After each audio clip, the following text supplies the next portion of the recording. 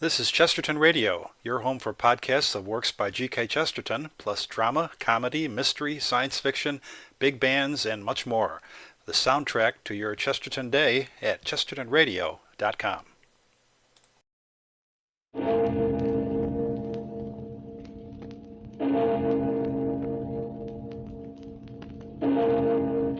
Murder at midnight. You fool! You idiot! I'll fix you. I'll take you back there and... A razor! No, don't! I told you not to touch me.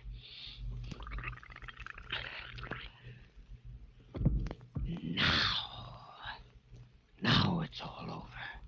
We've played our last performance together. Midnight, the witching hour when the night is darkest, our fears the strongest, our strength at its lowest ebb. Midnight, when the graves gape open and death strikes. How? You'll learn the answer in just a minute in The Secret of XR3.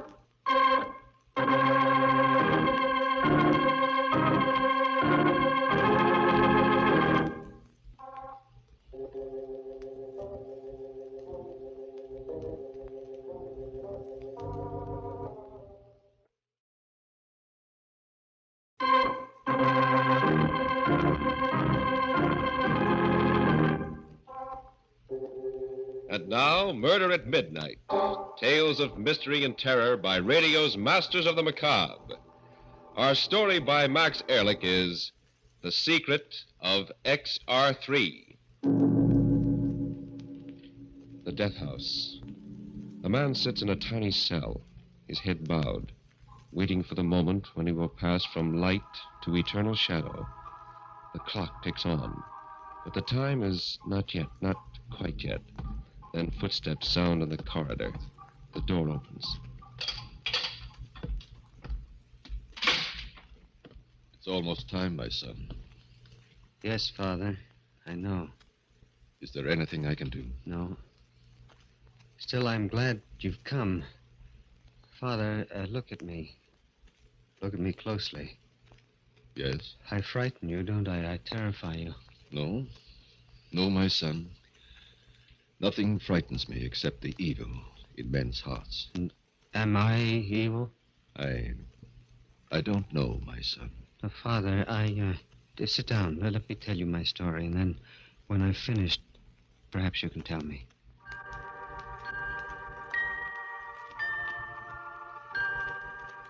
They call me Gorgo. All my life I've been a little man, only 3 feet high. Perfectly normal in every way, you see, except for my height. Perhaps you saw me down at the Century Theater not so long ago, the vaudeville team of Petrov and Gorgo, acrobats supreme.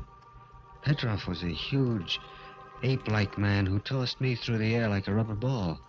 The audience liked the act. The contrast between the big Petrov and the little Gorgo intrigued and amused them. And on the stage, I laughed and smiled and went through my tricks like a happy little fellow. But in the dressing room, it was different.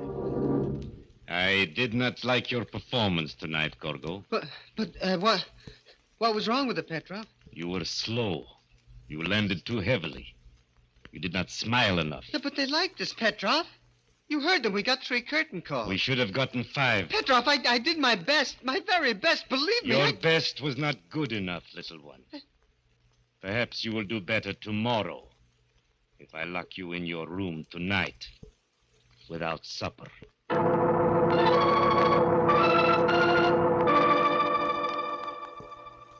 That was Vladimir Petrov, a gorilla of a man and master of my body and soul. How I hated him. How many times I wept in the silence of my room. All my life I had walked in the shadows of bigger people. See, all my life I had looked up instead of straight ahead, endured the stares of the curious and sensed the pity that was in their hearts. And that was why I used to wait in the alley near the stage door between performances, because it was dark there. I loved the dark. It protected me and hid me from those who stared and mocked. One night... I beg your pardon. You a Gorgo? Yes? My name is Dr. Mead. I saw your performance earlier tonight. I was just coming in to see you. Yes? What about? Oh, I happen to be an expert in glandular work, particularly in the function of the pituitary or growth gland. I think the results of my recent experiments will interest you. I don't understand, Dr. Mead. Did you ever hear of XR3? XR3? No. Well, it's an extract, a synthetic, I discovered about 2 years ago. In my experiments to date, whenever I injected it into stunted or dwarfed animals, they grew. They grew? Yes. You mean to normal size? Well, by using controlled doses, yes. You mean if you could do this with animals, then you could... I don't know, Gorgo. I think the time has come to try. Except for your size, you were perfectly formed, just what I've been looking for. I came to ask you if you'd volunteer. Yes. You understand, I can't guarantee a thing. I understand, and that doesn't matter. Dr. Mead, you don't know what it means, even a chance to grow to normal size. Why, One thing, though, I must have your written permission. My permission? Yes, Dr. Mead, I'll give it to you gladly. I'll do anything. You speak a little hastily, do you not, Gorgo? Petrov. Yes, little one. I'm sorry, Dr. Mead. I'm afraid you will have to find someone else for your experiments. Someone else? My little friend cannot act as your guinea pig without my consent. You see, I am Gorgo's legal guardian, and I have the papers to prove it. No, Petrov, no, you've got to give me this chance. Silence, little fool. As I said, I am sorry, Doctor, But, my dear sir, if I can make Gorgo grow to normal size... If you did, what would become of our act? It would be worthless. The people come to see Big Petrov and Little Gorgo. Do you mean to say, Mr. Petrov, that you would let your vaudeville act stand in the way? Yes. I spent years building the team of Petrov and Gorgo. Do you think I am going to let you ruin my investment now? Petrov, please let him do it. You've got to. Shut up, you little fool, and get inside. Petrov! As for you, Doctor, I wouldn't advise you to come around here again. This was a blow I could not stand. Dr. Mead had opened a prison door for me, and Petrov had slammed it shut again. I resolved then that come what may, I would have my chance. The very idea of the XR3, of becoming a man like other men, made me drunk and gave me daring. One morning, while Petrov was away, I paid a visit to Dr. Mead at his office and begged him to try the experiment without Petrov's permission. I'm sorry, Gorgo, but I cannot. The experiment would be very delicate if anything should happen without your guardian's legal permission. No, I'll run the risk, Dr. Mead. I'll be glad to. I'm sorry, but it can't be done. I see. Dr. Mead, Yes. just what does this XR3 look like? Well, I made it up in capsule form. Here, I have a whole bottle of the capsules in my desk drawer. As you see, they're green in color. So those are the magic capsules. Thank you for letting me see them, Doctor. Thank you very much.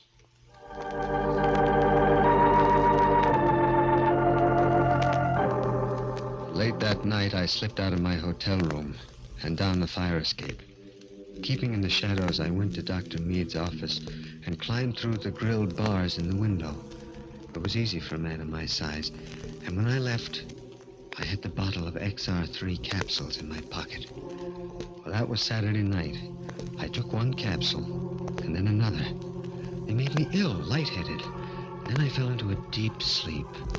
And then a knock on the door wakened me. Who is it? Petrov, why are you sleeping so late? I don't feel well. Ah, my little one does not feel well. What a pity. Please, Petrov, I want to sleep. Very well. Today is Sunday and there is no performance. But tomorrow, my little Gorgo, you had better be in the best of health, understand?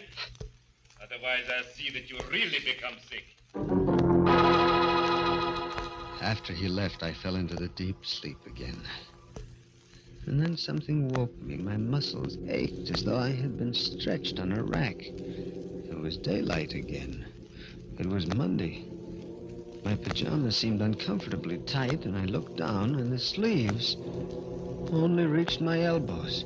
I stared, and my heart stopped beating. Then I remembered the XR3. Like a drunken man, I staggered over to the mirror, looked. Yes, I had grown. I had grown. My pajamas were stretched to bursting. I was growing. I was at least 5 feet tall. 5 feet tall! It was almost time for the performance now. Petrov would be coming for me any minute, and I didn't want him to see me. Not yet. So I piled furniture against the door and waited.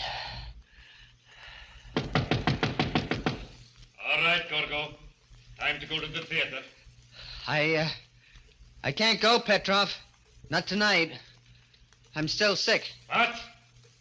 You little swine, do you think I'm going to postpone a performance because you're sick? Open the door. No.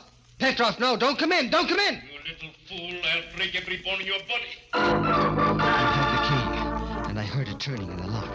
The furniture against the door would only hold for a minute, and I ran to my valise, took out a straight razor, and then, like a frightened animal, I waited. Barricade the door, you! I'll show you what it means to be bullied. Now, my little... Gorgo. In the name of heaven, what... Yes, Petrov. I got it. I stole the XR3, and I took it. Now, you see... You idiot. Do you realize what you've done? You've ruined the act. You've ruined it. Do you hear? Yes, but I'm a man now. I'm a man, not a dwarf. They won't stare at me now. They won't... No? That's what you think. If that doctor could make you grow, he can make you small again. Smaller than ever. No, Petrov, no! Yes, Gorgo. You've grown, but not so much that I can't handle you. We're going to see him right now. Petrov, no! Let me alone, for heaven's sake! Don't struggle, you... Razor! No, don't! I told you to leave me alone. I told you. And now it's all over. We've played our last performance together, Petrov.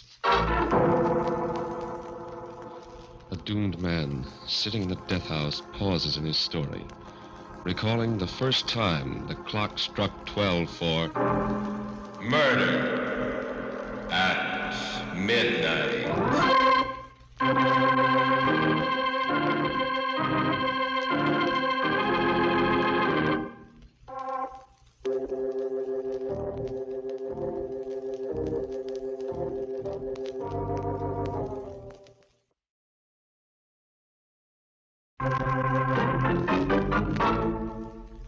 Now here is Gorgo again, continuing his story to the priest in the death house. I stayed in my hotel room another day and took 2 more XR3 capsules. And when I looked into the mirror that night, I was over 6 feet tall. That was enough. That was all I wanted. Now I would leave the hotel.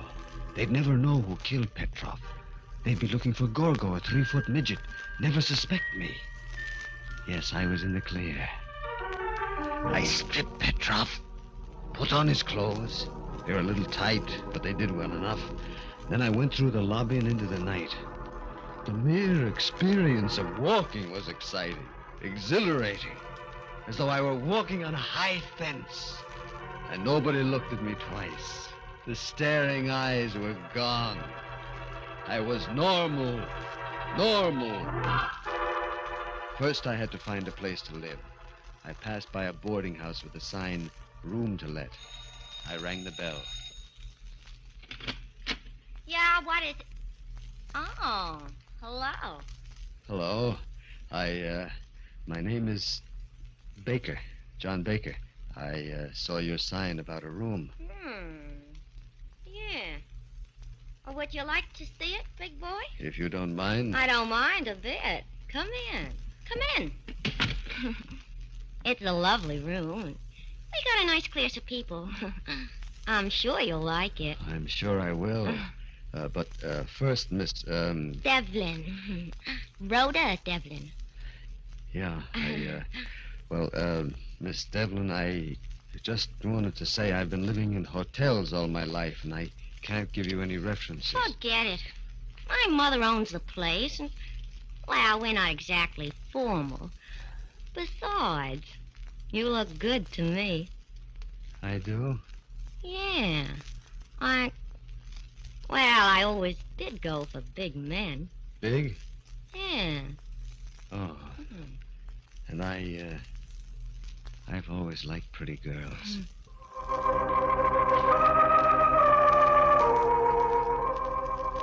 This was a dream come true. I was a normal man, and a normal girl was attracted to me.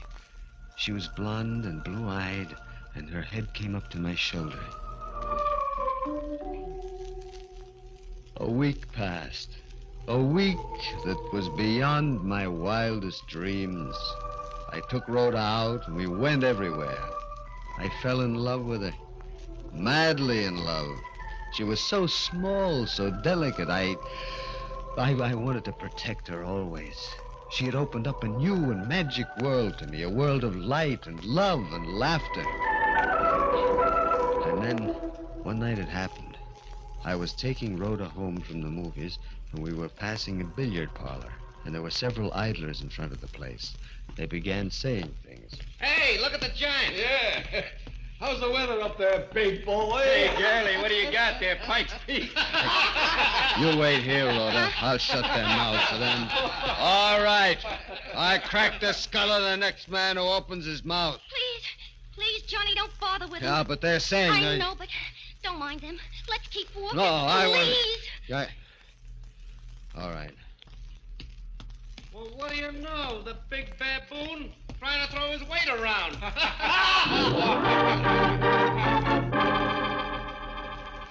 I wanted to smash their jeering faces, knock them down. But Rhoda and I walked on to her mother's boarding house, and she was strangely silent as we entered the dimly lit foyer. She hadn't said a single word since we had passed that billiard parlor. I was vaguely disturbed. I took her in my arms, but she pushed me away. No, please, don't. What's the matter, baby? Is it what those men at the billiard parlor said? I don't know. It seems to me you're growing bigger. Right before my eyes. Growing bigger? Yeah.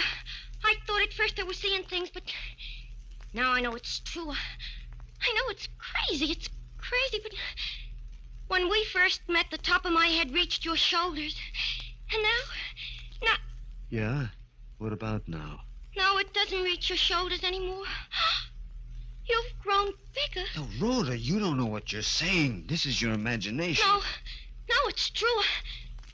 We'd better not see each other anymore. I'm afraid of you, John. You're too big now.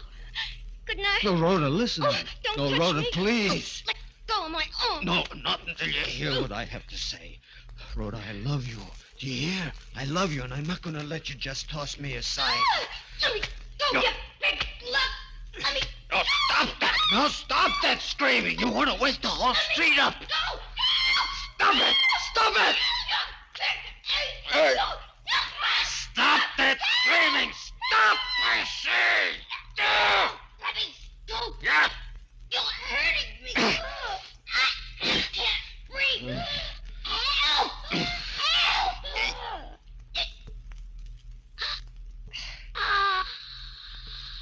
Hey, Rhoda. Rhoda! Rhoda!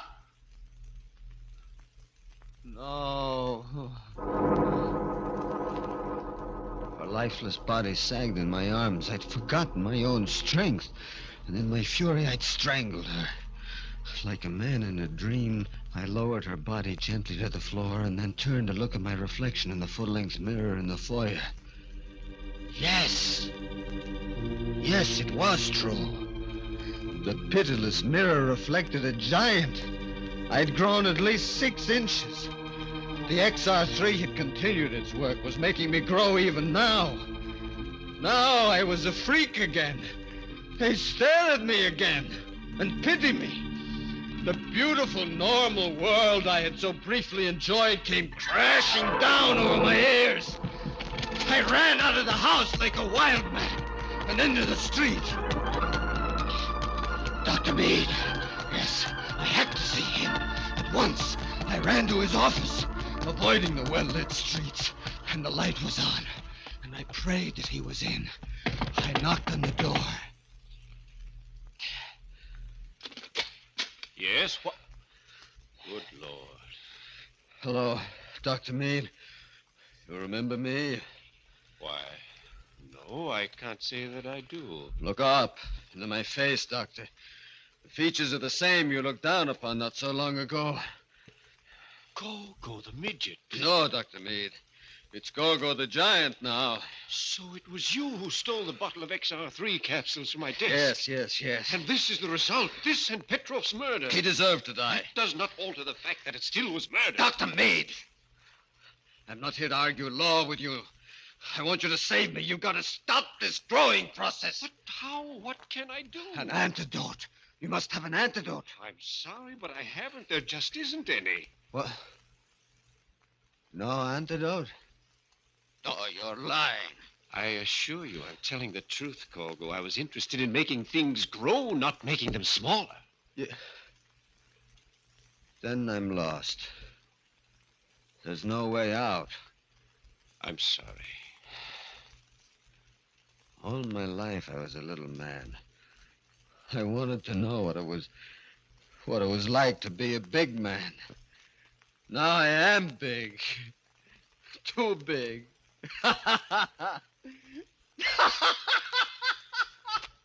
Isn't that amusing, Doctor? Too little and then too big. Like the swing of a pendulum.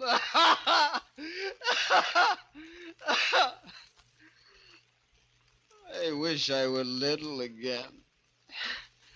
As I knew what to expect then. I was used to that. Now they'll stare at me again. They'll laugh and jeer at me. Gogo the giant. Gogo the giant. I think we'd better call the police, Gogo.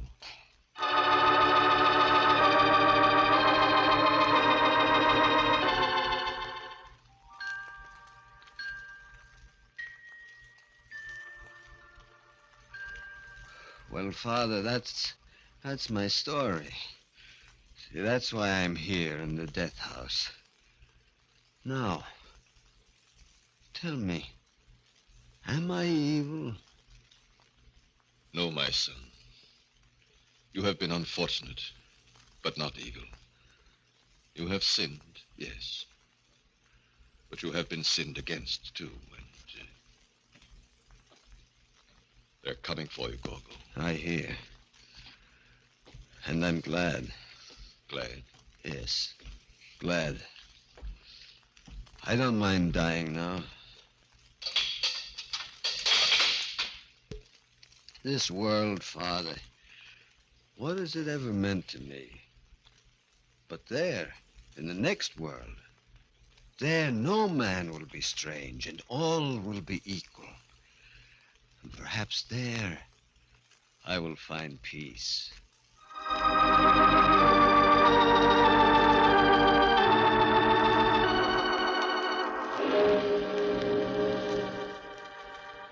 With firm and measured tread, the man who was first too small and then too big walks down the corridor. And the iron doors along the way rattle and clang like the chiming of the clock when it first struck 12 for murder at midnight.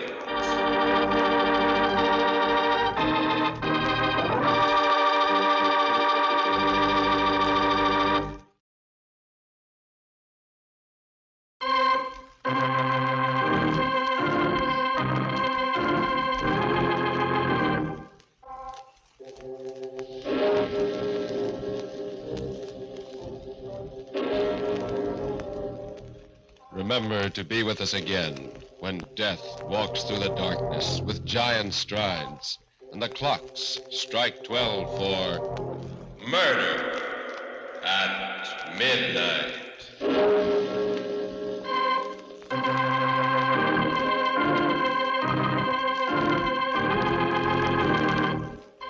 The part of Gorgo was played by Carl Swenson. With music by Charles Paul, Murder at Midnight was directed by Anton M. Leader.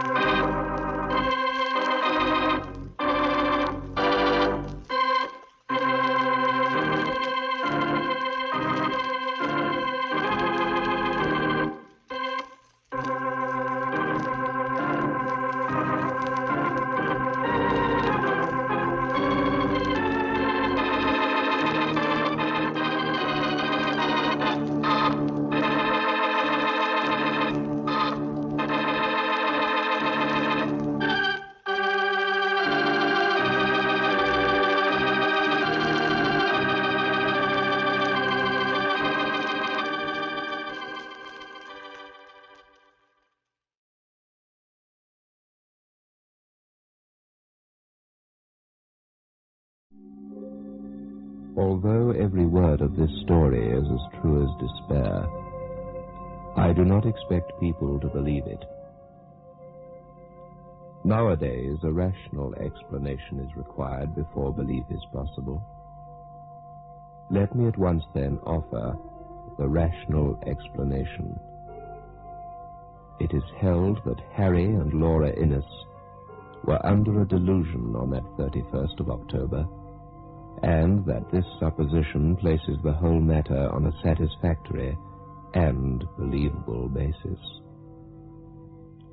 But there were 3 who took part in the events of the 31st. The other man still lives, and can speak to the truth of the least credible part of Harry's story. October the 31st. It began like any other last day of the month, and progressed into terror as it moved beyond midnight. I never in my life knew what it was like to have enough money to satisfy the most ordinary needs. I used to paint in those days, and Laura used to write, and we felt sure we could keep the pot at least simmering. Living in town was out of the question, so we went to look for a cottage in the country. We wanted something that was both sanitary and picturesque. So rarely do these 2 qualities meet in one cottage that for a long time our search was fruitless. We were lucky in the end, though. 2 days before our honeymoon started, we discovered the ideal thing on the outskirts of the village of Brenzett, near the marshes. We got a tall, old village woman called Mrs. Dorman to do for us, and as the cottage slowly became habitable, we began to devote more of our time to earning a living. Laura began to sell her stories, and I really felt the atmosphere was helping my painting. We had 3 months of married happiness. One October evening, I'd been down to smoke a pipe with the village doctor. Laura had stayed at home to finish a comic sketch for a woman's magazine. I'd left her laughing over her own jokes. I came back to find her crying on the window seat in the light of the dying day.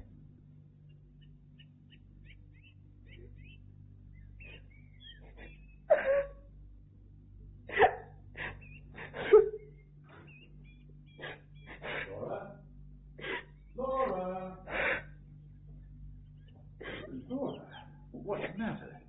Darling, what is it? Oh, please, darling. Mrs. Dorman. What? What's she done? She says she's got to go before the end of the month. She says her niece is ill. She's gone down to see her now, but I don't believe that's the reason. Her niece is always ill. I think someone's been saying something against us. She was acting so queerly. Oh, come on, darling. Never mind. It's all right. Don't cry. Don't you see it's serious? We'll have to work all day, we'll only be able to rest while we're waiting for the kettle to boil. We won't have time to earn any money. Listen. There'll be plenty of time, even if we do have to... Laura, listen to me. I'll speak to Mrs. Dorman when she comes back and see if I can't make her change her mind. She probably wants more money or something. It'll be all right, you see. Oh, come on, love. It's a beautiful evening, not dark yet. Let's take a walk up to the church, Come on, darling, fetch your coat. I don't need a coat. It's not cold out.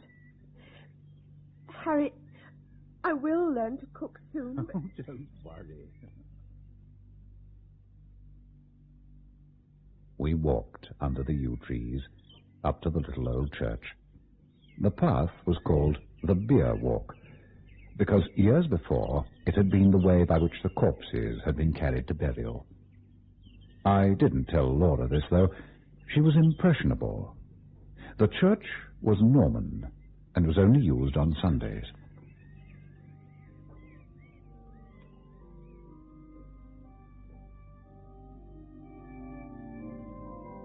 On either side of the altar lay a grey marble figure of a knight in full plate armour, lying upon a low slab, with hands held up in everlasting prayer.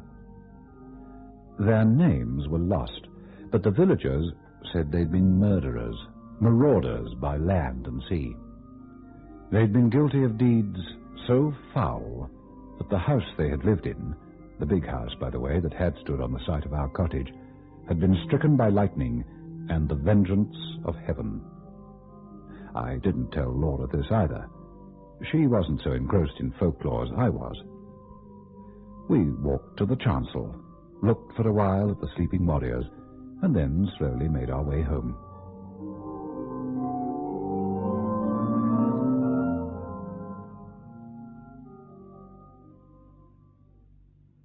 Mrs. Dorman had come back from the village, and so as soon as Laura had gone to our bedroom, I went into the kitchen to square things up with our servant. Well, can't you stay for another month? No, sir. I'm bound to go by Thursday. Yeah, but it's Monday today. I mean, I think you might have let us know before. There's no time now to get anybody else. My wife's not up to too much heavy work. Can't you stay till next week? I might be able to come back next week. Good, but why do you have to go this week? Come on, out with it. It's cold, sir. They say, sir, that this was a big house in Catholic times, and there was many deeds done here. Well, tell me about it, Mrs. Dorman. Well, you needn't mind about telling me. I won't make fun or anything. Would you like to sit down? No, sir, thank you. Well? Well, sir, you may have seen in the church, beside the altar, two shapes. The knights in armour. Effigies. I mean them two bodies, drawed out, man-size in marble. Man-size in marble. I thought then that her description was 1,000 times more graphic than mine.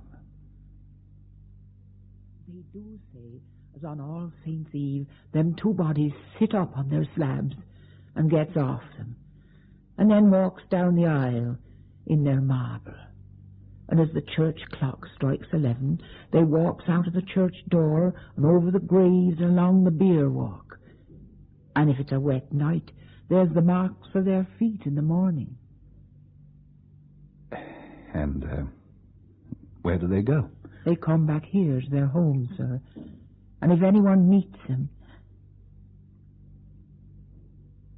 Well, what then? I'm sorry, I've got to go, sir. But my niece, she's sick. I've got to go. It's all right, Mrs. Dorman. If you promise to come back afterwards again, we don't want to lose you. What of the knights, the legend, after they've arrived here, what are they supposed to do then? I mean... Whatever you do, sir, lock the door early on All Saints' Eve and make the cross sign over the doorstep and on the windows. But has anyone ever seen these things? That's not for me to say. I know what I know, sir. Ah. Well, who was here last year at the cottage? No one, sir. The lady has owned the house, only stayed here in summer, and she always went to London a full month afore the night. All Saints. I'm sorry to inconvenience you and your lady, but my niece is ill and I must go on Thursday. I didn't tell Laura of the shapes that walked in their marble, partly because a legend concerning our house might trouble her, and partly, I think, from some more occult reason. I soon forgot about it myself, anyway. I was painting a portrait of Laura against the lattice window, and I couldn't think of much else. There. Steak, potatoes. Oh, tell me I'm learning fast. Say it's as good as Mrs. Dorman, even if it isn't. It looks beautiful. Oh, the painting's coming along marvelously, darling. Hmm? There's only one thing. Hmm? Oh, this is better than Mrs. Dorman. What's that? I don't believe you. Harry, it's a lovely painting, but you've made me really beautiful. Well, you are beautiful. I love you. Well, if you love me, get your elbow out of my dinner.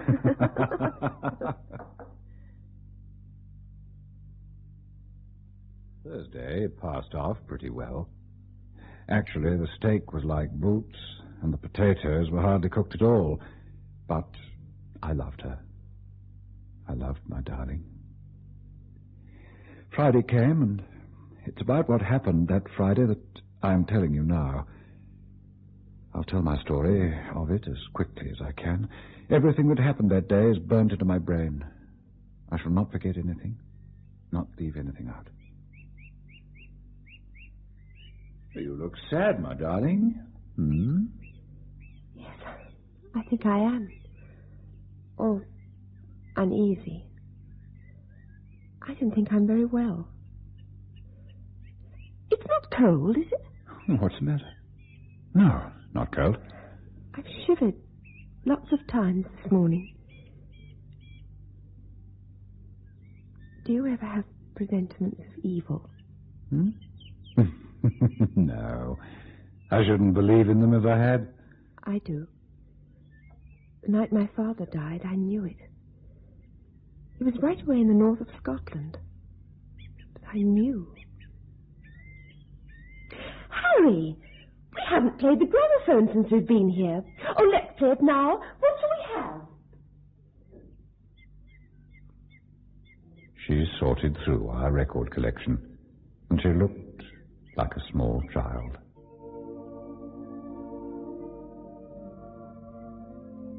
I loved her then, that morning, more dearly than I've ever loved anyone in the whole of my life.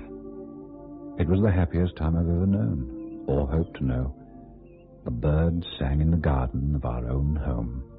The autumn was proving to be a mild one, and my Laura seemed gayer than ever she had been, despite her admittance to me that she thought she was not well. The music was beautiful. Laura was chatting away, and as I looked out through the windows at the mass of autumn coloring, the deep scarlet clouds slowly paled into leaden grey against a pale green sky. It was Friday, and Mrs. Dorman had gone off to look after a niece she swore was sick the day before, Thursday. I listened to the music and watched the graceful curve of my Laura's cheek. And it saddens me now, in retrospect, to remember that that day was the last time our now dusty gramophone records ever saw the light of day.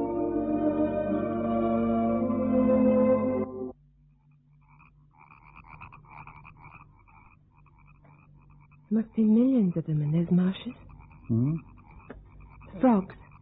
Hmm. Harry, shall we get a little dog? If you like. Maybe not such a little one, either. Let's have a Great Dane. Hmm? Great Dane? So that everyone will be frightened and keep away. Well, who do you want to keep away, for pity's sake? People who shouldn't be here. Hmm? Oh, I don't know. Burglars and things. Well, I think any self-respecting burglar looking around this place would go away in disgust. Well, we might have something worth stealing one day, but not at the moment, my lovely. Anyway, Great Danes are awful cowards. Oh, they're not. They're huge. Sure they are. All feet and great lolloping head. All bluff, though. Pekingese would be more likely to create a din and scare away unwanted visitors. Anyway, shall we get a dog? Not a Dane, then. A little mongrel or something. With one eye black and one eye brown. Call it Wag or Patch. A dog called Wag or Patch shall be delivered here by the end of the week. Oh, I promise. Wonderful. I'd love a canary, too. Well, then a canary you'll have, my darling. I'll give you anything in the world within my power. You know that. I used to have a tortoise when I was a girl. Hmm? Are you trying to turn the place into a zoo?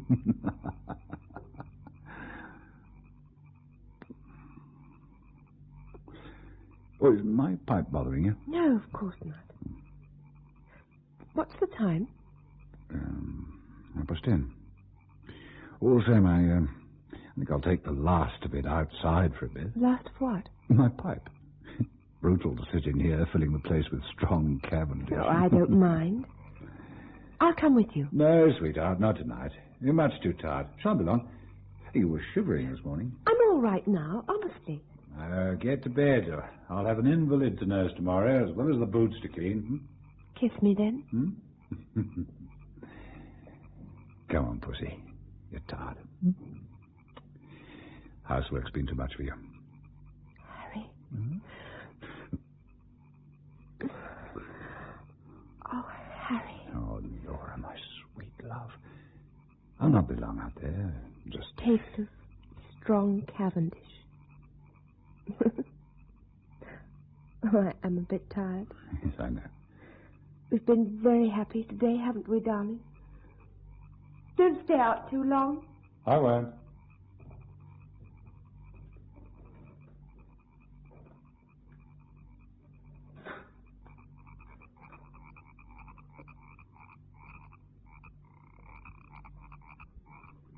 What a night it was. The jagged masses of heavy dark cloud were rolling at intervals from horizon to horizon, and thin white wreaths covered the stars. Through all the rush of the cloud river, the moon swam, breasting the waves and disappearing again in darkness. I could see the church tower standing out black and grey against the sky. 11 o'clock already. My pipe was out. I looked in at the bedroom window and saw Laura half lying on her chair in front of her dressing table. My heart went out to her. I decided to take a walk up to the church. So, with a last look at my dearest wife, I left our cottage and began my walk. There must be a God, I thought to myself, and a God who was good. How otherwise could anything as sweet as Laura ever have been imagined?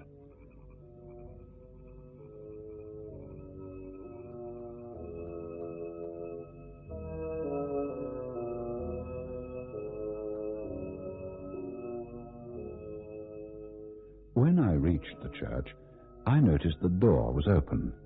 I blamed myself for leaving it unlatched the other night. We were the only people who ever cared to come to the church, except on Sundays. I went inside.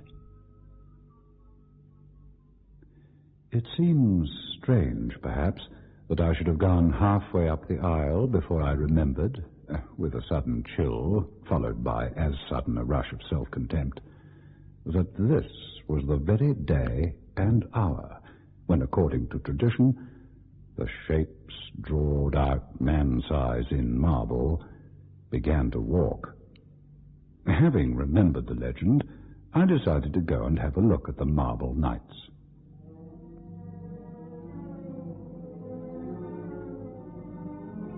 I thought how pleasant it would be to tell Mrs. Dorman how ridiculous her fancies were, and how peacefully the marble figures slept on through the ghastly hour. With my hands in my pockets, I passed up the aisle. In the grey, dim light, the eastern end of the church looked larger than usual, and the arches above the two tombs looked larger too. And then the moon came out and showed me the reason. I stopped short, and my heart gave a leap that nearly choked me. The bodies were gone.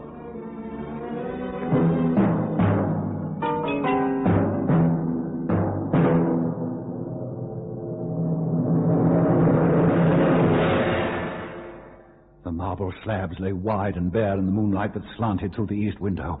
Was I mad? I passed my hand over the smooth slabs. Some joke. The figures were gone, and I was alone in the church.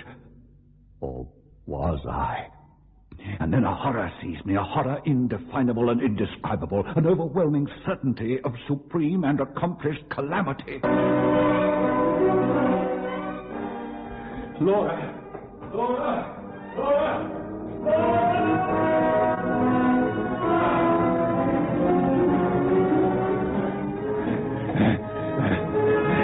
Hold it.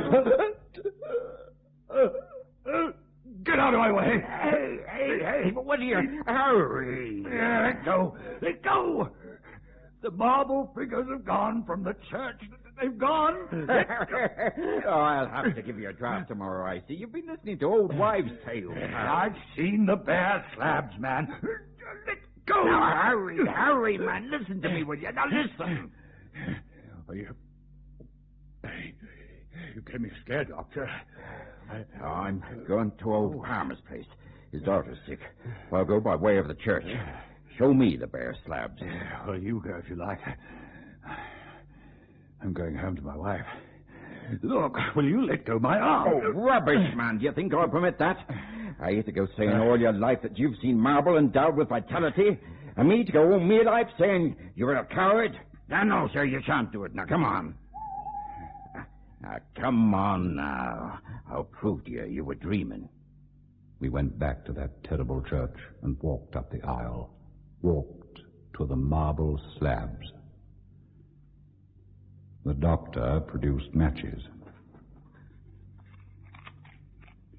I admit I closed my eyes. I knew the figures would not be there.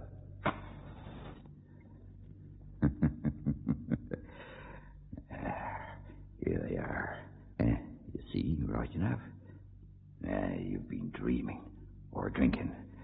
Asking your pardon for the imputation, eh? I opened my eyes and looked, and by the dying matchlight I saw the two shapes in marble, hands in prayer. Blast! I burnt my fingers. Oh, no. Blasphemy in the church. Still, it wasn't meant. So, satisfied, Harry? Oh, it must have been some trick of the light or something. Do you know, I was quite convinced they were gone. Oh, I'm aware of that. You'll have to be careful of that brain of yours, my friend. Now, I'm warning you. Huh? Hello? Something has been afoot here. His hand is broken. What? Well, the knight's hand, see, it's broken. Maybe somebody tried to remove them. They were both all right last time Laura and I came here. Well, someone might have tried to prise them up. That wouldn't account for my impression. Too much painting and tobacco, and maybe indulgence in some of the hard stuff too, perhaps. Never. Oh, look, come on, man. My wife will be getting anxious. Oh, you come in and have a drop of whiskey with me and drink Confusion to Ghosts and better sense to me, won't you? I ought to go to Palmer's, but... well, it's late. I'll leave it till tomorrow. She's not all that sick. Oh, let's go back then. Aye. Hey, you're getting along fine in the cottage then, Harry. Oh, we're making do.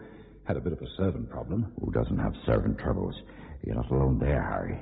Ever since the day I came to the place, servants have driven me mad. We walked to our cottage. We saw, as we walked up the path, the bright light streaming out of the front door. Presently I noticed the parlour door was open too. Had she gone out, I wondered? We passed into the parlour. It was all ablaze with candles. Her chair was empty, and her handkerchief and book lay on the floor.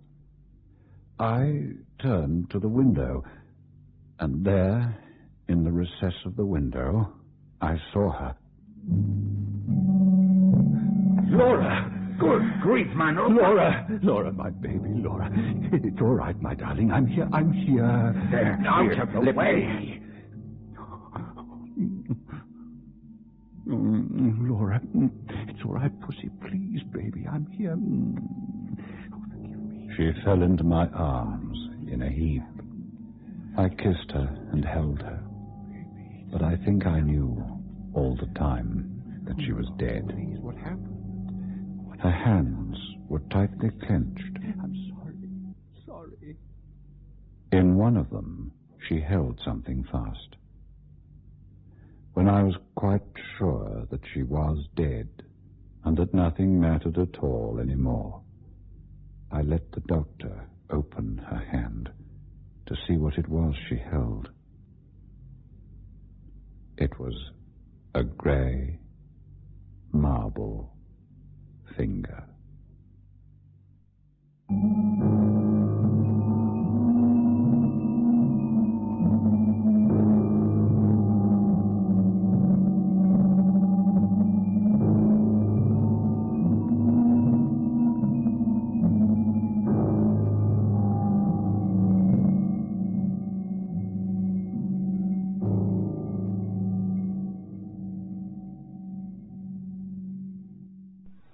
Beyond Midnight is presented every Friday night at 9:30 by Biotex, the new soak and pre-wash powder.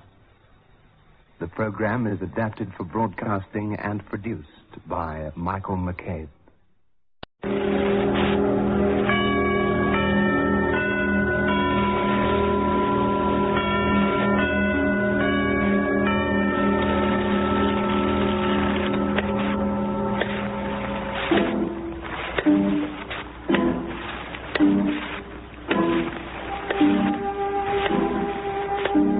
Once Upon a Midnight, a presentation of the American Broadcasting Company dedicated to the hardy listener who favors a tale spiced with mystery and imagination. What time is it in your house? 8? 9? 10? Set the clock ahead. Make it 12. Midnight's the time for these stories. And now here's your host, the noted director and producer, an expert guide along the path of dark adventure, Mr. Alfred Hitchcock. It was not until several weeks after he had decided to murder his wife that Dr. Bickleigh took any active steps in the matter. Murder is a serious business. The tiniest slip may be disastrous, and Dr. Bickleigh had no intention of risking disaster. This was to be the most delicately perfect of all perfect crimes.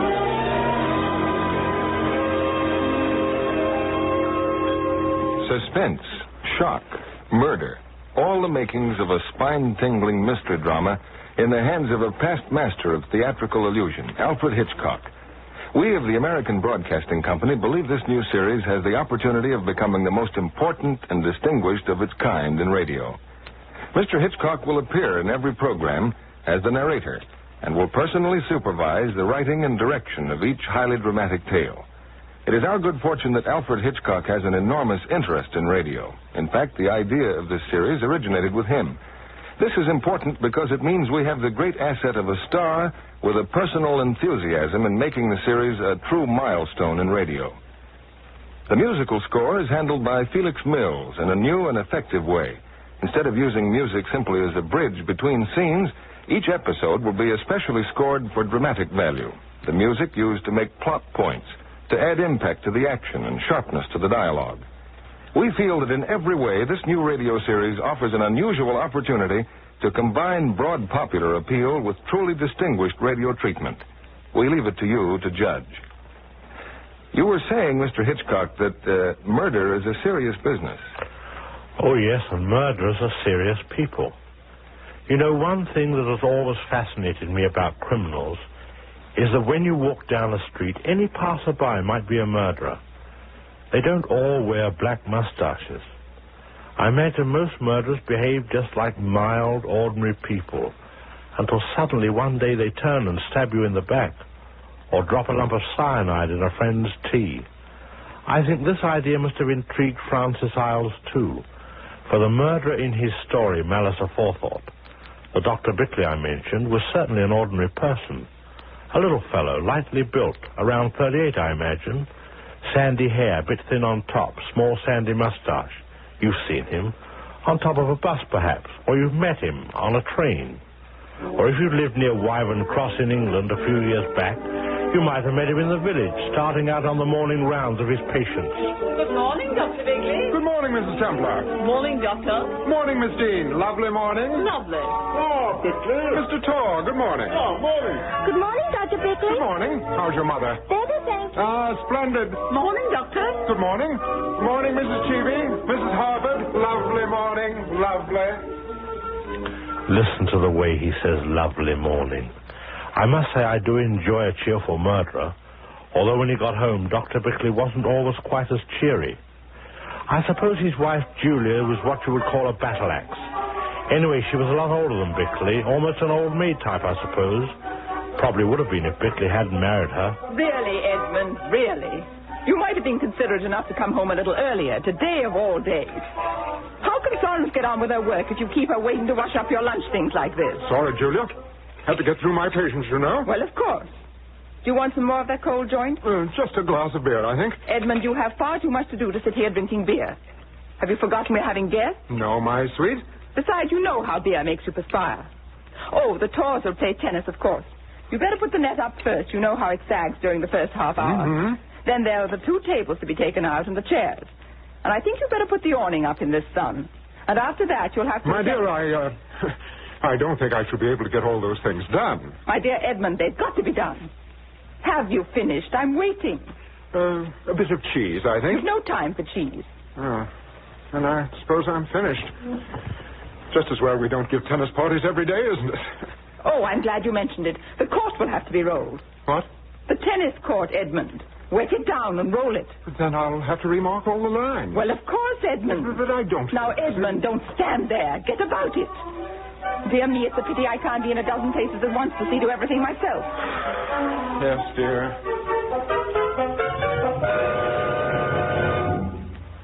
Well, that was a typical day at the Bickleighs. Except on this particular day, the weather and tempers were hotter than usual. Game, isn't it? Edmund, Mr. Torr has nothing to eat. Oh, here we are. Sandwich, Mr. Torr? Oh, I believe I will. And how is old Mrs. Parrott these days, Doctor? Yes, she's been ailing, eh? Well, Mrs. Parrott, I might say. Edmund, Miss Rattery will have a sandwich. Oh, of course. Miss Rattray? Thank you, Doctor. You were asking about Mrs. Parrott. Oh, yes. As a physician, it's my opinion... Edmund, not there, please. Don't sit there. That's Winfred's seat. She'll be back in a moment. Oh. Game, step back. Try another. Edmund, they're a ball short. Benji's hit one into the gooseberry bushes. Oh, did he? Well, go and look for it, Edmund. Don't let your guests It's do all it. right. I'll get Mrs. Bickleigh. No, Benji. Let Edmund. Oh, hurry, dear. Yes, dear. And so Gooseberry Bush looking for a tennis ball. Just as he was about to grab it with a hot and clammy hand, he heard himself a subject of conversation. Did you hear the way she orders him about? Awful, isn't it? I'm hanged if I'd speak to a dog like that. But then I imagine a fellow like Bickleigh rather enjoys it, eh? Oh, Benji. Well, you know as well as I do, he didn't enjoy it, especially when people laughed. All he could do was to clench his teeth and stare down into the bush. I can't stand this. Not much longer. Can't stand it. I wish Julia were dead. I wish I could kill her. By the way, I'd like to stop a moment and tell you about a secret little weakness Bickleigh had. Every night he would soothe himself to sleep with what he called his visions. Little extravagant pieces of imagination. in which Bickleigh was always a person of supreme importance. Sometimes it was Bickleigh the great painter, or Bickleigh the great composer. Regardless of the role, he was always great, always a hero. He'd pull up his knees under the blanket, snuggle his head deeper into the pillow, and then say to himself, well, what shall we do tonight? I think I'll play for England. I think I'll beat Australia. Bickleigh, the great cricket player, was his favourite vision. At bat for more than 10 hours. Amazing. Australia trying every bowler they had. No use. The man's too good. The match went on and on until Bickleigh had broken the world's record by scoring 501 runs. Stupendous. At the finish, he was carried from the field on the shoulders of his fellow players. The idol of the cheering thousands. The man of the hour, but always smiling and modest. When the Prime Minister said solemnly, Bickleigh, you have saved England.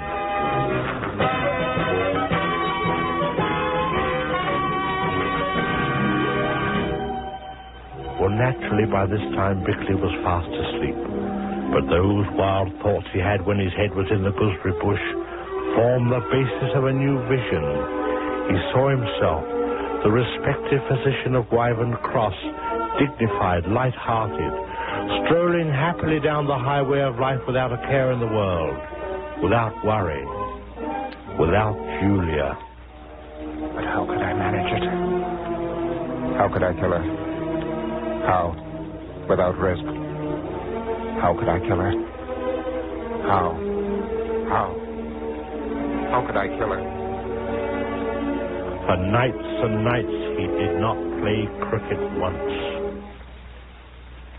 Then an extraordinary thing happened. A thing that got poor old Bickleigh mixed up more than ever. He fell in love. She was a newcomer to Wyvern Cross, a Miss Madeline Cranmere, who'd taken up residence at the old hall, a huge castle-like affair on the hill. She was a girl of about 23, not pretty in the least, except for her blue eyes, which were quite beautiful. Bickleigh had never met her. Until the afternoon he was summoned to the hall professionally and very hastily. Dr. Bickleigh, I'm Madeline Cranmere. So sorry to keep you waiting. Not at all, Miss Cranmere. I spent a very enjoyable few minutes looking over the hall. I've never been up here before. It's beautiful, isn't it? Lovely. Perfect example of old Tudor. Oh, yes? I wouldn't know. Oh, absolutely. That carved overmantel, for instance, quite authentic. And, fortunately, not spoiled by restoration. How interesting. You seem to know a lot about that sort of thing. Oh, no. Before you leave, I must show you the whole place. That's very kind. Not really. Actually, it'll be you who'll be showing me. Will you have tea, Doctor? Tea? Well, Please do. Vera. Yes, sir? Dr. Bickleigh will stay for tea. Dr. Bickleigh stayed quite late for tea. They talked of 100 things, art mostly. It came out quite naturally that Dr. Bickleigh sketched a bit, or tried to. And Miss Cranmere was positive he must do wonderful work. From art they passed to other topics, and it was amazing how identical were their views. There wasn't a lull in the conversation until almost 6 o'clock. well, I suppose I should be running. Yes. I've had a most enjoyable afternoon. Shall I confess something, Doctor? I haven't spoken to anyone like this in weeks. You see, I live here by myself, except for the servants, of course. Already I'm finding life a little lonely. Oh. But you're coming back to sketch the hall, you promised. It's a privilege, Miss Cranmere. Well... Miss Cranmere, you called this afternoon. I mean, the message you left at the house. Oh, yes. I don't sleep well, Doctor. Any particular reason you can think of? No. Just nerves, I think. You know. Of course. High-strung. I suppose I am. Well, we shall certainly have to take care of that. I'll write a prescription at once. Thank you, Doctor.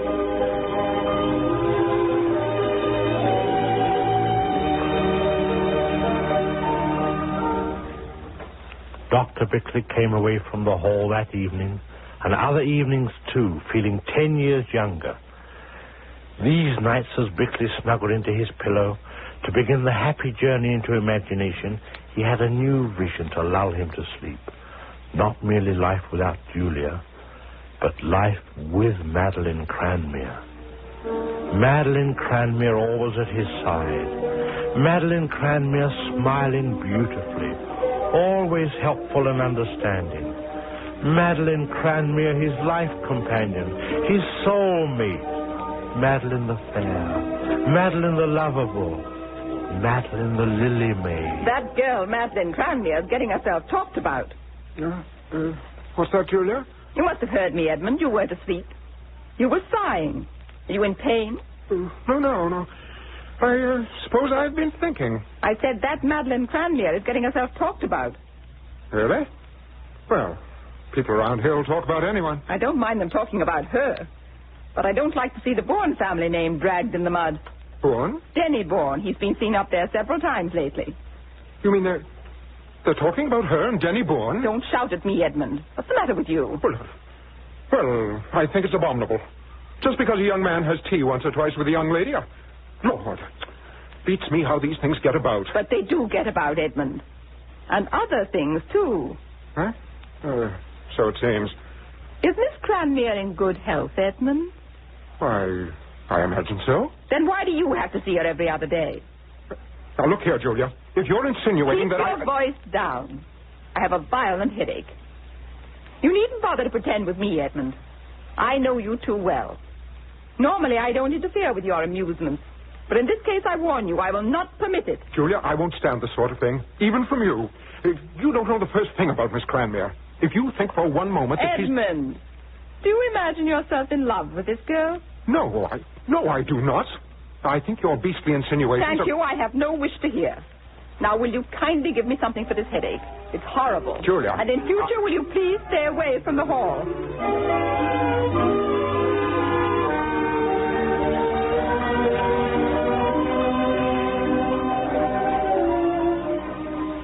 This was awkward.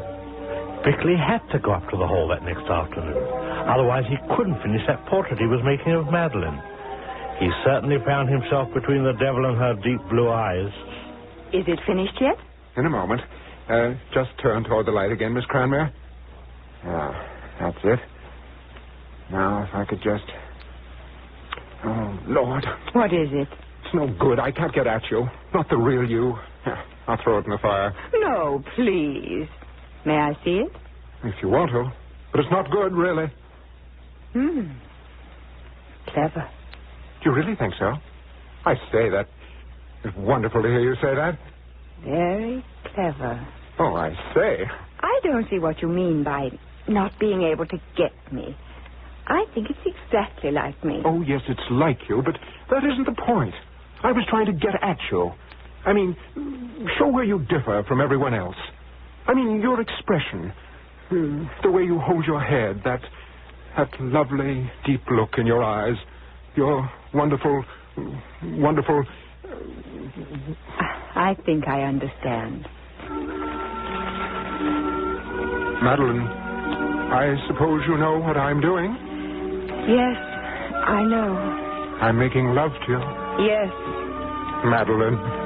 Oh, Edmund. Edmund, please go.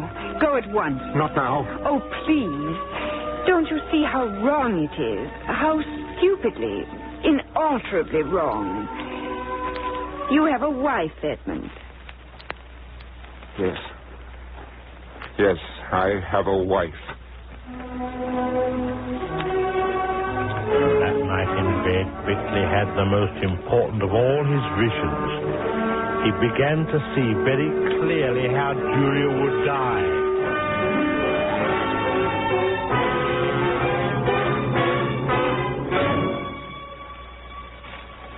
Murder is a serious business. The tiniest slip may be disastrous.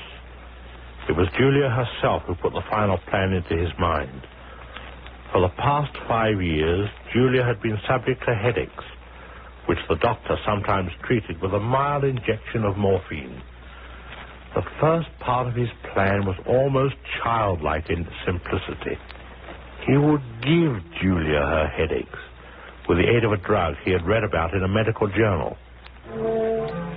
corrective for uric acid diathesis. Drug is no longer used, not only because of its prohibitive price, but because it tends to produce violent headaches. Next morning and every other morning at breakfast thereafter, Julia received a generous dose of this drug sprinkled lightly over her grapefruit. It was certainly a bit of luck that Julia had a passion for grapefruit. Oh, dear, dear, dear, dear, dear. Well, I'll have to get along. Lots of cases this morning. Goodbye, Julia. Oh, dear. What's the matter? Headache. Oh, bad? Blinding. The worst ever. Oh. Well, perhaps you'd better lie down for a while. I'll look in on you at lunch. I can't lie down. It'll only be worse. You'd better give me something before you go, Edmund. Give you what, my dear? Whatever it is you always give me. I can't stand this. Julia, I've thought for a long time that these headaches of yours were just the result of being, well, run down. Now it looks to me like something organic. Well, what? That I can't say. But if they go on, I shall have to take you to see a specialist. You'll do nothing of the kind, Edmund. The headaches went on and the treatment went on. Headaches, morphine, headaches, morphine. By the middle of January, Julia was getting a good 5 grains a day. So far, so good.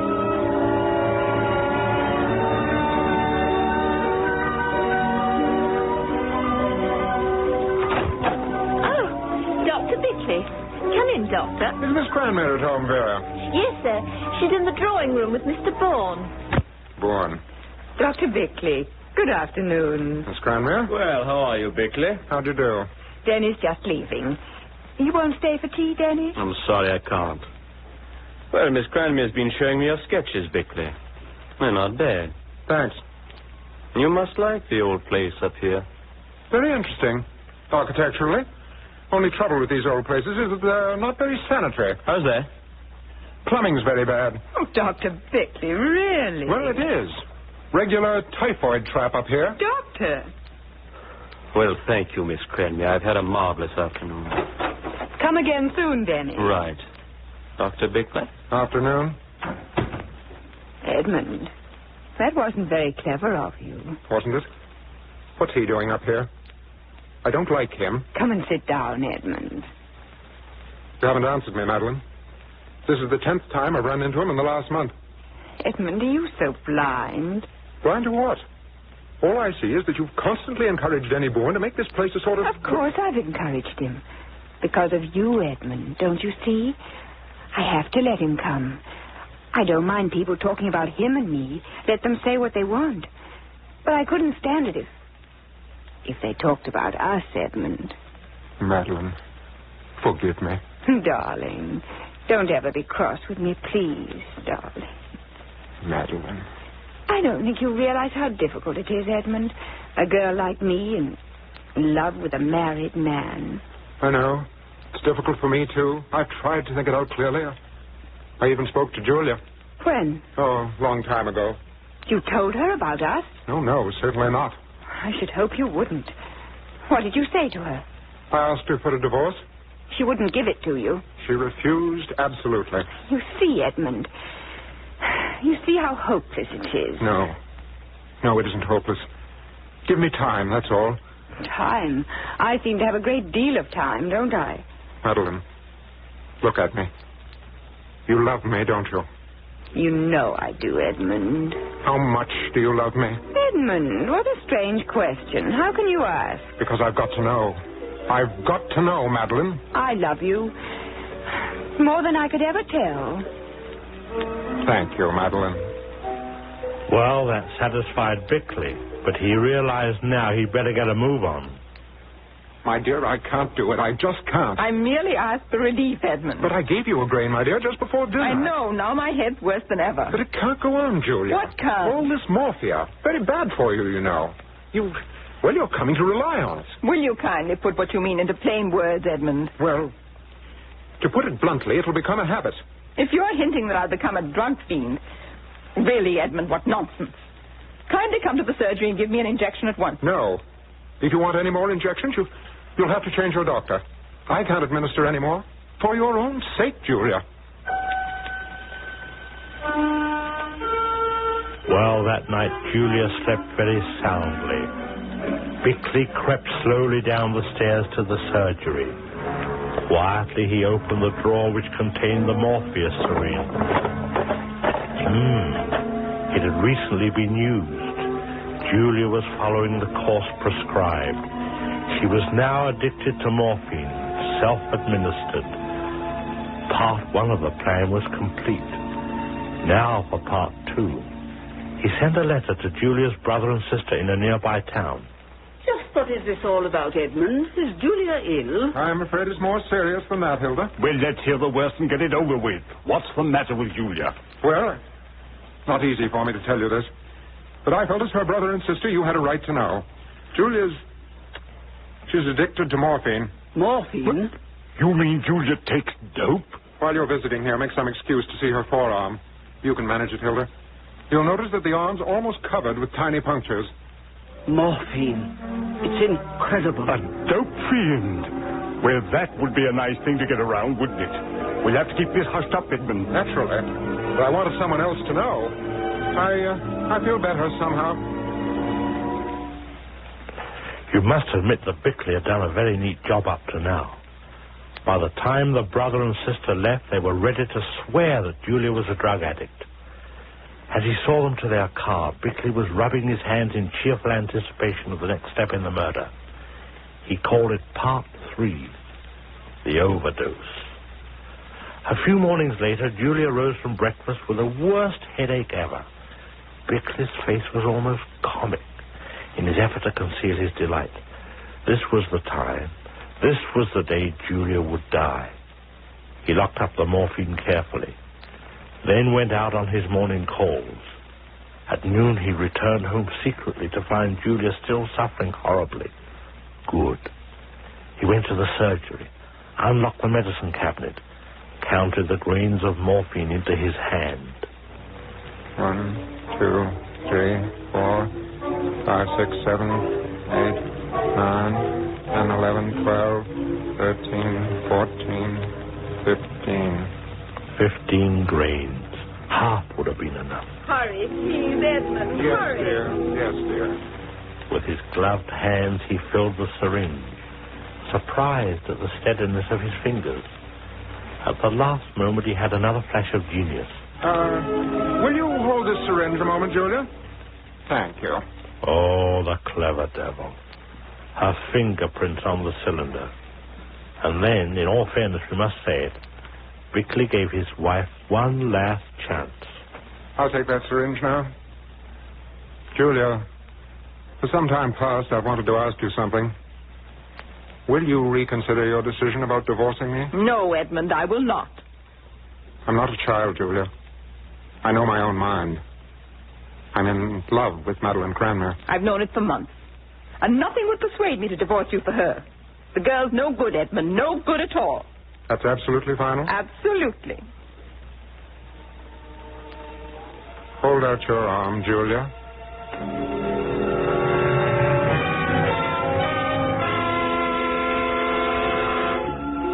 Oh, thank you, Edmund. Go upstairs, Julia. Go up and lie down. Now, let's see, says Bickleigh. Julia will be dead in 20 minutes. No one knows you came home. Leave the house, go on your rounds, be seen on the street, and establish that you were not here when the tragedy took place. Be seen, Dr. Bickleigh. She'll be dead in 20 minutes. Be seen in the village. Afternoon, Dr. Bickleigh. Good afternoon, Mrs. Wright. Dr. Bickleigh. Ah, Mrs. Templar. Lovely afternoon. Lovely. Good afternoon, Doctor. Benji, how's your leg? Oh, perfect. Good. Afternoon, Mrs. Cheevy. Mrs. Harford. Lovely day, isn't it? At the precise moment that Julia left this world, Dr. Bickleigh was at the other end of the village, sounding old Mr. Tracy's heart. He wished Mr. Tracy's heart didn't sound so much like a clock ticking. It made him nervous. 20 minutes from 12:30. That's 10 minutes of 1. She's dying. She's dying right now. Julia's dying. His heart is beating. Living. Beating. And hers is stopping. Dying. Stopping. What's wrong, Doctor? Is the old ticker on the blink, huh? Oh, no. No, Mr. Tracy.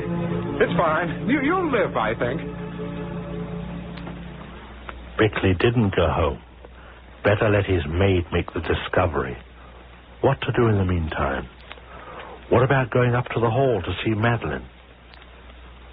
When he arrived, he found another guest barring the doorway. It was Denny Bourne. I don't understand this, Danny. Where is Madeline? Isn't she here? Well, she isn't feeling well, that's all. She's up in her room, lying down. Well, go up and see her. I don't think you should. As a matter of fact, old boy, I think you'd better not come up here at all from now on. Really? And why not? Well, it's only decent, you know. After all, with Madeline and I just becoming engaged. Engaged? You and Madeline? Engaged? Well, then she didn't tell you. Oh, she promised she would. I don't believe it. Why, you young fool. Now, let's not, after all. Get out of my way. Now, see here, Bickleigh. Get out of my way.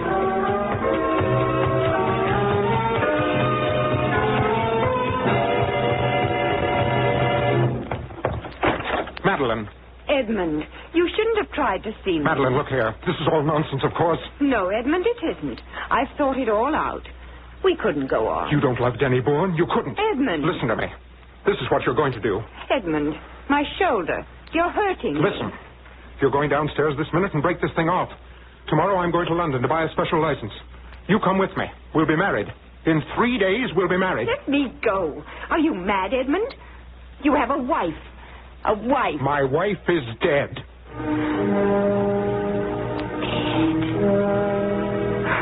Danny? Danny? Danny? Shut up. Danny? Shut up, do you hear? Dr. Bickleigh! Dr. Bickleigh! Vera, Miss Cranmer's hysterical. Get me some cold water. Yes, sir, but the telephone, sir. Go on it at once.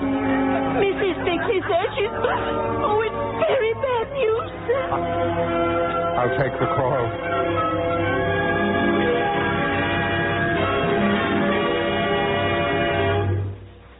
Oh, Dr. Bickleigh, what have you done? Have you put a noose around your neck, Doctor?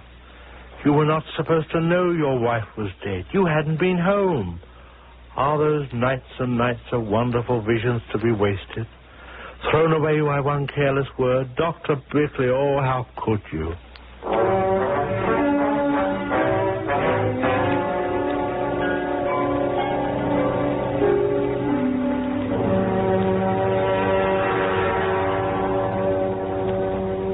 There you have the first episode of Malice Aforethought. We'd like to leave you with one more fact which makes us feel that this series is destined for a really outstanding success. That is, the popular appeal of the psychological mystery, the box office success of his psychological mystery films. Here are some of them: Rebecca, Spellbound, 39 Steps, Suspicion, Foreign Correspondent, The Lady Vanishes. All names known throughout the country to millions of movie-going Americans. The consistent success of the Hitchcock films is not accidental. It is based on two things. One, Hitchcock's creative genius as a director and interpreter. Two, and this we believe is important to you, the obvious trend of public interest today in the psychological mystery. Well, I'm terribly sorry we're not able to finish the story this week. As Bickleigh might say, telling a murder story is a serious business, and it takes a little time. Please bear with us and just wait until next week, and let's see what happened to old Bickleigh. You think he'll get away with it? I wonder.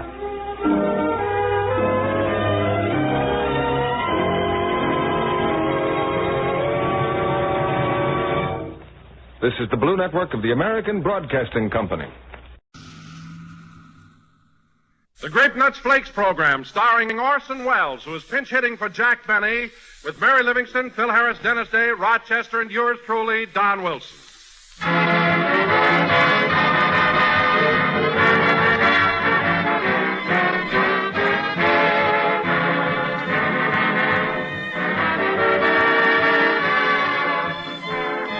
Tonight I'm the original Glad Man, friends, for aren't we all glad to get news of a thrifty, swifty, appetizing breakfast dish for these up and at 'em early mornings? Then wait till we all tell you all about Grape Nuts Flakes, the crisp and toasty brown breakfast cereal that's always ready for breakfast before you are. And ready to eat Grape's America's fastest-growing breakfast cereal. And think of this, too, homemakers. Every time you buy a big bunch of Grape Nuts Flakes, you're saving up because you don't need them. Not for thrifty, plentiful Grape Nuts Flakes.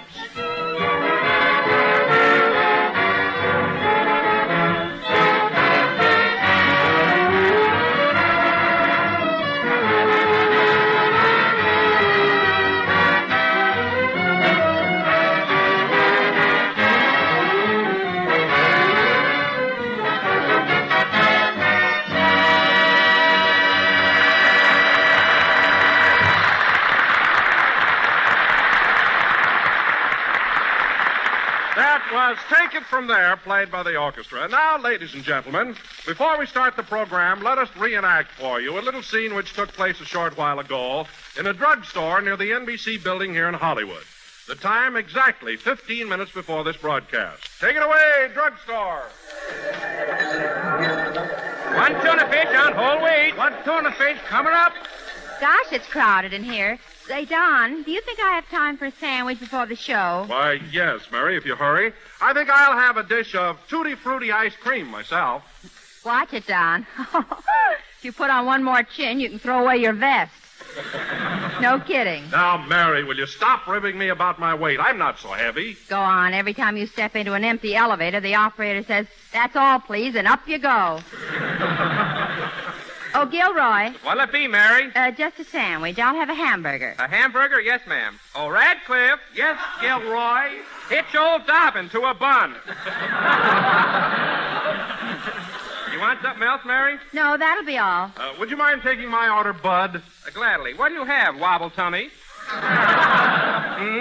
Well, I'll have a dish of ice cream, please. Make it Tutti Frutti. You can have Tutti, but there's no more fruity for the duration. How's that, Radcliffe? Gilroy, you're really bumping your gums now.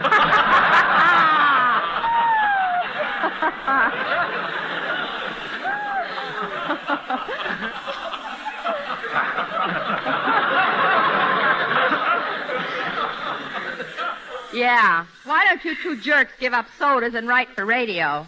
We do. We just sold a lot of gags to old Red Skelton.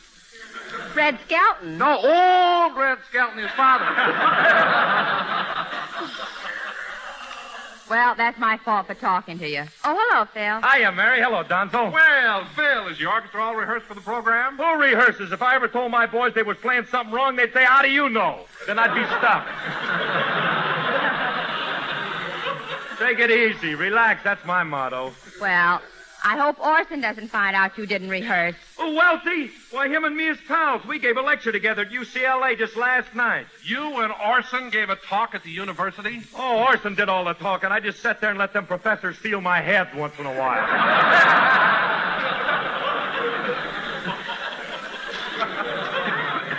What?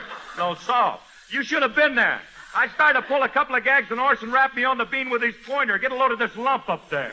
What'll it be, Twitch? A bromo seltzer? No, thanks. I had one across the street. I just came in here to burp. Ain't that a Lulu? Oh, you and your Lulus. Say, Gil, is this man annoying you? No, Radcliffe. Put down that cupcake.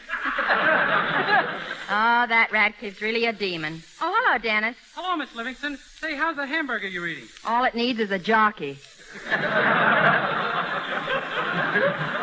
Gosh, Mr. Harris, where'd you get that big lump on your head? From Orson Welles, that's who. Orson Welles. You want something to eat, Dennis? You better order. Now, what do you want? I think I'll have the special sandwich. Peanut brittle on whole wheat. You mean peanut butter. No, look, it says right here, peanut brittle. That's a misprint, kid. I'll bring you a peanut butter sandwich. Nothing doing. It says peanut brittle here, and that's what I want. Now, listen. I know my rights. Dennis, if I wasn't a lady, I'd knock him right off that stool. Now, behave yourself. Hey, kids, get a load of who's coming in. It's Miss Harrington, Orson's secretary. Hello, Miss Harrington. Hello, young man. Good afternoon, everybody. Hello, Butch. By the way, Miss Harrington, how's Mr. Wells feeling today? Oh, he's in a splendid mood. He found his yo-yo under the dresser. What's your order, ma'am? I want this place tidied up and this counter cleared. Mr. Wells is about to honor this hash house with his presence. Yes, ma'am. And incidentally, young man, when did you put on that shirt you're wearing? In 1937, when I left Stratford, Connecticut. Well, change it immediately. Yes, ma'am. And as for your gruesome friend with the wide part in his hair...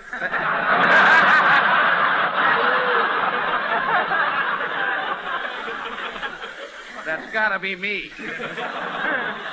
Would you mind lying under the counter until Mr. Wells leaves? Gladly. My feet is killing me. Attention! Attention, everybody! Mr. Wells is approaching.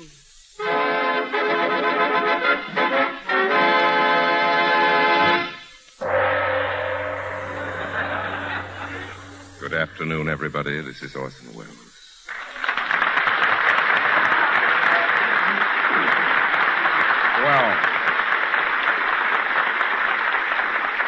Well, Mary, you look lovely today. Thanks, Orson. I stopped by your house to give you a lift to the studio, but the butler said you'd already gone. The butler? Oh, did Papa have that tail baby face? That's sweet of you, Mary. Don't you think it's a little early in the day for romance? Well... Take it when you can get it. That's my motto. Dennis, please. Oh, boy. Yes, Mr. Wells? I'll have a cup of cold consomme.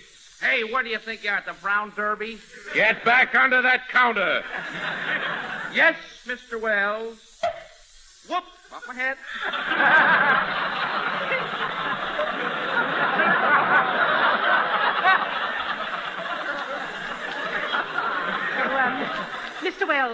Mr. Wells, I don't think you'll have time. Do you mind okaying it? Not at all. Oh, no. Now, that's awful. Miss Harrington, take this out in the alley and burn it immediately. Yes, Mr. Wells. Burn the script? But, Orson, what are we going to do for a play tonight? I shall write one myself. Hey, Mr. Wells, if you're looking for a comedy sketch, my partner and I wrote one that's terrific. Yes, dynamite. Get back under that counter. Yes, Mr. Wells.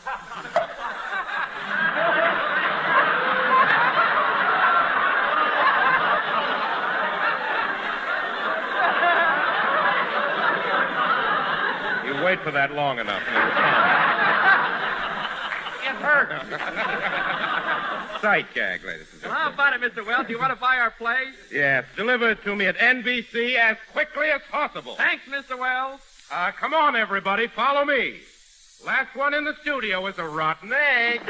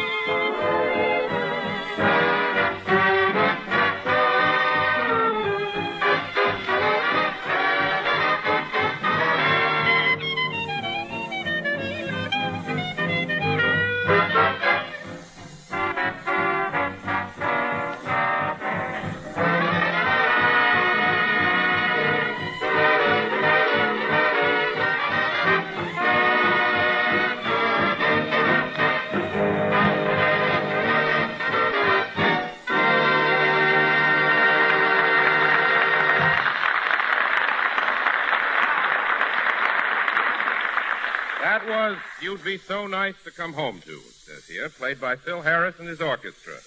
Still, you can stop waving your baton now. The number's over. Oh, yeah, thanks. Don't mention it. You see, old boy, I didn't get a chance to rehearse that selection, so consequently, I didn't realize it had reached its termination. If you get what I mean. That is due to your lackadaisical inadvertence. The conclusion of that number found you in a state of oblivious lethargy. Get what I mean? No, but my lump is throbbing. So I notice. It's fairly dancing. By the way, Mary, I've been meaning to ask you, how's Jack coming along? Is he over his cold? If he was over his cold, you wouldn't be here, brother.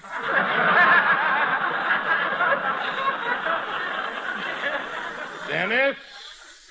Yes, Jack is much better, Orson. He's resting at the Arizona Biltmore in Phoenix. The Arizona Biltmore? Isn't that rather expensive for Jack? Expense means nothing to him. He was delirious when he checked in. That must be the reason. You know, fellas, I got a postcard from Mr. Benny this morning. He asked me to send his golf bag right away. His golf bag? Say the old boy must be getting better if he wants to play a little golf. What do you mean, golf? If I know Benny, he landed a job picking grapefruit.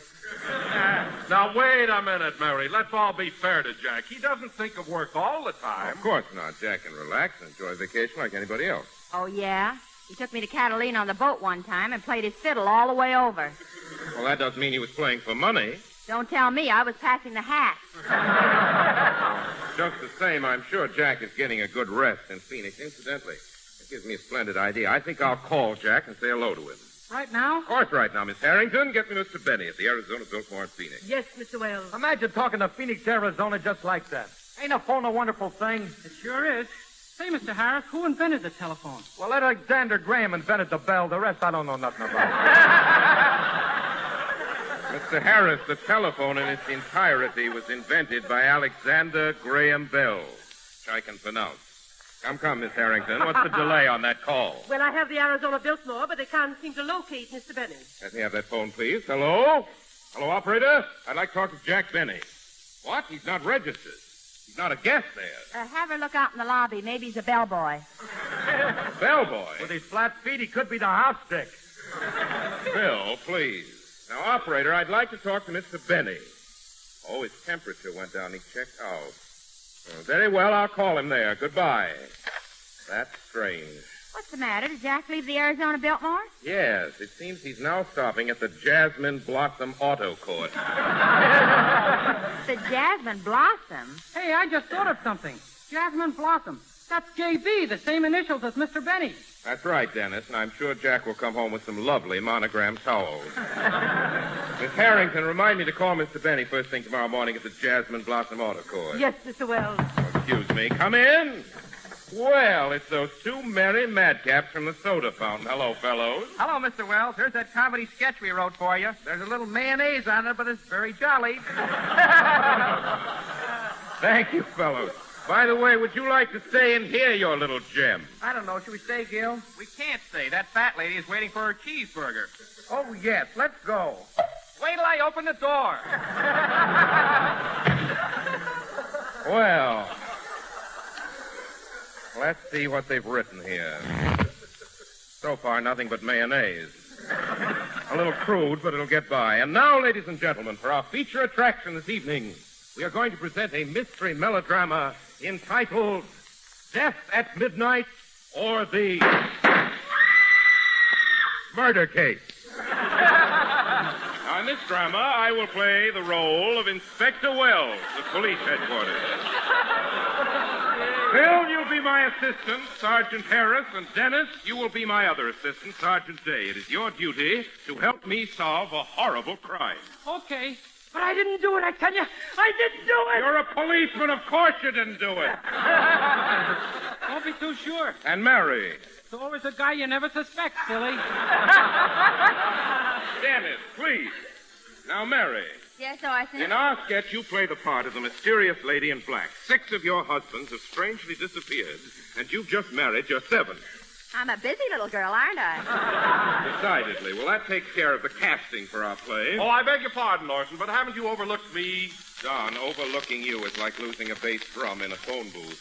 However, you should be the butler. And now, ladies and gentlemen, this play will go on immediately after... I'll take it.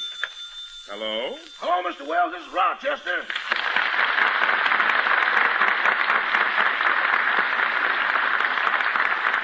Hello, Rochester. What do you want? Mr. Wells, up to now, working for you has been a pleasure, but trouble has reared its ugly head. Trouble?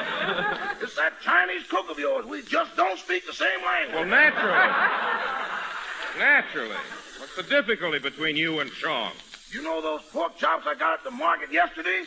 The ones I had to use commando tactics to obtain? Yes, yes. Well, that cook of yours wants to cut them up into little pieces for chop suey. That's vandalism. Now, calm down, Rochester. Any man that would treat a pork chop like that would pull the chair out from under Whistler's mother.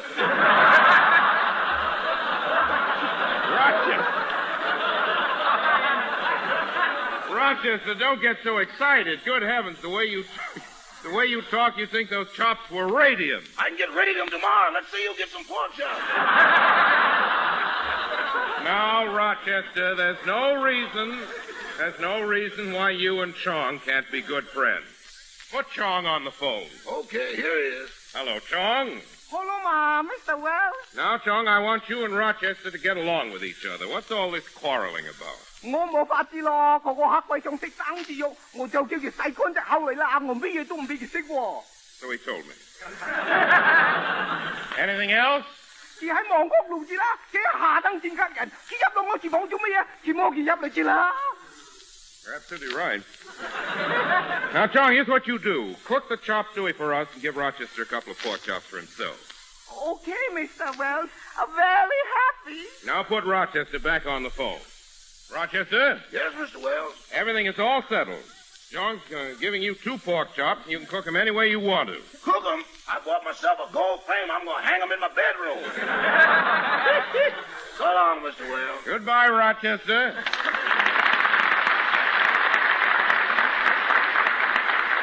Well, I guess that's straightened out. Sing, Dennis.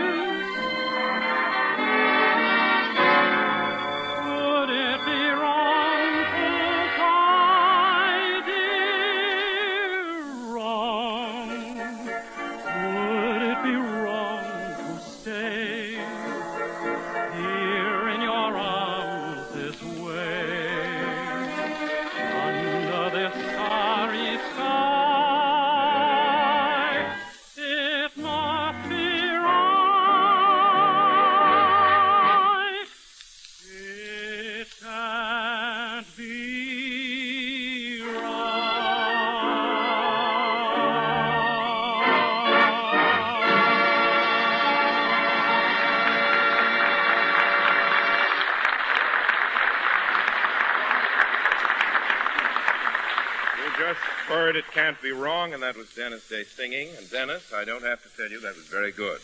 I'll say you don't. I heard it. Dennis, you shouldn't pat yourself on the back like that. It's quite hammy. You should talk, brother. We got something there.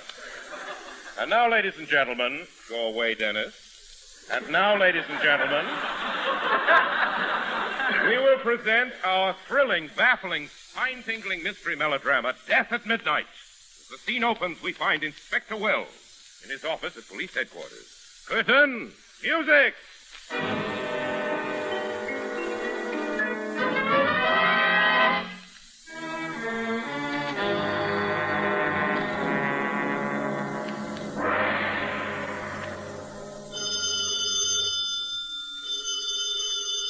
Is that the phone, Inspector? No, it's a preview for Whom the Bell's Tolled. Hello, police headquarters. Inspector Wells speaking. Help! Come over at once. I'm going to be murdered! Get away from that phone, you little double-crosser. I'll let you have it. Help!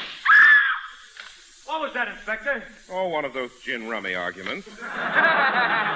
And before I forget it, Harris, you're supposed to be a policeman. What's the idea of coming to work in those loud sport clothes? My girlfriend thinks I'm a bookmaker. That's no excuse. Now, here's your badge, your uniform, your club. Okay, where's my flat feet? On the opposite end of your flat head. Are you... Oh, Inspector! What is it, Sergeant Day? Somebody has been passing phony dollar bills all over town, and I've got one of them. A dollar bill, eh? And how do you know it's phony? Washington is wearing Lincoln's beard. Let me see that. You're right. And he's wearing Lincoln's hat, too. Hey, were those two guys roommates? Of course not. Washington wearing Lincoln's beard. This is the worst job of counterfeiting I ever saw. You think that's something? Turn the bill over. Good heavens. Hedda Hopper is sitting on the Eagle. Nice work, Day. We've got to report this to Washington. I thought he was dead. Washington, D.C. Hello, Inspector Wells speaking. Hello, Specky. This is Mrs. Lillian Gahagan Crumdyke speaking. You know, the lady in black. Why did you call me up, you naughty girl? Have you bumped off another husband? I didn't have anything to do with it. I went to the library just now, and he was slumped over the radio with the Fred Allen program going full blast. Or was your husband dead? He must have been. He didn't turn it off.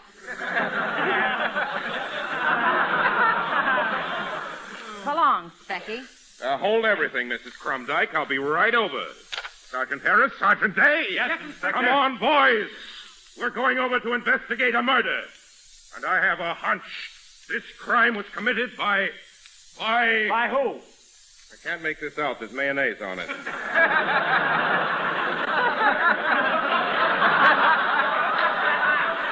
Let's go, fellows!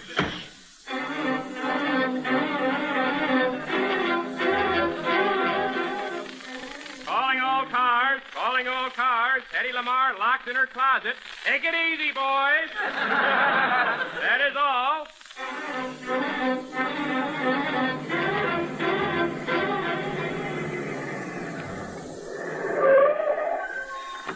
This is the house right here. Harris, Day, break down that door. Yes, sir.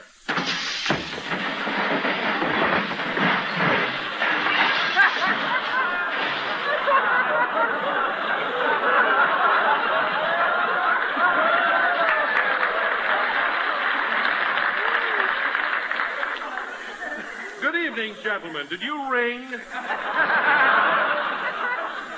No, we didn't. We're the police. Who are you? I'm Wobble Tummy, the butler. The butler, eh? Now tell me, what do you know about this crime? I don't know anything, sir. When the murder took place, I was down at the grocery store buying a package of toasted brown sweeters and a grape nuts flakes. Grape nuts flakes, eh? Make a note of that, Harris. Yes, sir.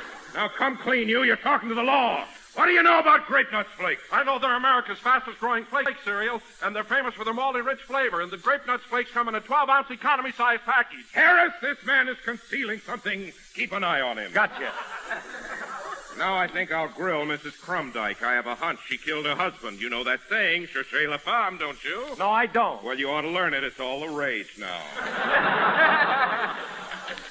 Well, the blue coats are here. Hiya, Specky. Hello, Mrs. Crumdyke. Where's the body? Right here, and I'm wearing a new dress. I mean your husband's body. Oh, that old thing. A strange coincidence, Mrs. Crumdyke, but all of your husbands have met untimely deaths. Take your first husband, the big game hunter. What about him? You went on a hunting trip to Canada with him, and he's the first thing you shot. Well, he looked like a moose. No excuse. Now, I want a confession, Mrs. Crumdyke, and I want it now. Start talking. Well... It's no use. You murdered your husband, and you might as well admit it. Well, here we go again. Lies! Lies! Nothing but lies. You hated your husband, and you couldn't stand him any longer. Now tell me, how did you kill him? Well... I don't believe it. I'm arresting you, Mrs. Crumdyke. Arresting you for the murder of your husband. Tell me, what's his first name? Well... Otto J. Crumdyke. Slap the bracelets on her, Harris, and let's go. Oh, Inspector, Mrs. Klondike is innocent. Innocent? Yes, someone just threw a note in the window and it solves the whole case. Give me that note. Where is it? I ate it. It was covered with mayonnaise. Come on, Harris. Let's get over to Hetty Lamar's house. She may still be trapped.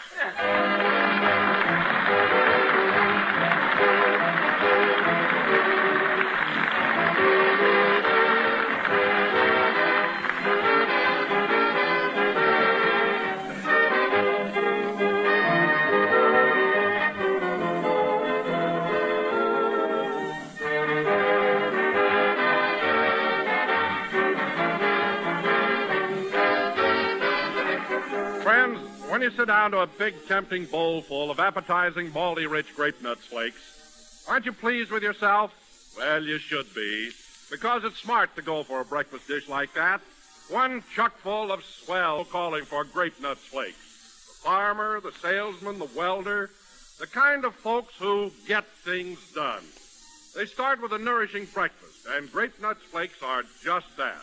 For grape nuts flakes are a whole grain cereal, crammed full of whole grain food values, including iron, niacin, and vitamin B1 for appetite, nerves, and tip-top energy.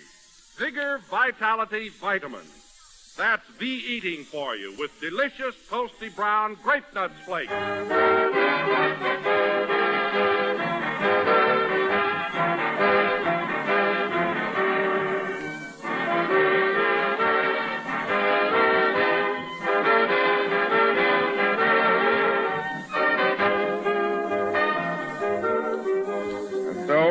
Until next Sunday night, ladies and gentlemen, this is your obedient servant, Orson Welles. Mary, I want to compliment you on your performance tonight in the role of Mrs. Crumdyke. I was pretty crummy, huh? Well... Good night, folks. Good night, doll.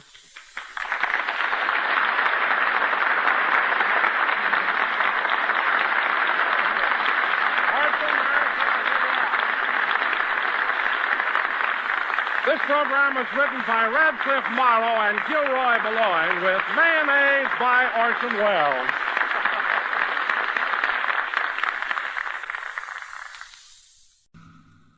The Grape Nuts Flakes program, starring Jack Benny with Mary Livingston, Phil Harris, Dennis Day, Rochester, and yours truly, Don Wilson.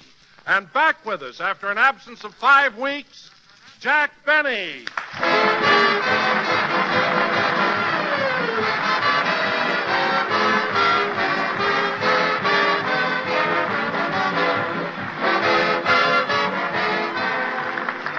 Of course, we've all heard how it takes two to make a bargain. Well, truer words were never said when it comes to modern shopping, because it takes two kinds of currency, cash and ration stamps, to buy many of today's foods.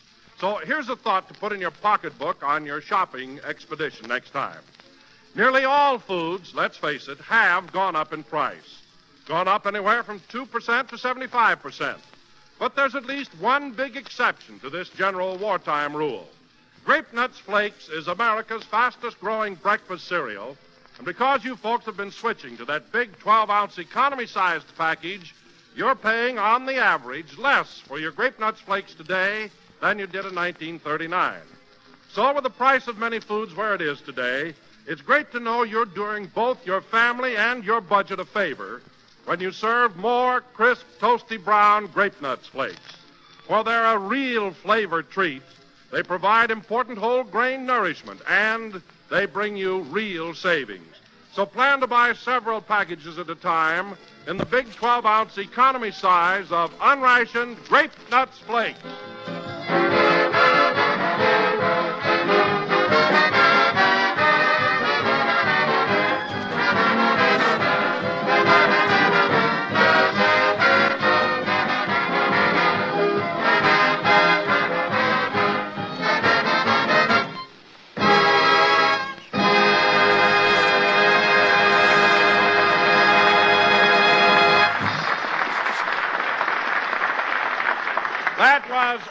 Want Anybody, played by the orchestra. And now, ladies and gentlemen, we would like to take you to Jack Benny's home in Beverly Hills, where Jack is convalescing from his recent illness.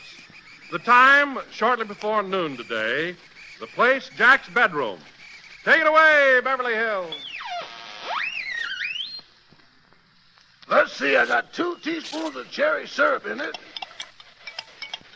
A couple of drops of menthol. I think it needs another dash of gin.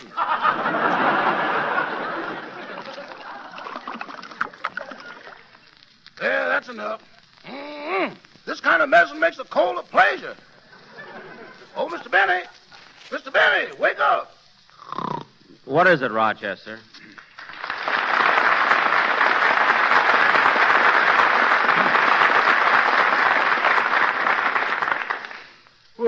What do you want, Rochester? It's time for your cough medicine. I think you'll like it better now. I put more gin in it. More gin? You mean to say this cough medicine I've been drinking has gin in it? You couldn't have that silly grin on your face from just plain syrup. What? You may not believe this, but you've been snoring Sweet Adeline.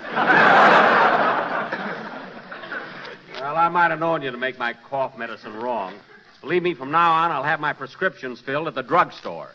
Okay, boss, but you'll find very few pharmacists with the imagination I got. I don't want imagination. I want my medicine right. Now, put my electric heating pad under the covers. My feet are getting chilly. Electric heating pad? That's the toaster with a towel wrapped around it. I don't care. Plug it in. Yes, sir. Answer the phone. Hello? Mr. Benny's residence. Boudoir extension.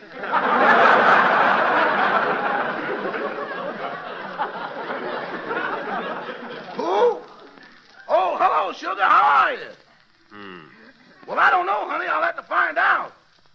Oh, Mr. Benny, can I have tonight off? I want to go down to Central Avenue to see my girl.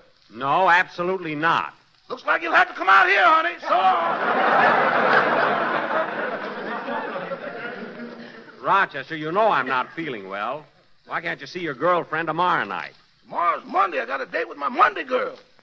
Your Monday girl? Maybe I could switch my Tuesday girl to Wednesday and make Saturday a doubleheader.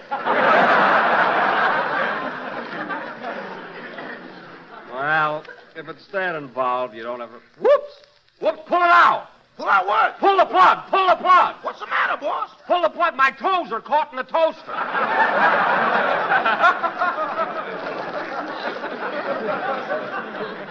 Quick, pull it out. There you are, Mr. Benny. Ooh, my foot burns. Wow, pour some ice water on it, Rochester. Hold still, boss.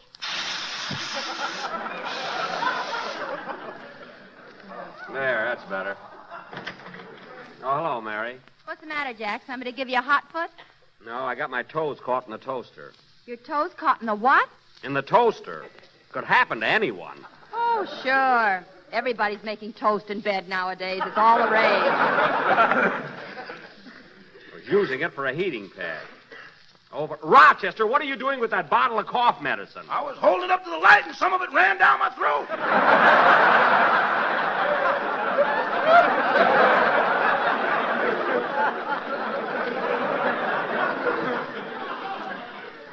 Well, why were you holding it up to the light? I told you some of it ran down my throat. Put that bottle down. Yes, sir. How do you feel, Jack? Do you think you'll be able to make the show today? I've got to. I can't disappoint my public. Just think, Mary, people have been deprived of hearing my voice for 5 long weeks. You'd be surprised how fast they went. Well, I'll admit that Orson Welles did a pretty good job. Pretty good? He's one of the most polished performers I've ever worked with. He is, eh? He has the most beautiful speaking voice I've ever heard. No, he has, eh? Gosh, when he says, "Good evening, this is Orson Welles," I get goose pimples all over. I don't care if you break out in billiard balls. He's no better than I am. Goose pimples. Anyway, let me tell you something about the guy that gives you such a thrill. I was sick in bed 5 weeks. He didn't even send me a basket of fruit. I finally had to wire him. mean, the least he could have done, you think, would be Well, to... look who's here. Hello, Phil. Hiya, Mary. Hello, Phil. Hiya, Jackson. Boy, you have been sick. Well, I imagine I am a little pale. A little pale? You look like you went to the blood bank and forgot to say when. Oh, I'm not that bad. See who's at the front door, Rochester. Oh, it can't be my girl yet. She just called. It might be for me.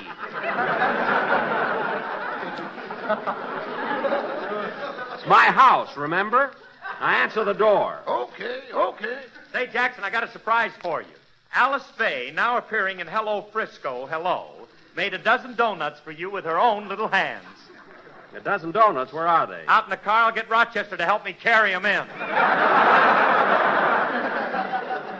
They're that heavy, Phil. Leave them in the car. No, I got to get them out of there. My tires keep going down. That Harris is really bumping his gums.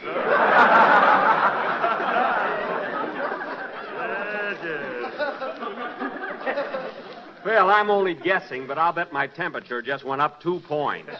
Well, Jack, if you have a fever, you ought to stay home and let Orson handle the show today. What's a little fever? I've had it for 5 weeks now. 1 minute I'm hot, the next minute I'm cold. Then I'm hot, then I'm cold.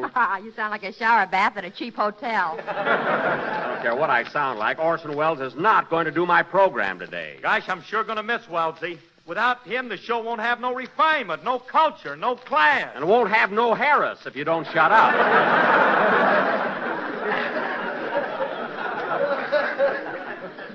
Anyway, what's all this raving about Orson Welles? Gosh, when I was in 3rd grade in Waukegan, I was a genius, too. I did something no other pupil ever did before. What'd you do? He joined the Navy. All right, my record still stands. Say, boss, the doctor's here. Do you want to see him? No, Rochester, no. I've been lying here in bed all week because I can't find my pants.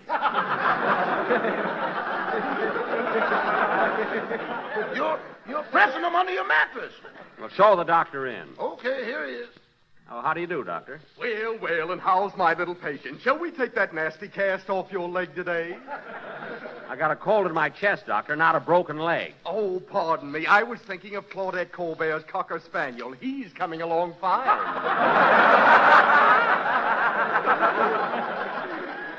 Well, I'm glad to hear it. Now, Doc, would you mind examining me? I got to go down to NBC and do a broadcast today. Why? Is Orson Welles sick? No, look, I'm getting better. Now, please examine me. All right. I'll take a look at your chest first. Now, roll up your nightshirt. Okay, here it goes.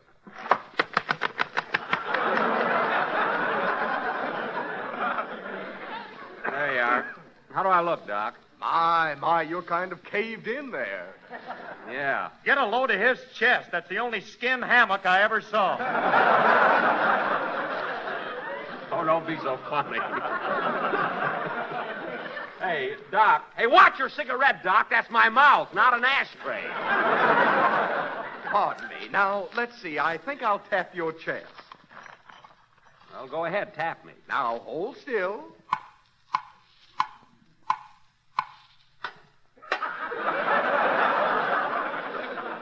Ooh. My, there seems to be a piece of metal in there. That's a bullet I got years ago when I was hunting moose in Saskatchewan. It's a bullet you got from a Spanish dancer in El Paso. Ah, Rosita. She finally ran away with a bullfighter. I wonder where she is now. I wonder where the bullfighter is. I could use some meat. Ah, Rosita. Well, can I do my show today, Doctor? Yes, you'll be fine. Well, I must run along now. W.C. Field St. Bernard is out of brandy. Goodbye.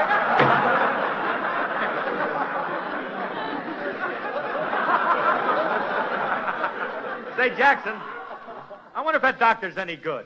Oh, he must be. He delivered Whirlaway. And have our rehearsal and get started for the studio. Hey, Jackson, what's the idea of rehearsing here in your bedroom anyway? Well, I'm saving all my strength for my public.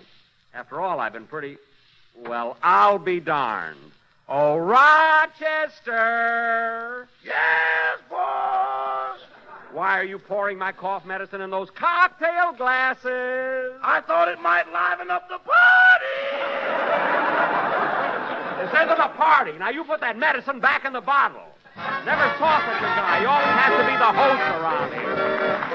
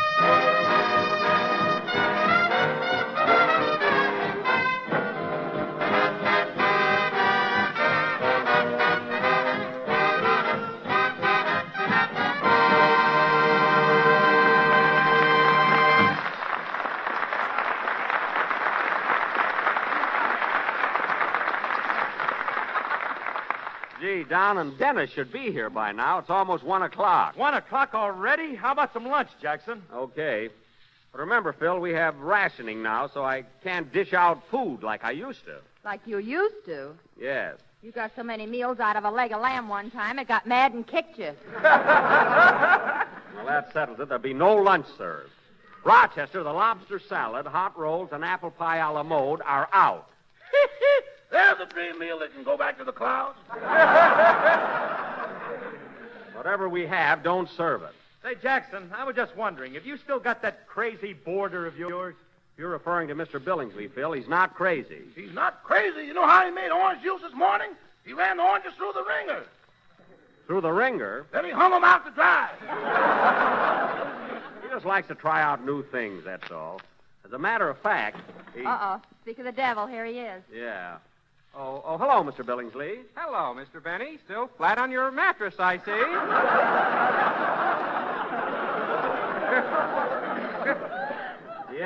Yes, we were just talking about you, Mr. Billingsley. Your ears must be burning. Well, I'll have to call the fire department. I've got a new hat on.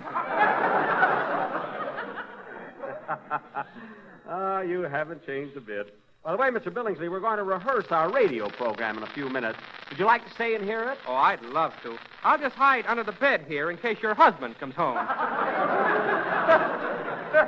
Here I go. Whoop, up my head. Well, goodbye, Mr. Benny. Goodbye. You dog, you.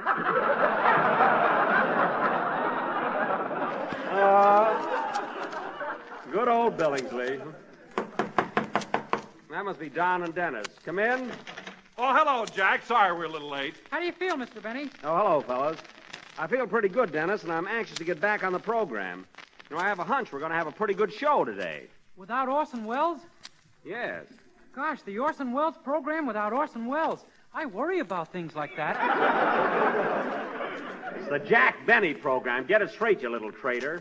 What's the matter with this gang? Oh, Jack, don't be so touchy. You always imagine that people are running you down. I imagine. Yes, you jump at conclusions. If somebody happens to say you're a heel, you always take it the wrong way. Well, how else can I take it? A heel is a heel. You said it. There you are. I imagine things, eh? Well, let's get started with the rehearsal. Rochester, pass the scripts around. Yes, sir. Everybody gets a script and a glass of cough medicine. There'll be no cough medicine. I read this script, boss. A little nectar won't hurt it. Rochester, whenever I need you in the capacity of a dramatic critic, I'll let you know. Now, let's get started, fellas. Now, Don introduces me in the show, and then I come on, and I say... Who can that be? Come in. Hey, it's Miss Harrington, Mr. Wells' secretary. Hello, Miss Harrington. Hello, Dennis.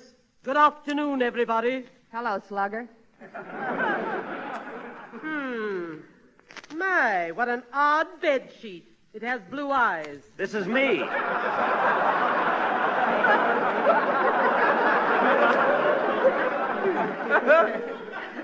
This is me. I'm pale.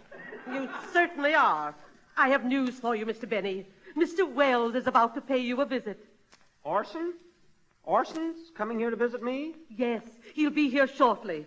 Rochester, I want this room tidied up at once. Yes, Miss Harrington? I want a chair placed beside the bed. Yes, Miss Harrington. And put an X on Mr. Benny's forehead so Mr. Wells can spot him immediately. Now,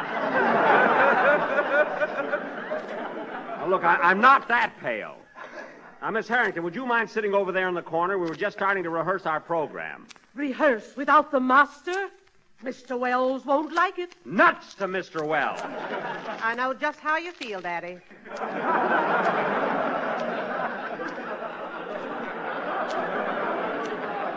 Well, I'll be darned. She's human. Attention, everybody! Mr. Wells is about to make his entrance. Mr. Wells. Come in. This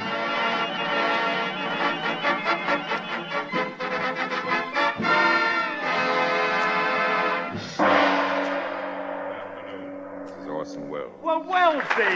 Hello,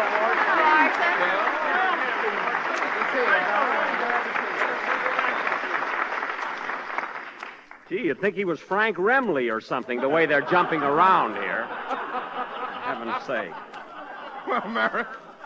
Well, Mary, it's nice to see you. How's Jack feeling today? I feel well enough to do my broadcast, brother. Wasn't that Jack's voice? Jack, where are you? Right here. They forgot to mark me. Look, can't you see my big blue eyes? Oh, yes, they're gorgeous.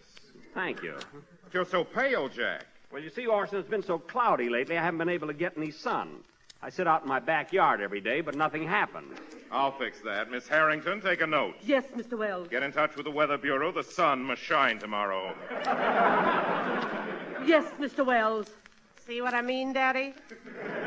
Hey, maybe he can do it. Oh, by the way, Jack, I noticed a lot of orange peels hanging on your clothesline. Is that to ward off evil spirits? No, Mr. Billingsley, my boarder, was making some juice.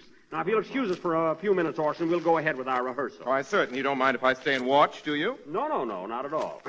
Now, as I was saying, fellas, Don introduces me, then I come on. Pardon me, there doesn't seem to be a chair here. What? No chair?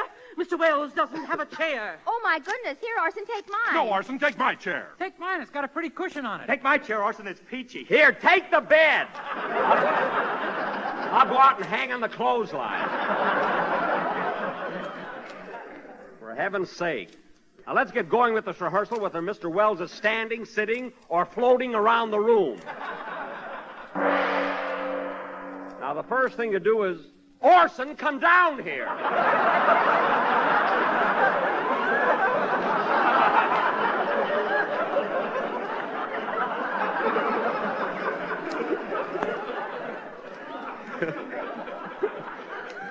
He knows more magic.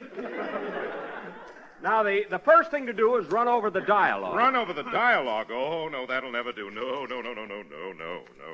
What do you mean, no?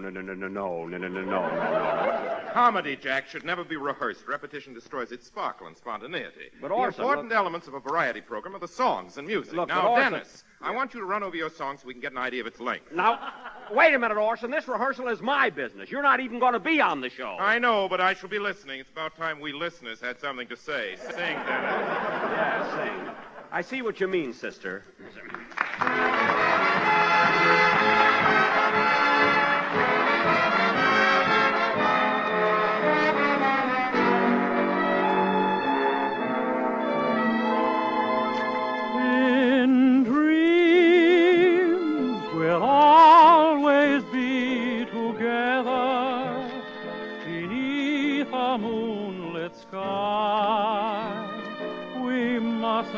Say goodbye. Each night I'll push aside the mountains, I'll drain the ocean dry. We mustn't say goodbye. I promise you that when the postman rings, my heart will be inside the envelope he brings. Oh, don't you know the memories we gather can never, never die? mustn't say goodbye. Oh, give me something to remember you by. When I am far away from you, dear, some little something meaning love cannot die. When I am far away from you, don't you know the memories we gathered can never, never die. We mustn't say, we'll never say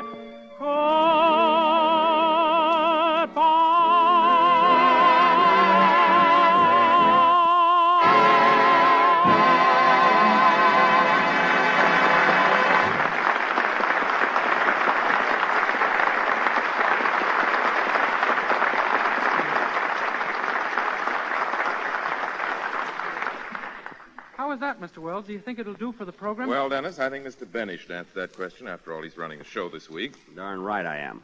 Your song was swell, Dennis, but it's a little long. I want you to cut half a minute out of it. Cut? Half a minute cut of that beautiful ballad would ruin it. Might at that. Tell you what, Dennis, I want you to add a half a minute Add? to it. You want him to add half a minute and destroy its musical climax? I never thought of that. I didn't... leave it alone, Dennis. Leave it alone? You want him to leave it alone and... Now, wait a minute, Orson. Orson? Orson?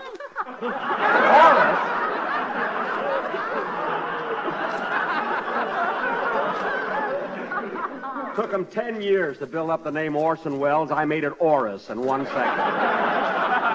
Look at Orson. What the heck do you want? I wish I knew. So do I. Look, Orson, it's getting late. Do you mind? You know. Look, Orson, I'm sorry I killed your gag there. Or I'm glad. I don't know which. Orson, it's getting late. Do you mind if we get on with the rehearsal? Of course not. I'll just glance through this manuscript here on the table. Is it a screenplay? No, that's my autobiography, Orson. I've been working on the story of my life since I've been sick. Intriguing title. Jack Benny, From Rags to Radio. Yes, I was going to call it The Loves of Jack Benny, but I haven't done so well. My. This is a thrilling opening. I, Jack Benny, was born on a farm near Waukegan, Illinois, many years ago. It is thrilling, isn't it? It's a great day of great rejoicing on the farm. Chickens were cackling, cows were mooing, hogs were grunting, and Father was cockeyed. What a celebration. Young Jack Benny, from his very earliest pardon days... me for interrupting, Orson, but we've got to get finished with our rehearsal. No. This is interesting. Go ahead, Orson. Go ahead. But, Jack, now, I've got to rehearse the sponsor's message yet. You got to yet? Oh, yes, the sponsor's message. Well, Don, as long as I haven't been on the show for 5 weeks, I thought we'd concentrate on me. Now, just a minute, Jack. You can't seriously believe that we listeners tune in to the Grape Nuts Flakes program every week just to hear about you. But, Orson... Of course not. We want to know how those toasty brown sweet as a nut little flakes are getting along. But, Oswald... We want to know... we want to know if they still... Now, you know I can't louse up the sponsors. No. I got to pronounce Grape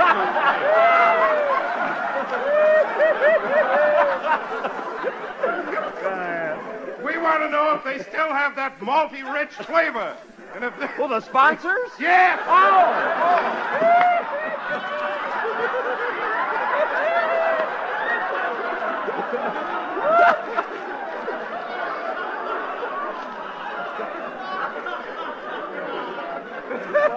We want to know if they still have that malty rich flavor and if they're still America's fastest growing flake cereal. But, Orson, look, I think that people want to know... Darn that nightshirt. But, Orson, after Don delivers his message, can't I talk about myself? Can't I tell people my cold is better? Jack, I wouldn't take any bows on that cold till you're strong enough to have a beautiful nurse. Oh, well, I'll tell them anyway. Huh? Well, and how's my little patient?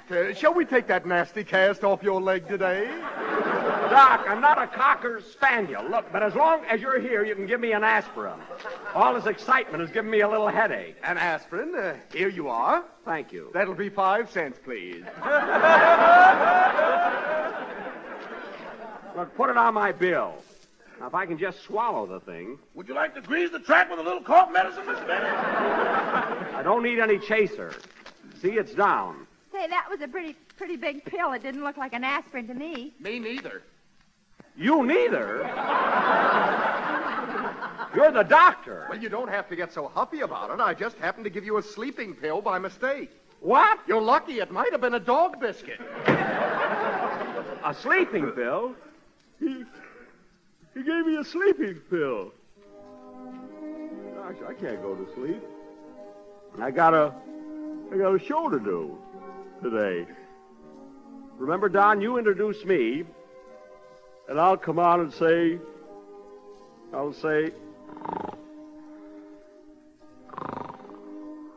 Well, Orson, looks like you'll have to do the show today. I'll be glad to, Mary. Now, come on, everybody. Let him sleep.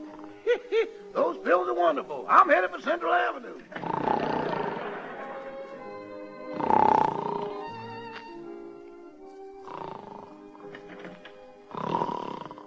I came back for the cough medicine, folks. If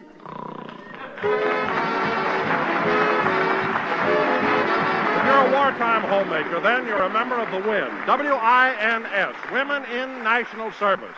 And one of your big jobs is keeping the family well fed in spite of wartime food restrictions. Well, your job will be a lot easier if you serve more unrationed whole grain cereals more often. Cereals such as delicious toasty brown grape nuts flakes. For our government's nutrition program urges that everybody get the important nourishment of the whole grain cereals every day. And in each luscious bowl full of malty-rich grape nuts flakes and milk, you do get that important whole grain nourishment that includes many of the same essentials found in foods that are scarce. And friends, to enjoy the swell-tasting goodness and the whole grain nourishment of grape nuts flakes, you don't have to give up a single precious ration stamp. So ask for plentiful, nutritious grape nuts flakes in the big, thrifty 12-ounce package tomorrow. Thanks, Orson. Good night, folks.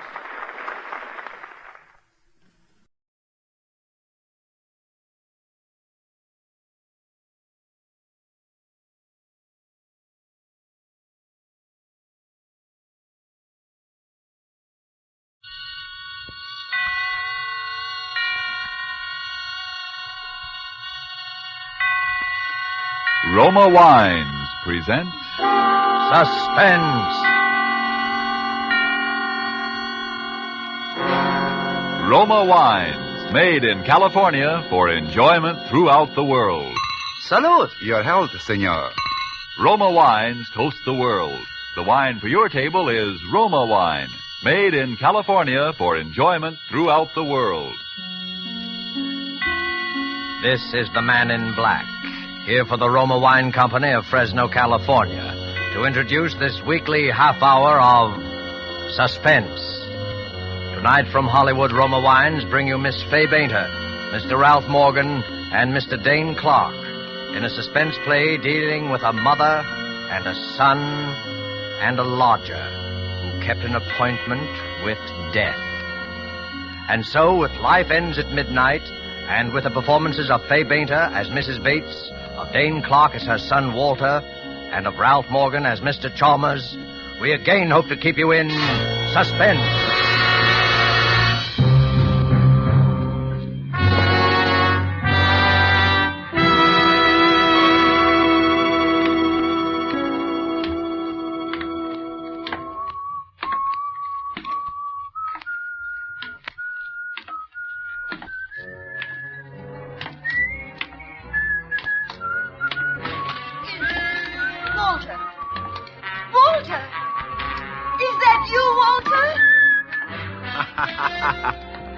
That's right, Mom. It's your little sonny boy, Walter. You still remember my whistle, eh? Oh, yes, I didn't know. Never know when I'll turn up, eh, Mom? What's the matter? Do we have to stand here in the hall? Oh, no. Come in. It's just... Come in, Walter. Well, it's the same old crummy joint. I do my best to keep it clean, Walter. Yeah, I know. Regular old Mother Hubbard. You'll have to clean up the whole south side before you get the magoo out of this flea bag. Oh. Boy, am I tired. Up all night in a stinking day coach full of snoring jerks and squalling babies. Babies are the worst. All they do is bawl and slobber. You left Pittsburgh last night? 1 a.m, didn't sleep a wink. Yeah, look at my collar. But tomorrow is Monday. You have to be at work in the morning. Sure, What's the matter? You worried? Oh, no, I just... Don't just. Can't a guy come home and see his mother once in 6 months? That's a mother for you. You break your back, you sit up all night to see your mother for 1 day, and she tells you have to be at work in the morning. How do you like it? Walter, I'm sorry. I didn't miss you so. I just worried about... Yeah, I know. Well, don't worry so much. It makes me nervous. Here, sit at the table, dear. You must be starved. Oh. All right. Now it's like coming home. Oh, my baby. I'm so glad to see you. You did come just to see me, didn't you? Who else? Hattie Lamar? Well, of course you came to see me. It's just that I always worry so about you, Forget it. Well, what's to eat? I was just making a chop for my lunch. That's all there seems to be in the house right now. That'll be enough for me. It'll be ready in a minute. Now tell me about yourself, your job. Never mind about me. How are you doing? Well, I try not to complain, Walter. Things are not easy, prices high, rents going up all the time, even on this old house. Honest, I don't know what I'm going to do if things don't... You had some bonds Papa left you. You had about $2,000 bonds he left you.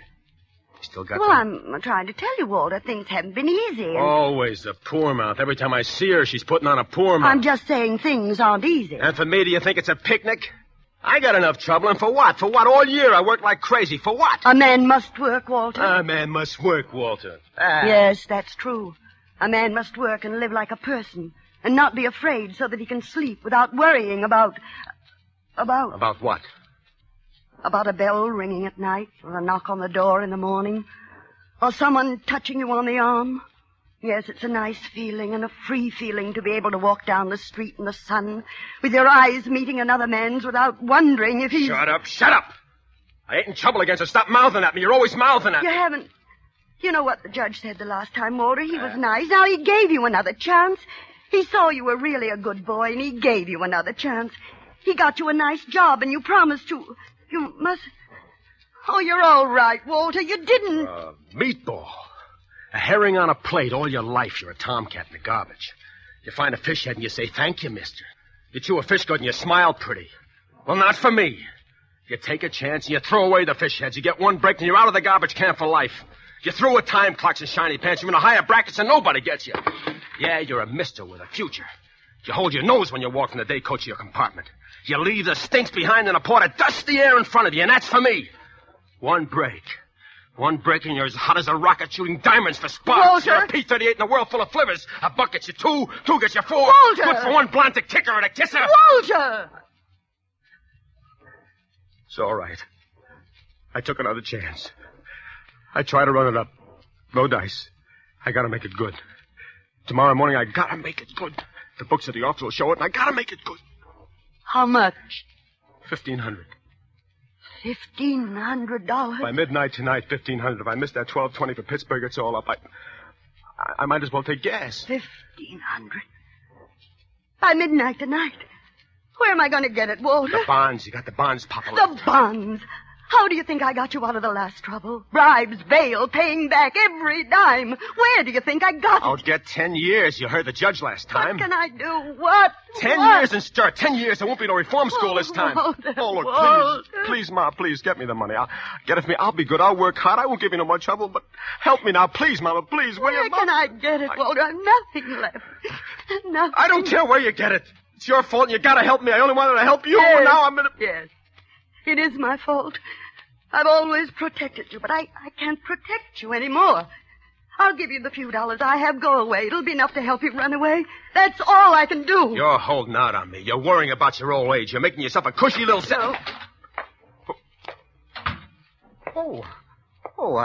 I'm sorry. I hope I'm not intruding. Who's this? Oh, Mr. Chalmers. This is Mr. Chalmers, Walter. He has the back bedroom.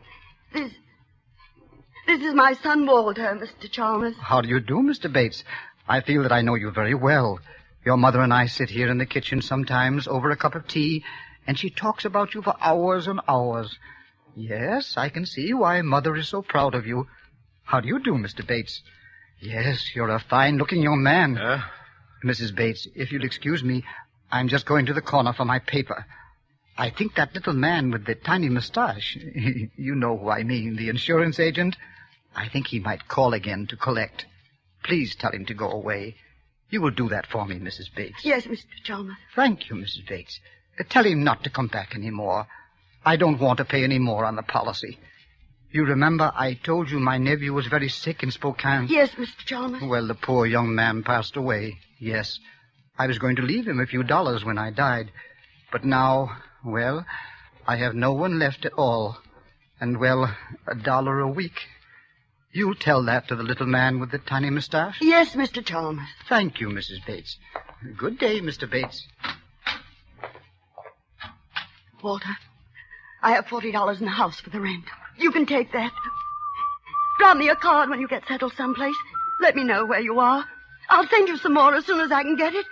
Maybe later I'll be able to straighten it out. Maybe later I'll be able to speak to your boss.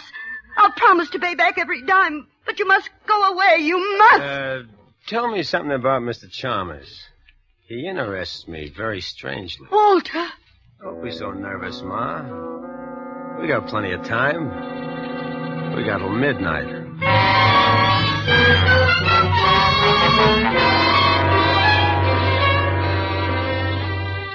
Tonight for Suspense, Roma Wines bring you as stars Fay Bainter, Ralph Morgan, and Dane Clark. You have heard them in the prologue to our suspense play this evening, Robert Tallman's story, Life Ends at Midnight.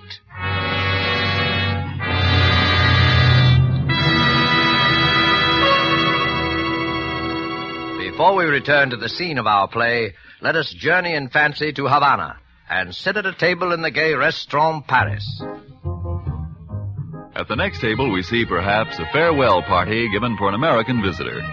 The American is wondering how he'll be able to repay in his own country the hospitality shown him in Cuba. Reassuringly, his Cuban host might remark, "Es muy fácil, amigo.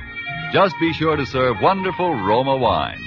It is wine imported by us from your own country. Roma wine." Indeed, Americans can well be proud that judges of fine wines in so many lands now acclaim the wines of California among the world's most enjoyable of all time. Of these truly superb wines, Roma wines are especially honored by the number of countries now importing them for enjoyment as rare luxuries. But Roma wines are not lacking in honors bestowed them here in America, because Roma wines are America's largest selling wines. If you aren't already one of the millions enjoying Roma wines regularly, as a delicious beverage any time, to add sparkle to any meal, to smarten your entertaining, make your own taste test to choose your favorite, choosing from Roma wine's many different wine types. When you learn their modest cost here in America, with no import duty to pay, no expensive shipping charges to absorb, you'll know why we say Roma wines are for your daily enjoyment. I'll spell out the name for you. R-O-M-A, Roma wines, made in California for enjoyment throughout the world. And now it is with pleasure that we bring back to our soundstage Fay Bainter, Ralph Morgan, and Dane Clark in Life Ends at Midnight, a tale well calculated to keep you in suspense.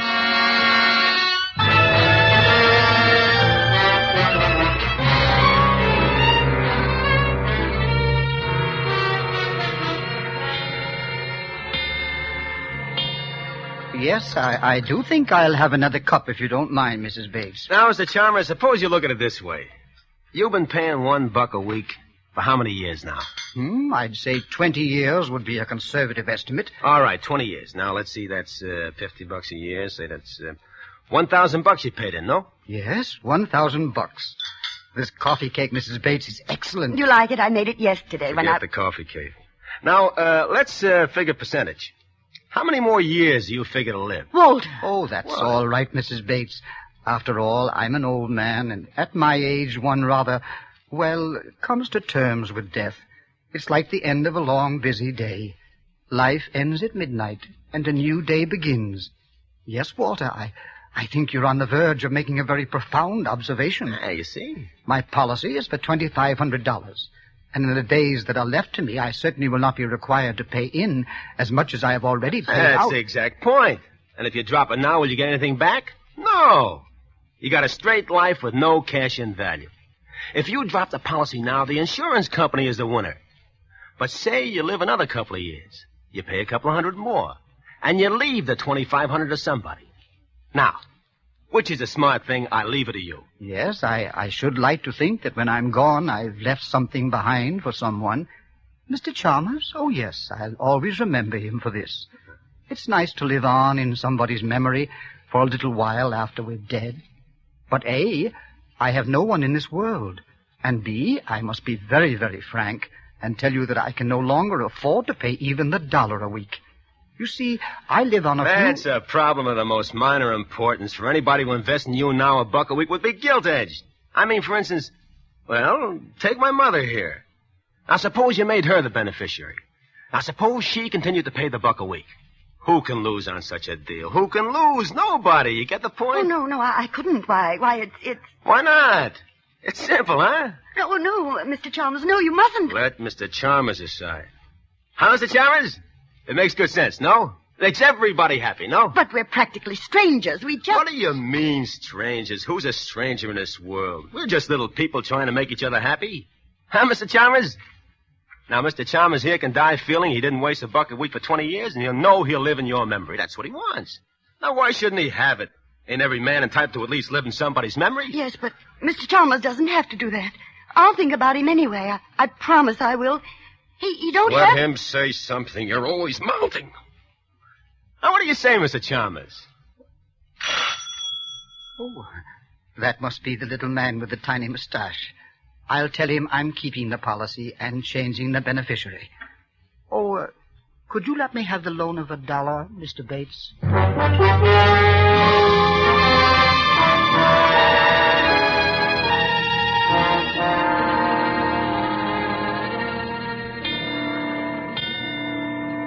Hurry it up, will you? The old man's coming home in a minute or two. He takes his nap about this time. I want this ready for him. Oh, relax, Sonny, relax. I can't finish this job today. What are you giving me? It'll take a joint and another length of pipe. Oh, fix it up. You're a good plumber. You can fix it up for now. Hey, the room's pretty small. Oh. What do you want the heater so close to the bed for? Like I told you, he's got rheumatism. He needs plenty of heat. Well, I can run a rubber extension, but with gas, I don't like it. Okay, so with gas, you don't like it, but with gas, we gotta run this heater. The old man's got rheumatics. He can take plenty of gas. Huh? The heat, I mean. He needs plenty. What are you doing now? Tightening this joint. Look, it's tight enough. Here's your $3 and... Okay, you're the boss. Bring your tools the next time. I won't be in here next time, Sonny. What are you giving me now? You can get somebody else to do your dirty work after this. So long, Skippy. Skippy? Well, come on, Skippy. Pull yourself together. We got work to do.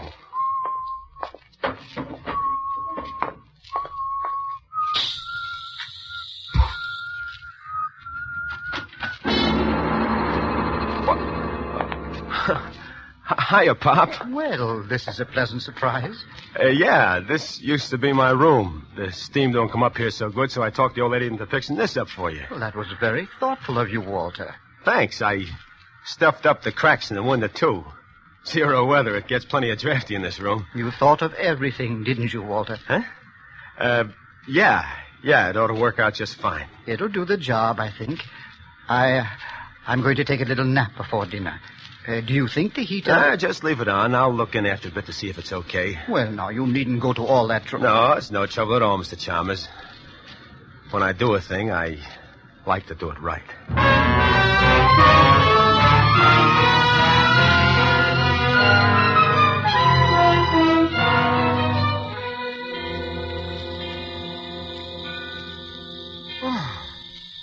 Well, who's there? Is that you, Walter? Yeah, go on back to sleep, Pop. I'm just turning the heater off. It's getting stuffy in here. Oh, you're a good, considerate boy, Walter. Oh, I'll skip it. Go on back to sleep.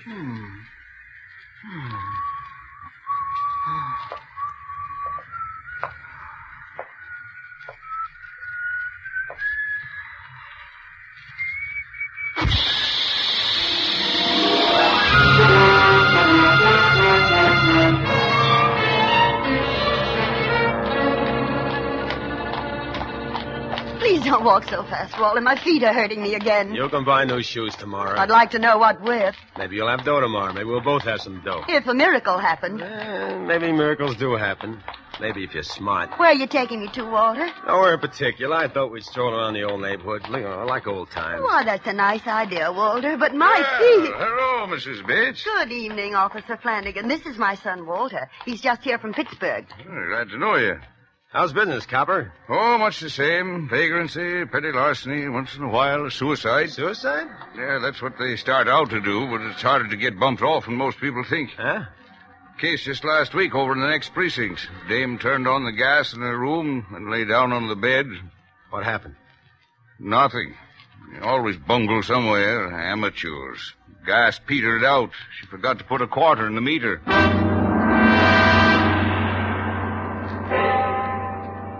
7 o'clock. I got to call in. Well, good night, Mr. Bates. Good night, Officer. Nice to meet you, Walter. Ma, Yes, Walter. when did you put a quarter in the meter at home? Why, I don't remember. Goodness, I'd better get some change. Never mind the change. Come on. Walter, why did you ask about the gas meter? What do you think? Walter, you didn't. That isn't why you put the heater in, Mr. Chalmers. What do you think? I don't think anything. I just pray that quarter ran out Save your before. prayers. Because if that didn't work, I'll try another way. Either that old Clark is dead before midnight or I spend 10 years in stir. He's going to be dead before midnight, see? And if you try to make any trouble, you'll be pushing daisies right along with him.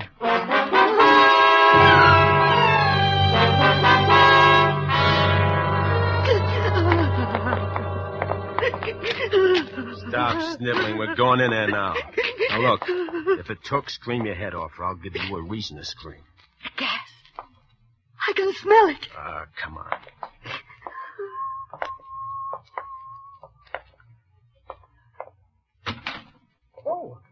Oh, well, good evening, Walter. Mrs. Bates.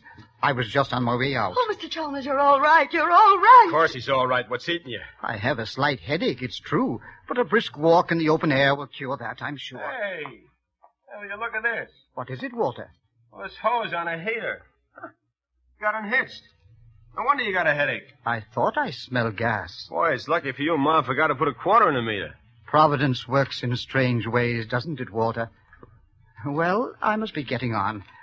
I'll be coming home rather late, Mrs. Bates, so I'll just let myself in. How late? Well, I thought I'd stop at the neighborhood picture house for dinner. That'll be around 9 o'clock. So I imagine I won't be home much before 11. Mr. Chalmers, there's something I wanted to... Yes, Mrs. Bates. Walter's a good boy at heart, you know, but he's been in some trouble lately, and... Is there anything I can do to help, Walter? Yeah, plenty. I'll tell you all about it when you get back. Come on, you better run along now, Mr. Chalmers. You don't want to be late for that picture. Yes, of course. Well, good night, Mrs. Bates. Mr. Chalmers, Good night, Mr. Chalmers. Yes, good night. Oh, Walter, Walter, no! No, my foot, no! You were going to tell him, weren't you? Walter. You'd like to send me to the chair, wouldn't you? You struck me, Walter. You struck your own mother. I ought to have messed up your sad monkey face for good. Oh, It's your fault I balled us up in the first place. Why didn't you remember to put a quarter on that meter? Why didn't you? I'm glad I forgot. He wouldn't be alive. I shouldn't have messed around with gas, trying to spare your feelings, making you look like an accident. Oh, no. The thanks I get for it. She wants to blab the whole thing, turn me in, my own mother. No, Walter, no, that's not true. Why, But don't strike me again, Walter. I can't stand it. Okay. Maybe now you'll cooperate. Now, look, let's put it this way. It's either you or him. If it's you, I don't care whether they get me or not. Are you listening? Oh, yes, Walter. Okay, now, like I said, I got very little time to get this thing done. I ought to have done it neat and clean in the first place, like I said. He's old and weak. You just push him over on a bed, hold a pillow over his face for a few minutes, and the job's done. Nobody will ask any questions, a guy that old. Walter, for the last time, I'm begging. Okay, make sure it's for the last time. Remember, it's you or him, like I said. What are you going to do? Now, look. I'll be waiting in his room when he comes home. I'm shot anyway, so I'll lay down and get 40 winks. You wait up for him. Tell him I've left to catch a train. That's in case he suspects anything. When he comes to his room, I'll take care of the rest of it. How do you know I won't warn him? Because it's him or you, like I told you. I don't think you'll warn Mr. Chalmers. And don't try to stall him when he comes in. He's got to be dead by midnight. Or else.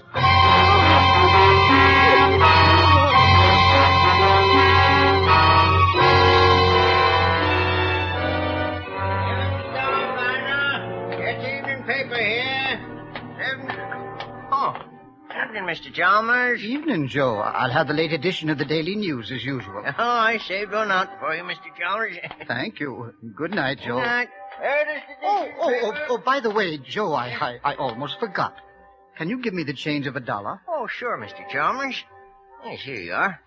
50, 75, 85, 90, and $1. Well, thank you. I just happened to think of something I need change for. A little good deed for a friend of mine.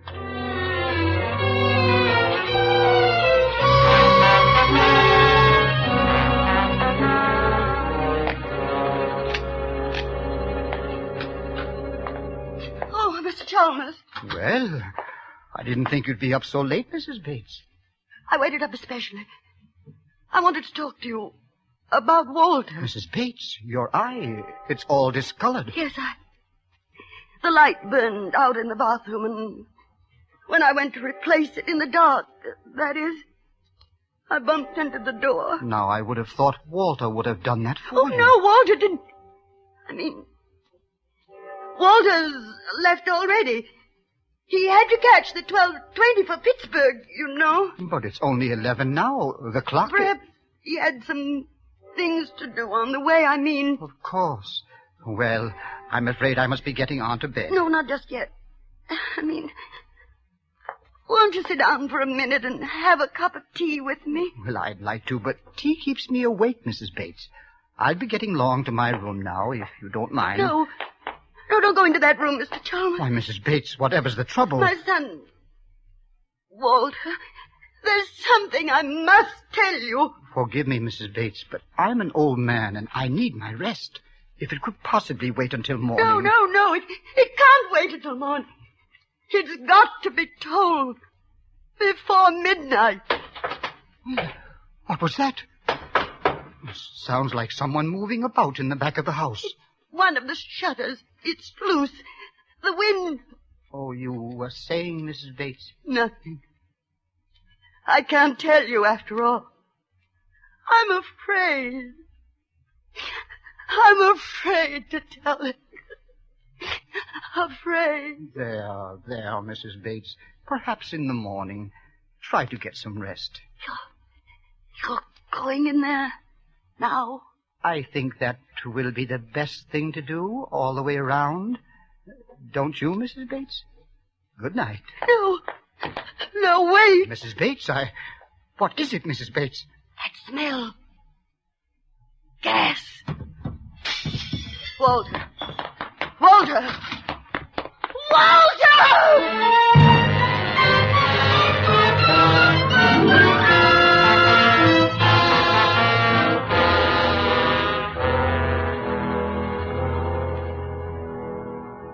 Why don't you lie down for a few minutes, Mrs. Bates?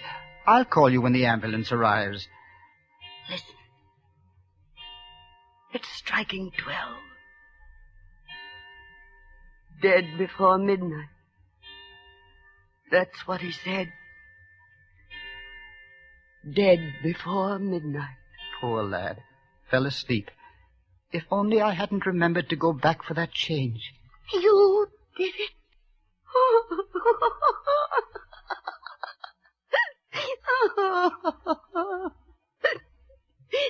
You put the quarter in the meter. That's what turned on the gas that killed him. Well, you mentioned the gas having gone off and forgetting to put a quarter in the meter. So on the way to the picture house, I just went around to the back entry and dropped the coin. I suppose I should have remembered about the connection being loose on the heater in my room.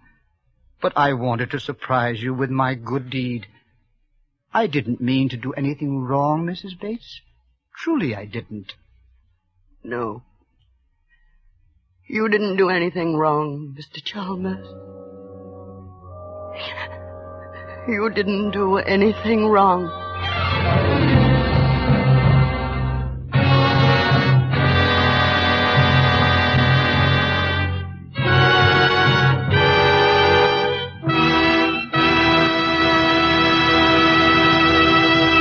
And so closes Life Ends at Midnight, starring Fay Bainter, Ralph Morgan, and Dane Clark. Tonight's tale of Suspense. Miss Bainter appeared by courtesy of Metro-Goldwyn-Mayer, producers of Madame Curie. Dane Clark is currently being seen in the Warner Brothers production Destination Tokyo. Before Ralph Morgan returns to our microphone, let me give you a suggestion. A suggestion you will find can add to the success of your next dinner party at home. At one end of the dining table, place a bottle of Roma wines, not sweet, not dry, Burgundy. At the other table end, place a bottle of Roma wines, delicately delicious Sauterne. Then, let each of your guests select the Roma wine to his liking.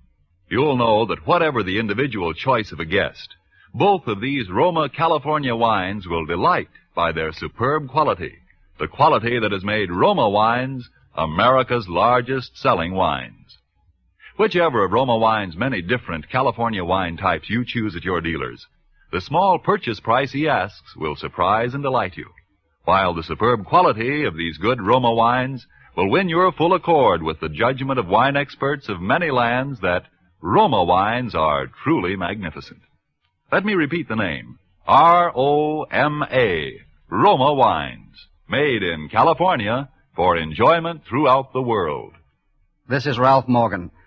First, I'm sure I speak for all of us, Miss Bainter, Mr. Clark, and myself, in saying how much we've enjoyed appearing on Suspense this evening. We will all be listening, as we hope you will, next week when Miss Agnes Moorehead is your star in one of the most talked-about plays ever to be presented in this series, called Sorry, Wrong Number. And now one more word. Here's something our fighting men may never forget. The price of victory is sacrifice. You help bring the victory nearer when you make the sacrifices that make it possible for you to buy more war bonds. Thank you. Suspense is produced and directed by William Spear.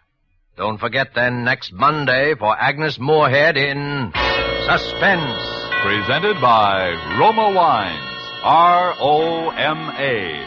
Made in California for enjoyment throughout the world.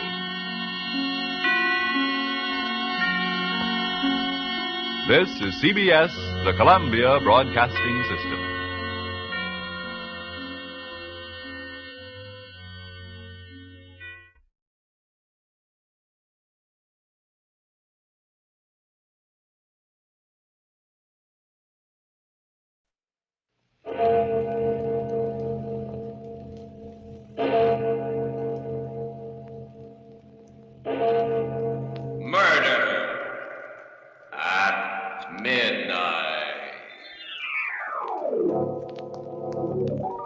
No, Betty, no. Don't make me. I say yes.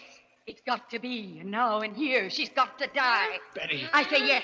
Here, I'll hold her arm. All right, Betty, but... No, don't. I don't want to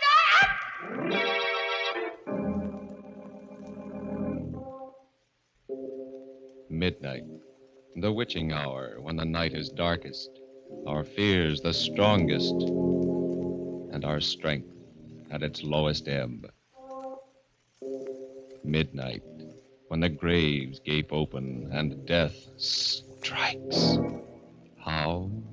You'll learn the answer in just a minute in Nightmare.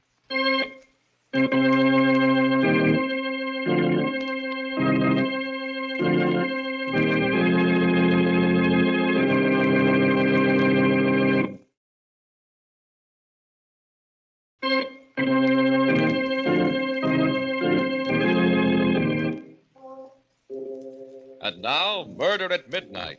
Tales of mystery and terror by radio's Masters of the Macabre. Our story, by Joseph Ruskall, is one of the most terrifying and fantastic nightmares we've ever heard. Its title, Nightmare.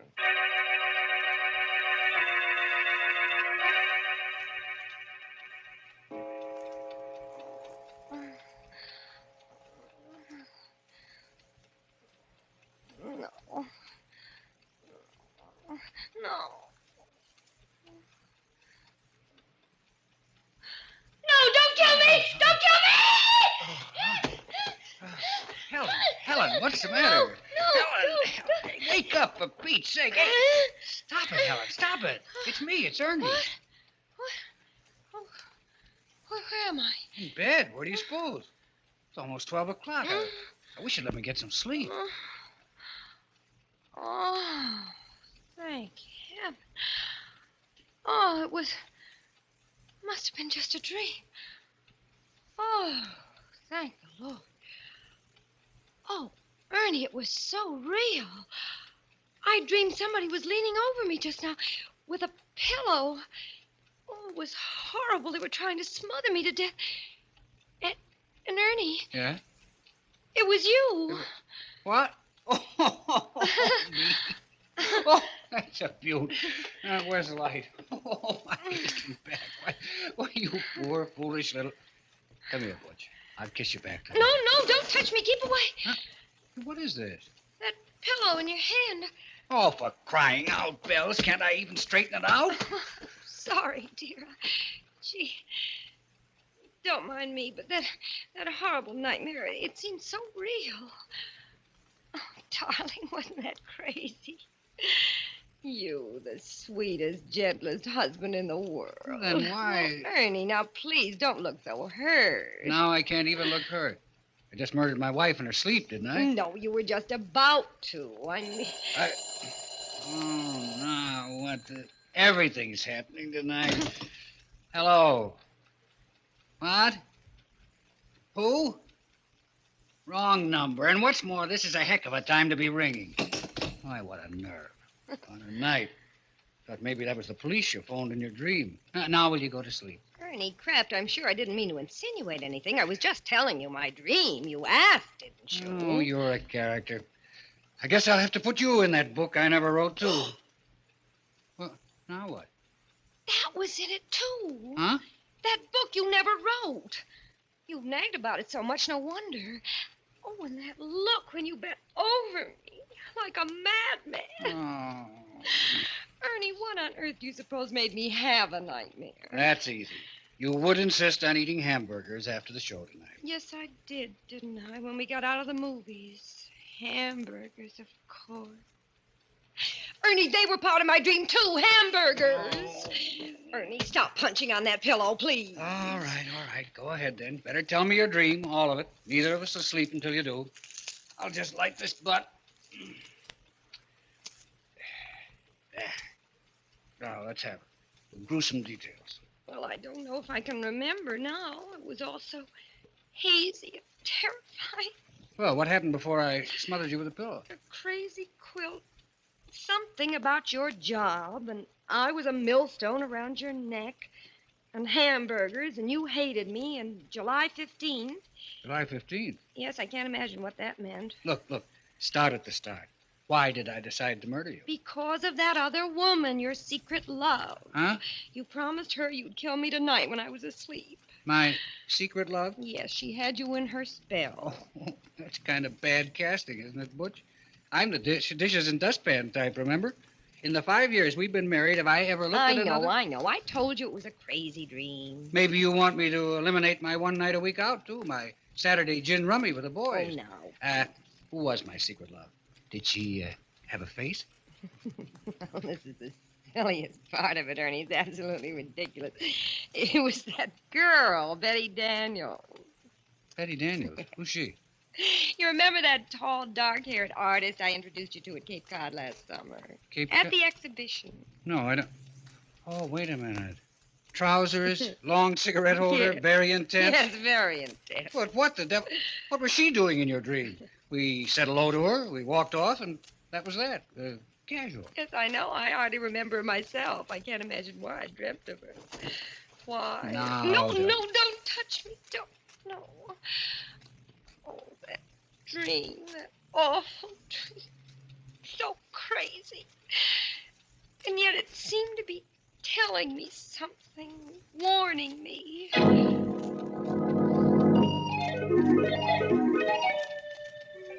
Strange and weird. You know how dreams are. First thing I remember is Provincetown and us looking at the art exhibition just the way we did last summer. Only now the picture was about 10 feet tall and hanging crooked. And then she came along. Betty Daniels. Just the way she did then. Hello, Helen? And I introduced you the same as I did then. Only not exactly the same. like in a dream. You know, silly. Betty Daniels, this is my husband, Ernest. He is very faithful to me. How do you do? How do you do? We've never met. That's a marvelous Goya painting, Helen, don't you think? Or do you prefer hamburgers? Well, My wife prefers hamburgers, Miss Daniels. Oh, I didn't know. Only after a movie, though. Anyway, I'm sure I can't tell one painting from another. My husband's the art lover in the family, I guess. And I just tag along for the fish. Only I don't like fish. I like hamburgers. I know. You don't wear trousers like I do. You're fluffy. Betty and I met on the beach, Ernie. She's a painter. Our rowboats got tangled. That's how we met. Yes, it was all very casual. I hardly remember. Well. Ernie and I are going back to New York today. Isn't that a shame? I wish you two wouldn't stare at each other so. Well, we better run along, Helen. Lots of packing to do. Ernie has got to get back to his silly old job. He's a reporter. A reporter? Shouldn't he write a book he never wrote? Well, imagine. That's what he always says. Well, goodbye. I'm wondering why I'm thinking of you now. Goodbye. Goodbye. The scenes sort of dissolve into each other like a kind of dream movie. And I'm trembling with fright because I have a feeling I know how the plot's going to end. The next thing I remember, Ernie, I'm in a penthouse apartment on Park Avenue. Everything zigzag, even the butler. And I'm the maid, Helen, there. And what I'm doing is turning pages for Betty Daniels while she plays the piano. For you, Ernie. Isn't that crazy? Neither of you hardly notice me at all, and I keep trying to open my mouth. Like that. But it's stuck, and I'm absolutely frozen at what I overhear. Darling.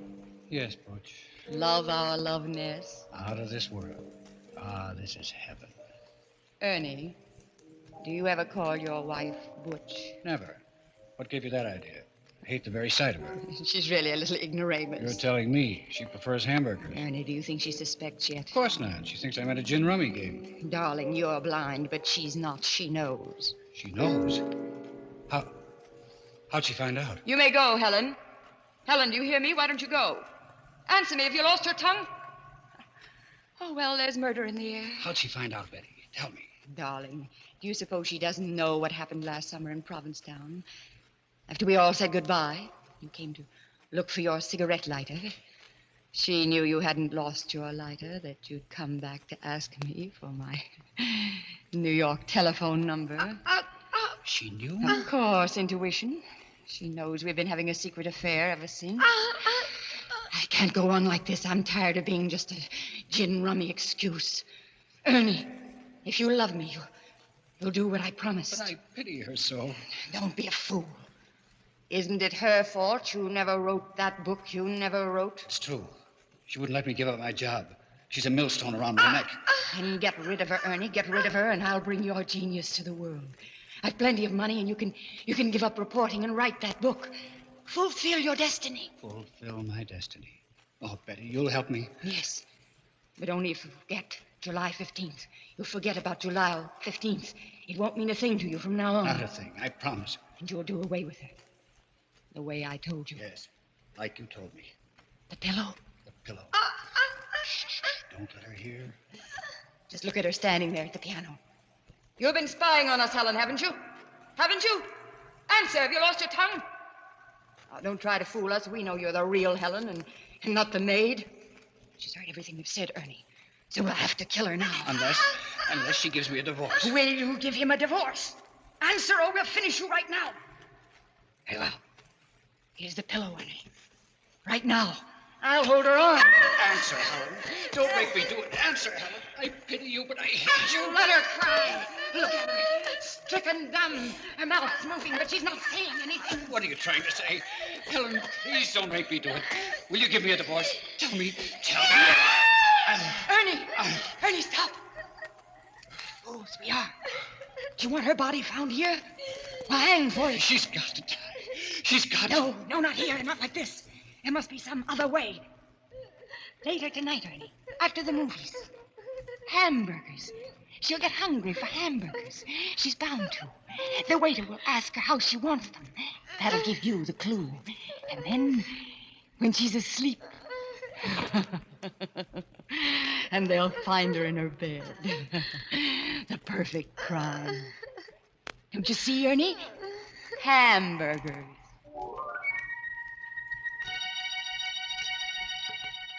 A frightened girl reliving a dream that was more terrible than any reality. A dream that could even become more terrible as the clock on the mantel ticks on and the hands draw closer to 12 o'clock and... Murder at midnight.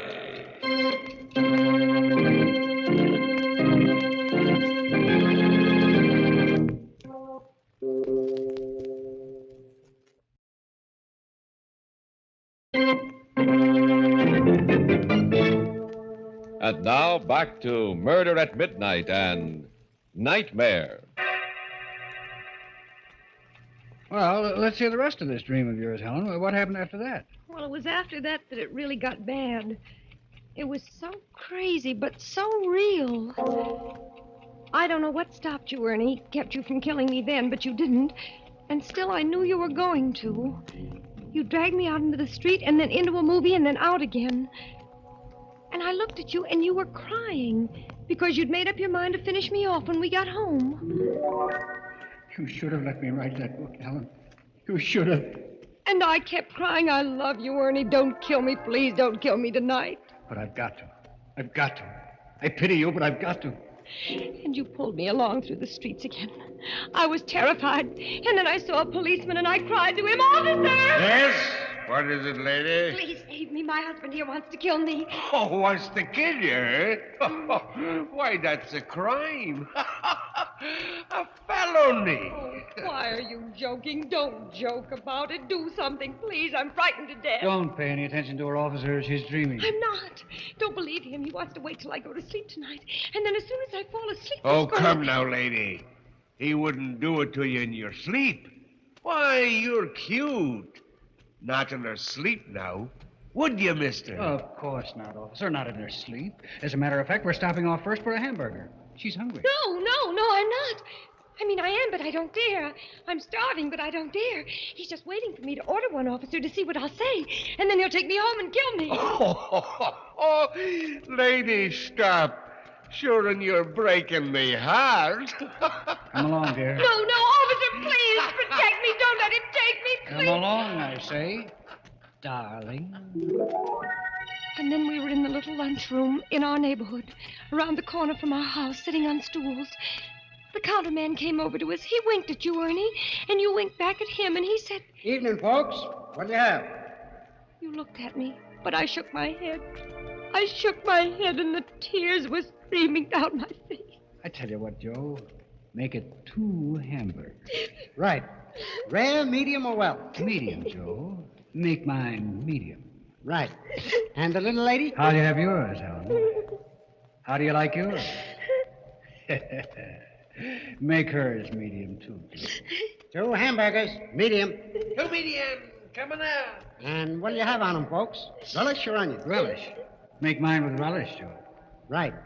And the little lady? The man's talking to you, Helen. How'll you have yours? Answer him, I say. Answer him. This is it. How'll you have yours? No, I won't tell him. If I do, you'll know how to do it, so I won't tell him. I won't. The next thing I dreamt, we were home again, sitting in the parlor, everything exactly the same, Ernie, just like tonight before we went to bed. But in my dream, I was sitting paralyzed, in a cold sweat, waiting for the word from you that meant my death. Well, Butch, I guess we better hit the hay. What do you say? What do you say, darling? No, wait, Ernie, did I tell that counterman how I wanted my hamburgers served? Of course, dear. What did I say? I can't seem to remember. Oh, I forget to... Come along to bed. No, I don't want to go to bed yet. Please don't make me go to bed. I'm scared. Helen. Come to bed, darling. Like a good little girl. Hmm? We went to bed. And then you said... And now, lights out, eh? I tried to think of everything I knew to keep awake. I wondered whether I ought to count to 100 or whether counting would put me to sleep. I tried not to count, but I felt myself getting sleepier and sleepier. Asleep, honey? I heard, but I pretended not to. I fought to keep my eyes open. I knew I would die if I closed them. Asleep, Butch? I didn't answer. I couldn't if I wanted to. I was so scared. And then pretty soon I heard you stirring ever so quietly. And in a moment you were leaning over me. Oh, Ernie, I know it was just a dream, but it was so real. And there was hatred in your eyes, and there was a pillow in your hand, and I knew you were going to do it right then, and Oh, that's a beaut, that's a honey.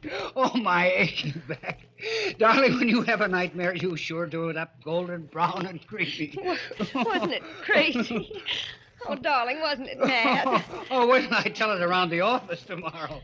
Oh, this is too good, kid. But, Ernie, how does a person have a horrible dream like that? What does it mean? Oh, it's a cinch. I'll interpret it for you, and without a dream book, You too. will? Well, go on then, Ernie. Tell me. Okay, then here it is. First of all, a dream always means the opposite, right? You ever hear that? Yes, I have. That's right, it does. Which means I must love you simply awful. Granted? Granted, silly. But goodness, what about the rest of it? Easiest thing in the world. Darling, where'd we go tonight? To a movie? What kind of a movie? It was a murder story. Gee, that's right. Do you think that was Now, right? don't interrupt, Butch. Who was starring in the movie? Betty Davis? Repeat the first name. Betty. And the villainess in the dream, my secret love, the girl we met last summer, was also Betty. Betty Daniels. Oh! Well, that gave you Betty on the brain when you went to sleep tonight, and movies and murder, and those hamburgers you did stop to eat after the show wrapped up the whole sequence. And no wonder. They're still lying on my stomach, too. Well, what was the pillow doing in it? Sweetness and light, what were you talking about early this evening? That chore you intend to get after someday? Oh, yes, I've got to stuff the pillows. They're caved in the way the feathers have come out. Right, that's your pillow you had on the brain, which brings me back to the hamburgers. Yes, I was going to ask you. I mean, that nonsense of how did I want my hamburgers. What did all that mean, for heaven's sake? Precious, how did you order your hamburgers done tonight? Remember? No, I can't recall. Of course you can. Think now. How do you almost always order your hamburgers? Well, smothered in onions. Oh, Ernie, of course. Smothered in onions. Smother, pillow, smother with a pillow. Yes, Jack. Oh, my heaven sakes alive. Oh, my gosh. So that was it. Oh, if that doesn't beat.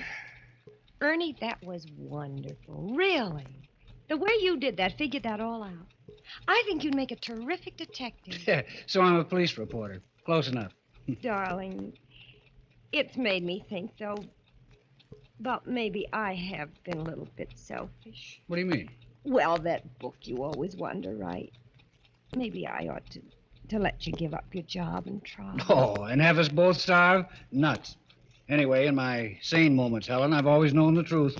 I'm no writer. If I had it in me, it would have come out of me, job or no job. I could go back to work again, you know. I could take up nursing again.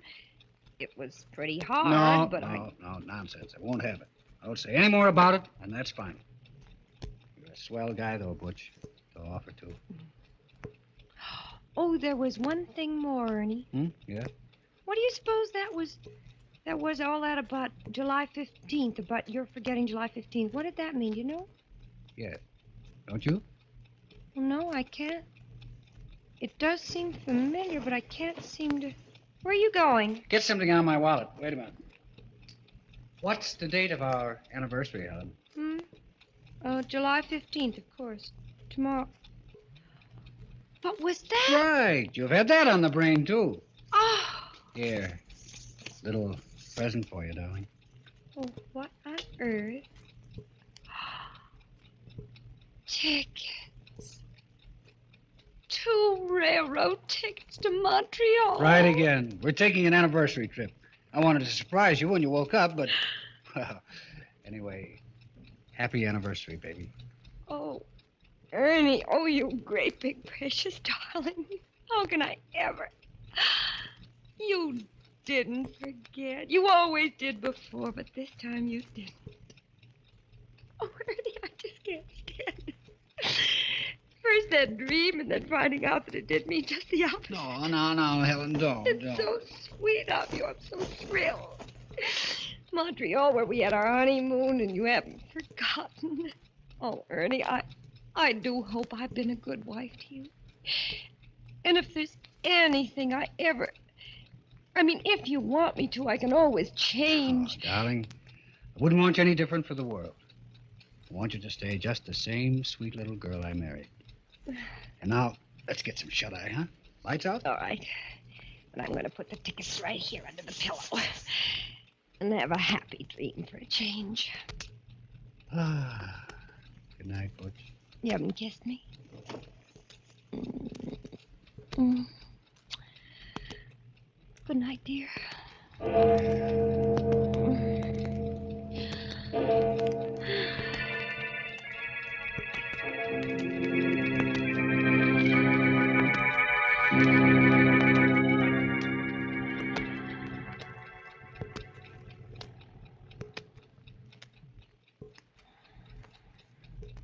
Asleep, darling.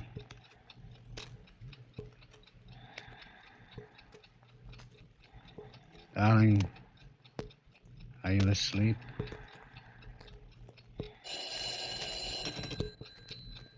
Hello? Ernie?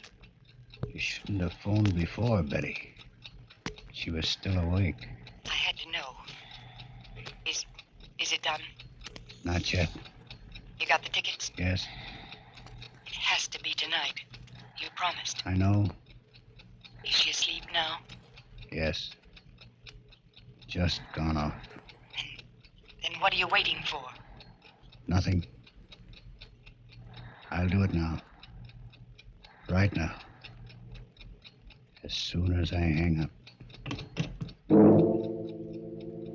Putting down the phone, Ernie turns and picks the pillow off his bed as the clock finishes striking 12. Murder at midnight.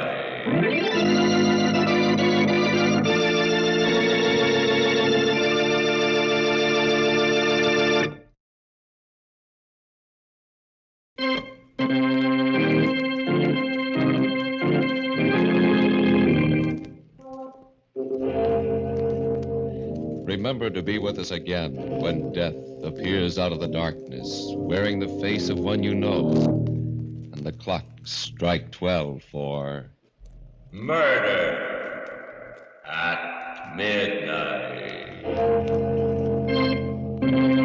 The part of Helen was played by Elspeth Eric. Walter Vaughn was Ernie. With music by Charles Paul, Murder at Midnight was directed by Anton M. Leader.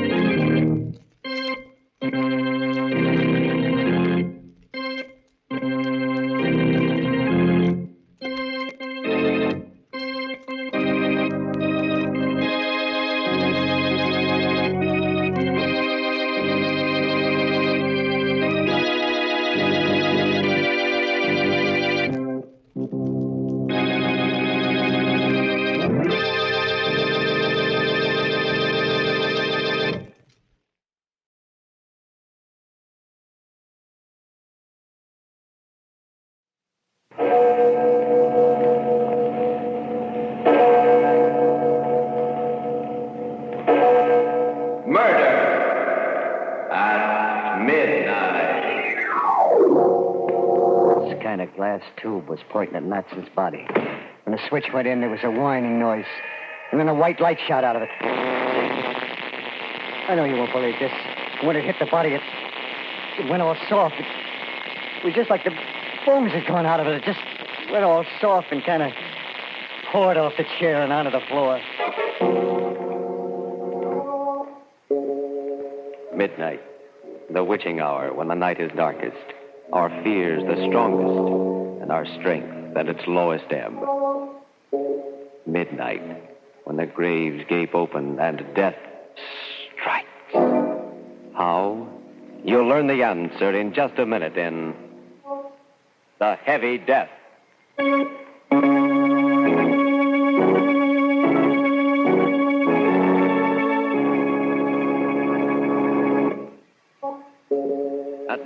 Murder at Midnight. Tales of mystery and terror by radio's Masters of the Macabre. Our story, written by Robert Newman, is a weird and fantastic nightmare called The Heavy Death.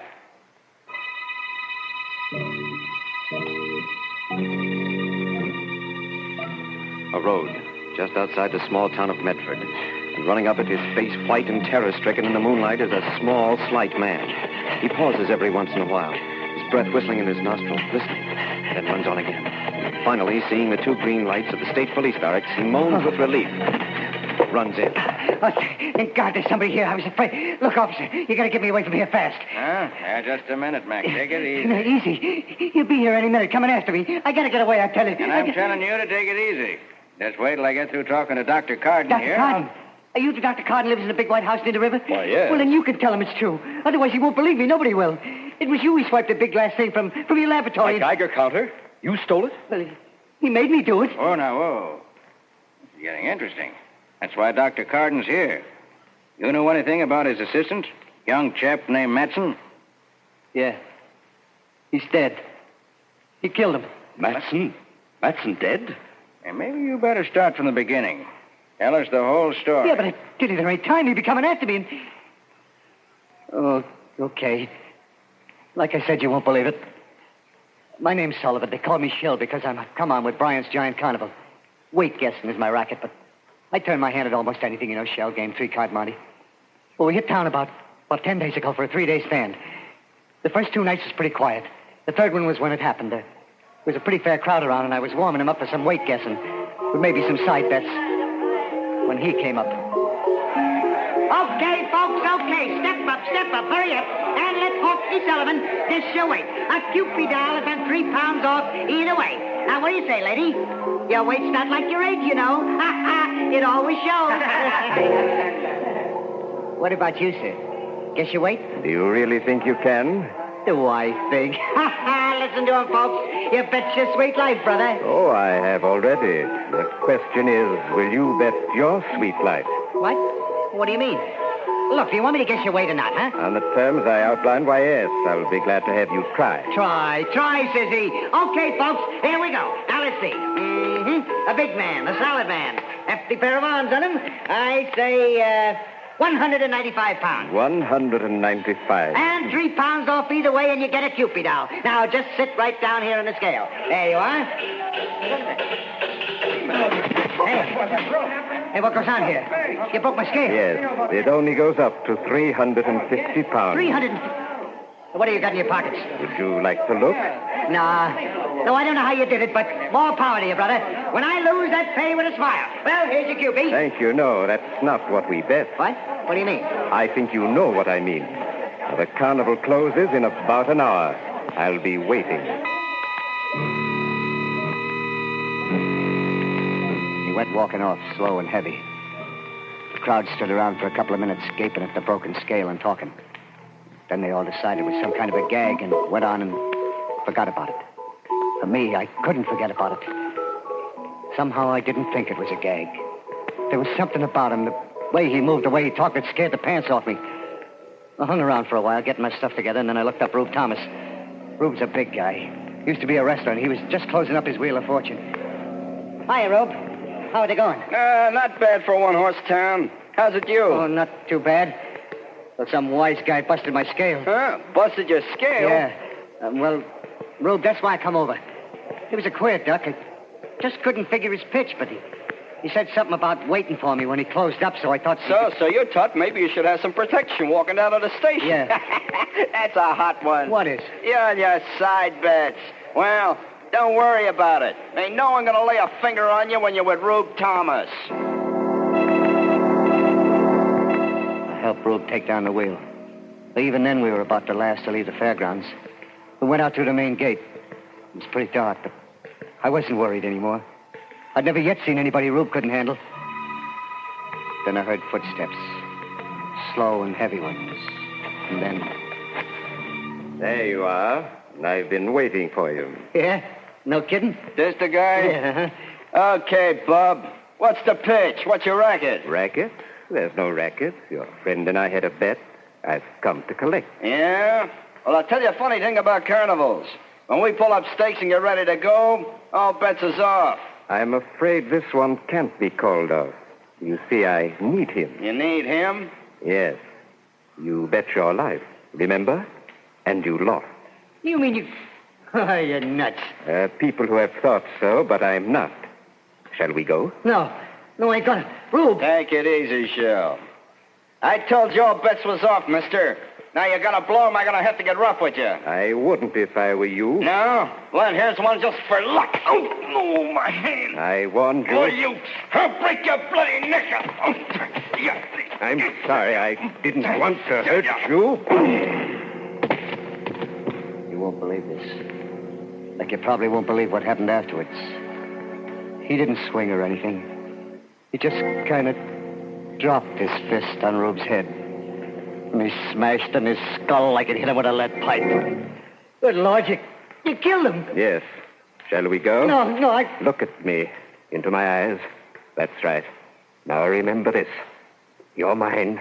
Mine to do it exactly as I wish. And you do exactly what I wish. Do you understand? Yes. Good. Then let's go. Something happened. Happened to me then and there. Something I ain't over yet. It wasn't just that I was scared, more scared than I've ever been in my life. It was something else. When I looked into his eyes, it was like I just plain didn't count. That no one or nothing did. Then I just had to do whatever he wanted, whatever he said. We got in his car and drove to your place, Doc, and we stopped in front of it, and he pointed at a kind of low building behind it. That is Dr. Carden's laboratory. And he has something there I need. A Geiger counter. You're going in and get it for me. You mean swipe it? Yes. It would take too much time to make one of my own, and as I said, I need it. Now, it's a long glass tube, about this size, with filaments inside it. Yeah, but suppose somebody sees me. Suppose somebody comes... Carden's away in Washington with that childish atomic energy commission of theirs. There's only Matson, his assistant, and he must be sleeping. If he should try and stop you, well, you'll have to take care of him, but remember, I want that Geiger counter. Like I said, it was like I was numb. Didn't have a mind of my own. I did it. Found an open window. Went in and got what he wanted. Brought it out to him. He didn't say a word. He just put it in the back of the car and we drove away. It was about 11:15 when we got to his place. A big rambling house at the foot of a mountain.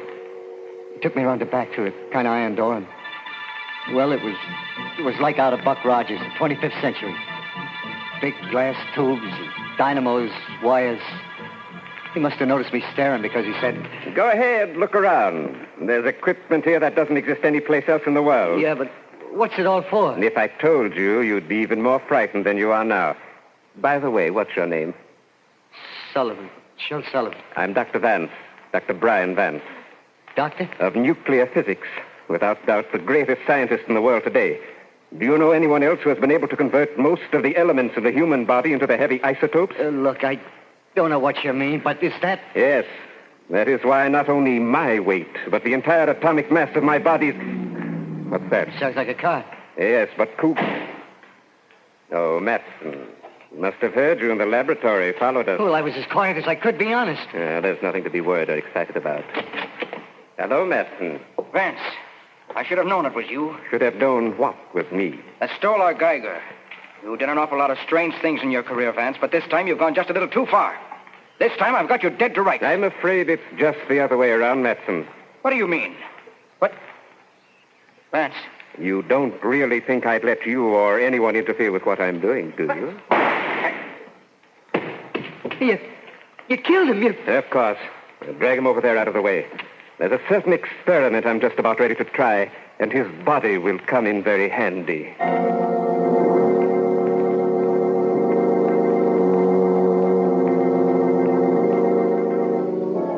With Shel Sullivan staring at him in abject horror, Dr. Vance turns away from the body on the floor, lumbers over to one of his instruments, and begins examining it. And far away, in the town's church steeple, the clock strikes 12 for... Murder at midnight.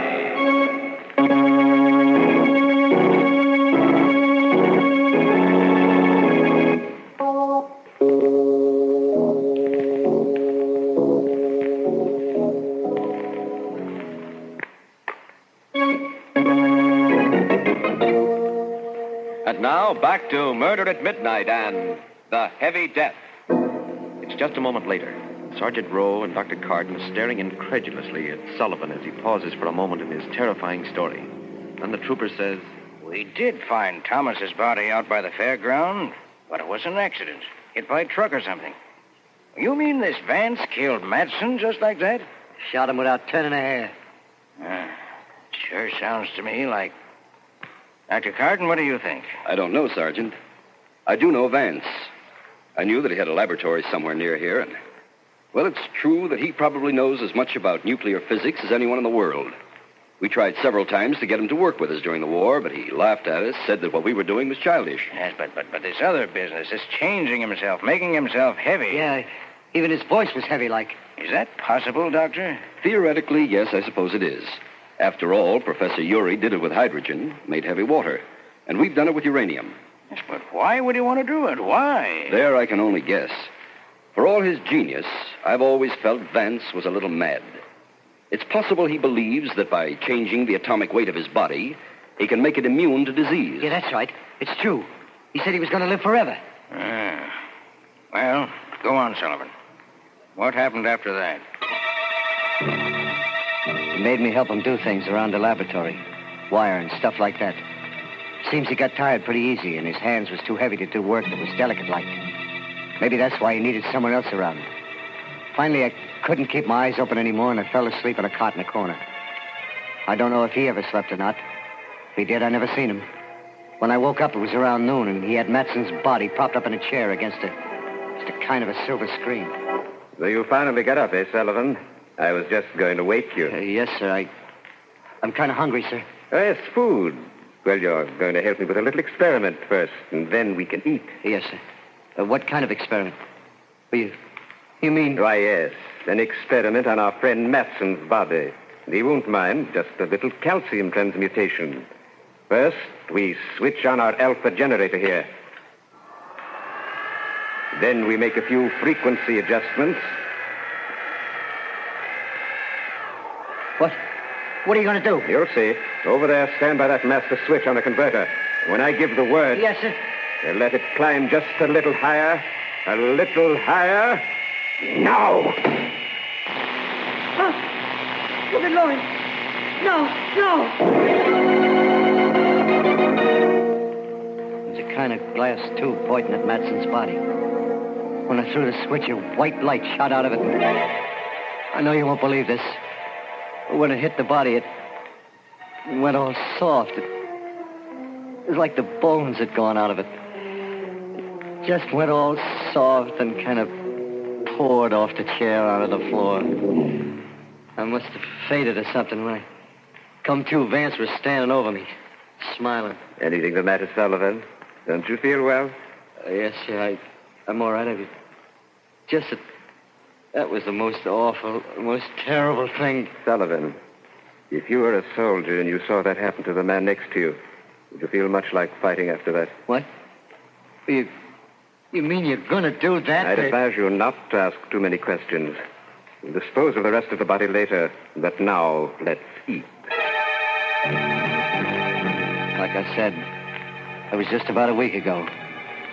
I can't really tell you what happened after that because I was in a daze most of the time. We worked, him showing me what to do, wire and solder and stuff. We ate. Sometimes he let me sleep. Then this morning it happened. I woke up at about 10. He was standing looking at this thing we've been making. Well, Sullivan, it's finished. Just a few adjustments and we were ready to go. Yes, sir. And I'm profoundly grateful to you for your help. I will show you how grateful in a very concrete fashion. You mean you're going to let me go? You're going to let me go? Go? Really, Sullivan, that's a little foolish, isn't it? Well, I don't know. I just thought... Yeah, I guess it is.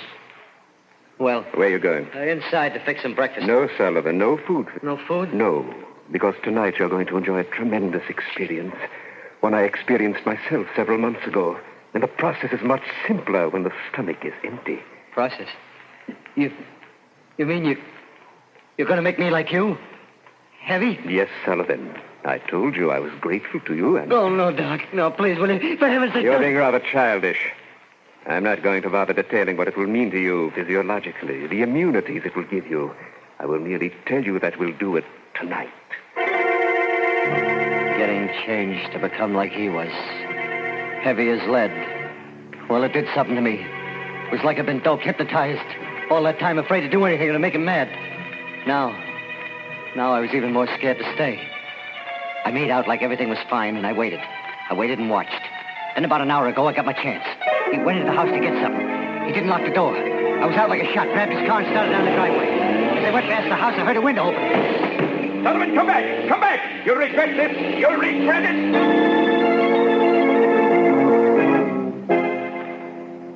That's the story. I was so jittery, I went to a ditch just outside of town and had to run the rest of the way. I don't care whether you believe me or not, whether you think I'm nuts, what you do to me. I just want one thing. Get me away from here. Get me far away fast. Because he's going to be coming after me, I know it. Well, I'm not saying what I think. Not yet. What about you, Dr. Carden? I wouldn't like to say either. Knowing Vance, I believe he's capable of everything Sullivan told us. And theoretically, everything he described is possible. I told you, I don't care whether you believe me or not. Just get me away from here. I can't for an hour or so. Have to call Bridgeton, have them send down some men.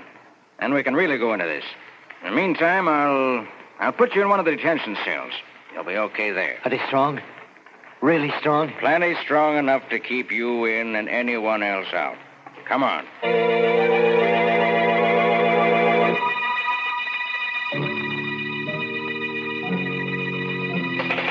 Sergeant! Hey, Sarge! Dr. Carden! Ain't it about time? Ain't it? Hey, can't you hear me? Sergeant! Dr. Carden! Oh, gee, Sarge. I was starting to get a little worried. You. Yes, Sullivan. You didn't really think you were going to get away, did you? Oh. What are you going to do? You can't do anything. The cell door is locked. Is it? Let's see. Hey, you see? You can't break it down. You can't. It's steel. Yes, Sullivan. But steel can be smashed if it has to be. No. I told you you'd regret running away, didn't I? No. Look, I'll come back. I'll do anything you want. I'm afraid it's too late, Sullivan. No. Too late for anything but this. Dr. Carden. Huh? Did you hear it, too? I'm not sure, but it did sound like... This way, quick. Good Lord. Look at that cell door. Oh, and Sullivan. His skull. Smashed like an eggshell. Well, Sergeant? I guess I must be nuts, too. Look, Doc. He must have just left here. If we wait for the men from Bridgeton, give him time enough to get back to his place to those blasted ray things of his, there's no telling what he'll do, how many lives he'll cost. But if we leave right now, the two of us, maybe we can get there before him, cut him off. What do you say? You game? I'm game, Sergeant. Let's go.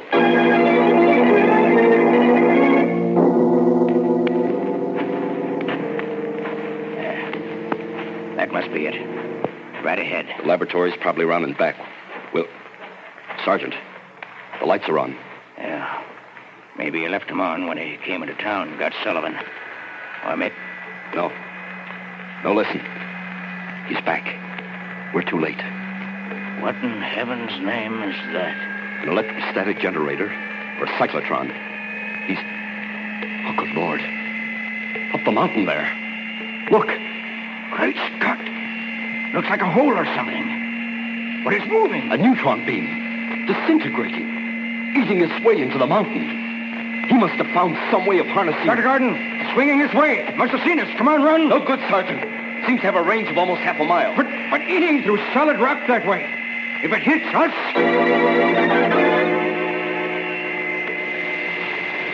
You came to see just what Vance was doing, eh, Carden? Well, take a good look. The last one you'll ever take at anything. Well, you shall be the first to... Did you think that you were going to get away with it, Vance? Who's that? Take a look at the Geiger. Sensor. It's too much. I gotta cut that down. And what'll happen when you release the load? But I've got to cut it down. Besides, you're Sullivan. Yeah. That's because I'm there that you'll join me. You can't do it alone. Too heavy. But I Too slow. It climbs any higher. But Lord, the generator. I've got to cut that down, too.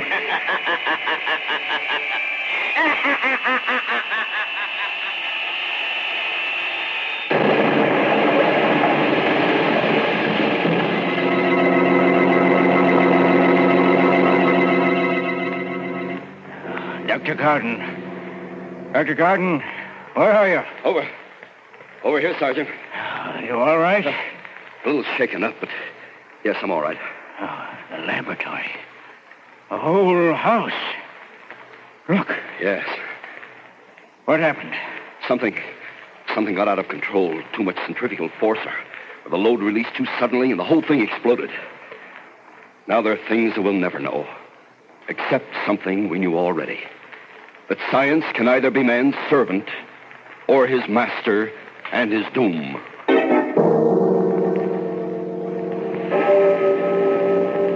And as I stand there, gazing at the smoking ruin that were once Vance's laboratory, through the blessed silence comes the distant clang of the clock in the town's church steeple. For the second time, striking 12 for Murder at midnight.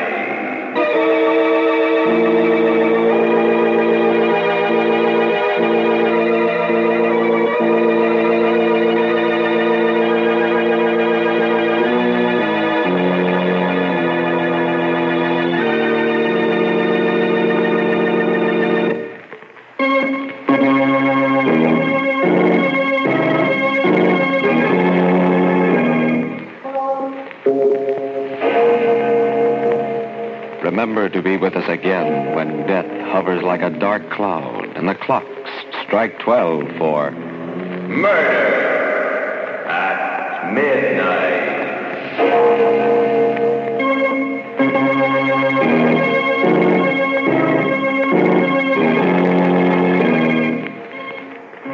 The part of Shill Sullivan was played by Frank Reddick. With music by Charles Paul, Murder at Midnight was directed by Anton M. Leader.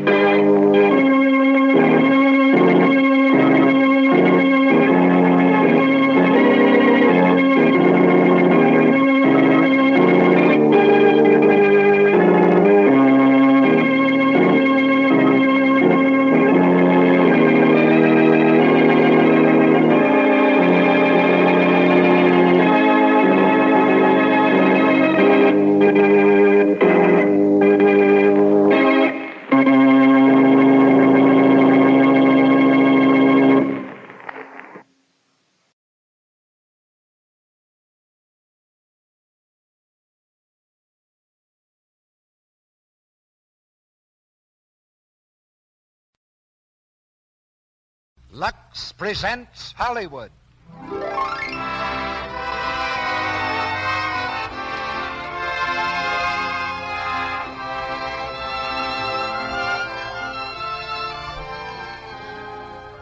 The Lux Radio Theater brings you Claudette Colbert and Don Amici in Midnight. Ladies and gentlemen, your producer, Mr. Cecil B. DeMille.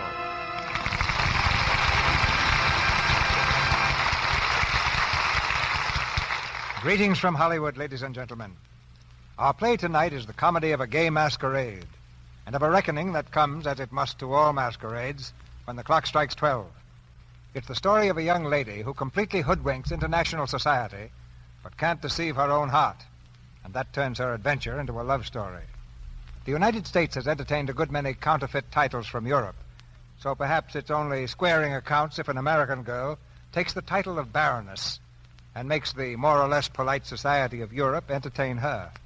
And when the bogus Baroness is Claudette Colbert, of course any sensible European would outdo himself to place the continent at her feet. Claudette and Don Amici starred together in Paramount's delightful motion picture production of Midnight, and we didn't even try to improve on that kind of casting. Claudette comes to us before going back to work at Paramount in the picture Arise, My Love. As her relentless pursuer, Don Amici takes the wheel of one of the most terrifying machines in the world, a French taxicab. And that's a perfect setup for a gay whirl through the boulevards and bright lights of the Paris of a few years ago. Midnight is a play that will banish worry from the living room tonight as efficiently as Lux Flakes always does from the kitchen. Millions of women already know that secret, but for the few who don't, Lux Flakes will be a wonderful discovery. Now, if your tickets are in order, we'll start for Paris. A trip that will take just about as long as it takes to raise the curtain here in the Lux Radio Theater. We begin Act One of Midnight, starring Claudette Colbert as Eve Peabody and Don Amici as Tibor Czerny.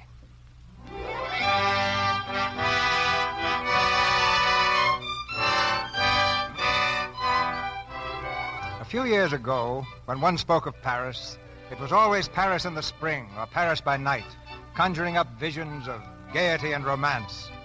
But there's another aspect of the great city rarely touched upon. Paris in the rain. Yes, it rains there too, and just now it's pouring. From the railroad station comes a lovely creature in a trailing evening gown. She's young and beautiful. Certainly you'd expect her to step into a waiting limousine and be whisked off to the Rist Hotel. But no. This lovely apparition in evening clothes is walking in the rain with a dripping newspaper on her head to ward off the stinging drops. The taxicab drivers cannot believe their eyes. Mademoiselle, you wish a taxi? No, thank you. Mademoiselle, you will not walk in this rain. Taxi, mademoiselle? No. Get in, mademoiselle. Anywhere in Paris. I said no. Will you leave me alone? To walk on a night like this. Oh, Taxi, mademoiselle, taxi. No. Any place in Paris, mademoiselle? No. Which way are you going? I don't know. I'm walking. Oh, mademoiselle enjoys the rain, huh? Oh, sure. I'm just mad about it. It feels so good running down my back. Well, then why not ride? Mademoiselle, my taxi is yours. Listen, I don't want it. All right, mister. Here's how things stand. I could have you drive me all around town and then tell you I left my purse home on the grand piano. Yeah. There's no grand piano, no home. And my purse, 25 centimes with a hole in it. That's what's left of the Peabody stake. Oh, you have no money, huh? That's right. I need a taxi to find myself a job, and I need a job to pay for the taxi. Oh, I see. Mm-hmm. No taxi, no job, no dinner. Ah. But look, if I do promote one, I'll pay you twice what the meter says, double or nothing. You mean you'll give me the honor of driving you around while you look for a job, huh? That's it. And for that you'll pay me double? Oh, and a great big daddy tip. Well, that sounds like good business. What do you say? I say no. All right, if that's the way you feel, I was going to walk anyway. Night. Hey, wait. What do you want? Get in the cab. Oh, never mind. I don't have Get in. Well, if you insist. Only now you don't get that tip I promised you. Uh-huh. What kind of work do you want? Well, look, at this time of night and in these clothes, I'm not looking for needlework. Look in your newspaper. They have jobs in there sometimes. It'd be easier to drink this than read it. Here we are, nightclubs. Nightclubs? What are you, a dancer? No. Didn't you ever hear of Eve Peabody, the famous American blues singer? No. Well, confidentially, she didn't get to be a blues singer till she stepped into your cab. Well, let's try the Bell Tavern, You have to be pretty good to work there. Say, do you, always travel in an evening dress? No. I was wearing this in Monte Carlo when a nasty accident occurred. What happened, a fire? Mm-mm. The roulette system I was playing collapsed under me. I left the casino with what I had on my back. Oh. Well, drive on, and when I get that job, I'll think about restoring your tip. Oh, thank you, mademoiselle.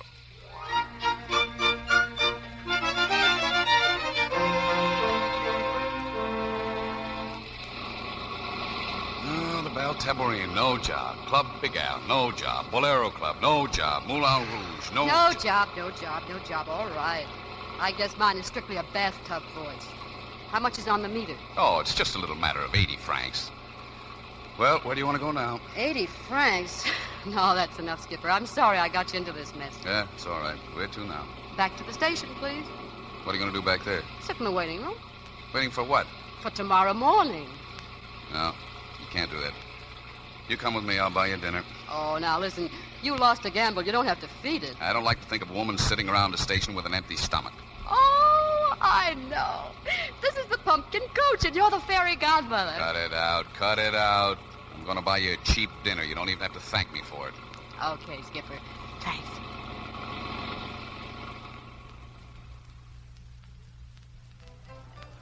Gee, I'm sorry, Skipper. I wouldn't have taken oysters, only I thought they were on the regular dinner, honest. Forget it. No, it was a dirty trick, Skipper.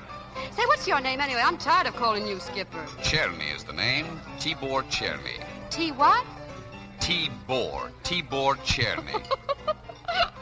I'm Hungarian. Where I come from, they think Eve Peabody is a funny name. Oh, yeah? Yeah. Well, anyway, Mr. Cherny, I'm sorry I ordered oysters. I'm running into money. I wish you'd stop talking about money. I'm a rich man. You? Sure, I need 40 francs a day, and I make 40 francs. What about that rainy day when it comes? On a rainy day, I make double. No bank account, no real estate, no possessions. 3 handkerchiefs, 2 shirts, 1 tie, and no worries. Oh, you're talking like a fool. Listen, if you want peace of mind, get yourself a taxi cab. No woman ever found peace in a taxi. I'm looking for a limousine. They don't ride any better. They ride better than the subway. I spent most of my life in a Bronx local. Squeezed, trampled, stepped on. No, sir, one day I said to myself, that's enough, baby, you're going to get somewhere. So I came abroad. I shipped to London in a can of imported chlorines. You know, most of those gals end up with a lord or something. Oh, is that what you call getting somewhere? It's a step in the right direction. I landed a lord, almost. Almost. Well, his family got between us. His mother came to my hotel and offered me a bribe. Offered a bribe? Well, you threw her out, I hope. But how could I with my hands full of money? You mean you took the money? Listen, I've got a few ideas about peace of mind myself. I carried that cash straight down to Monte Carlo and played it to win. And lost. Serves you right for wanting something for nothing. Okay, it took me years to realize you just don't fall into a tub of butter, you jump for it. You're the one that's talking like a fool now. Oh, now. Oh, no hard feelings, Mr. Cherny. No, it's too bad, though. You want some more wine? Uh-huh, please.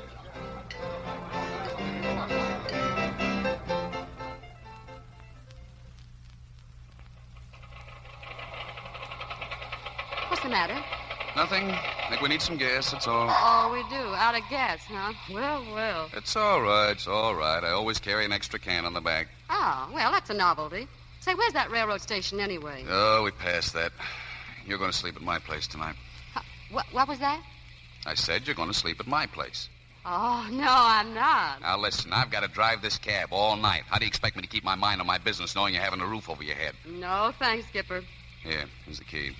There's a shirt drying over the bathtub. You can sleep in that. But be out by 7 in the morning. No, Skipper, you'd better keep the key. Now, don't be a fool. Me? I've been a fool too long. Listen, back in New York, whenever I managed to crash a party full of luscious, big-hearted millionaires, there was sure to be some snub-faced kid in the orchestra playing traps. So around 4 in the morning, when the wise girls were skipping off to Connecticut to marry those millionaires, I'd be with him in some night spot learning tricks on the kettle drum. And he always had a nose like yours. Was there anything wrong with my nose? Mm-hmm. I like it. Do you mind? Oh, no, we're no good for each other, Skipper. We're going in different directions. Yeah, that's what you think. I'm going to get that gas in the tank, and then we're heading for my place. You just sit tight. Okay, Skipper. Be right back. You know, a girl like you shouldn't be running around Paris all alone. First thing you know, you'll be getting into trouble. Suppose you don't find a job. What do you do then? Can't sleep in the railroad station all the time. And what about those clothes? When you try walking around in the daytime with an evening dress? How far do you suppose you're going to get dressed up like that? Hey, what's the matter? You asleep? I said, how far do you suppose you're going to... Hey, where'd she go? Hey, Peabody. Eve, where are you? Hey, where are you? Eve, where are you?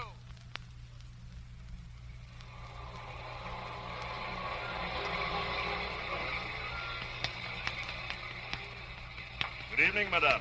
Oh, good evening, officer. Madame is going the wrong way. Oh, what did you say, officer? The house you're looking for, it's just down the street. 3 doors that way, madame. The house I'm looking for? You're going to the house of Madame Le Bon, no?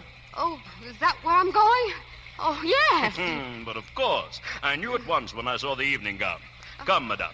I myself will show you there. Oh, well, Fay, thanks. Yeah, my car, I must have got out at the wrong house. One makes mistakes, madame. Oh, yes, one does. It's a musical evening at Madame Le Bon's, no? Yes, that's right. Of course. Here, madame. This is the house. Oh, well, thank you. Good night, officer. Oh, but go in. You're becoming wet, madame. Yes, I know, but... All right, officer. Good night. Good night, madame.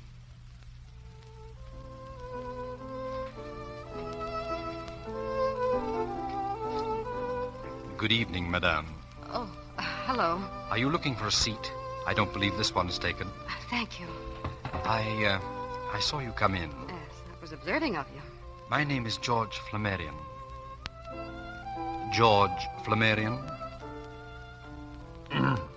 Dull evening, isn't it? Not up to now. I don't believe I've seen you here before, Madame. Madame. I've never been invited here before. Oh, I see. Stuffy people, aren't they? I don't think so. Very. Someone once tried to come in under a false name.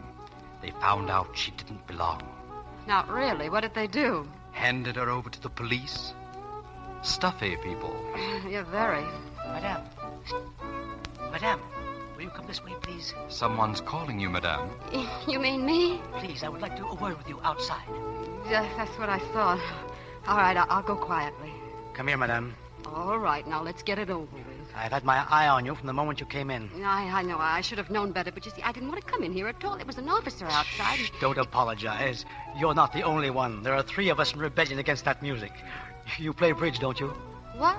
Yes, I do. Good. Come this way. Well, why did you pick on me? Well, you look charming. You look bored. You look as though you wouldn't trump your partner's ace. Well, thanks. Now, in this room are 2 partners await us impatiently. Helene, Jacques, I found a 4th for... Come in, Marcel. It's all right. For a moment, I was not sure. Jacques, wipe the lipstick off your face. Oh, come in, Marcel, please. Helene, I found a 4th, Madame Flammarion. May I present Madame...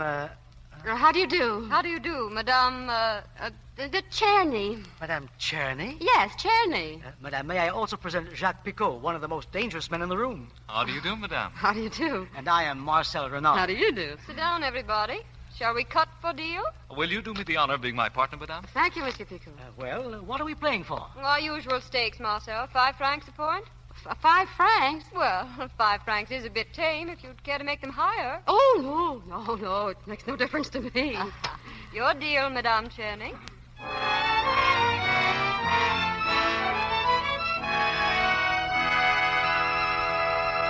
Let me see. Not a very good showing, Madame. I'm afraid we're down 900. Oh, is that all, Monsieur? Only 900? I don't know whether you should be flattered or annoyed, Madame. Jacques usually plays an excellent game. Tennis or golf? Madame, please. At times I find it very difficult to concentrate on cards. You mean when you have a pretty partner, Jacques? Helene. Good evening. Oh, come in, George. How's the musical evening progressing? As dull as ever, my dear. Oh, Madame Czerny. This is Monsieur Flammarion, my husband. How do you do? How do you do, Madame Czerny? You're American, aren't you? Yes, I am. Hungarian descent? Scotch, Irish, and Choctaw. Figure up the score, Marcel. Czerny, though. Czerny. You know, that's Hungarian. Oh, well, that's not my name. Oh, isn't it? No, except by marriage. Oh, then you're the wife of Baron Czerny. Baron Czerny, of course. Yes, of course. You know, the last time I saw him in St. Moritz, he talked about an American girl. Where is he now, Baroness? Back in Budapest. He's not very well. You know, the old trouble. Oh, too bad. Helene, you should see Budapest. It's the most enchanting city, except, of course, for the subway. Did they ever finish that, Baroness? The streets are still a little torn up. Here's the total. Want to check up your losings, Jacques? Very bad. I'm sorry, Baroness. We had the spirit even if we didn't have the cards. Well, how much did we lose? We're down 4,200 francs. Oh, where's my bag? I may not have that much with me, you know. Pardon me, Baroness. Allow me to lend you enough to cover it. Oh, thank you, Monsieur Flammarion. That's very kind of you. You can repay me tomorrow. Oh, of course. Well, I think I'd better leave now. Is your car here, Baroness? No, I had some trouble with my chauffeur. Then let me drop you. Oh, no, really? Please, I insist. Where do you live, Baroness? Well, at my hotel. And that is? I'll give you 3 guesses. The Ritz? That's right. The first time. The Ritz. Come along, then. Good night, everyone. Good night. Good night, Jack. Good night. Good night,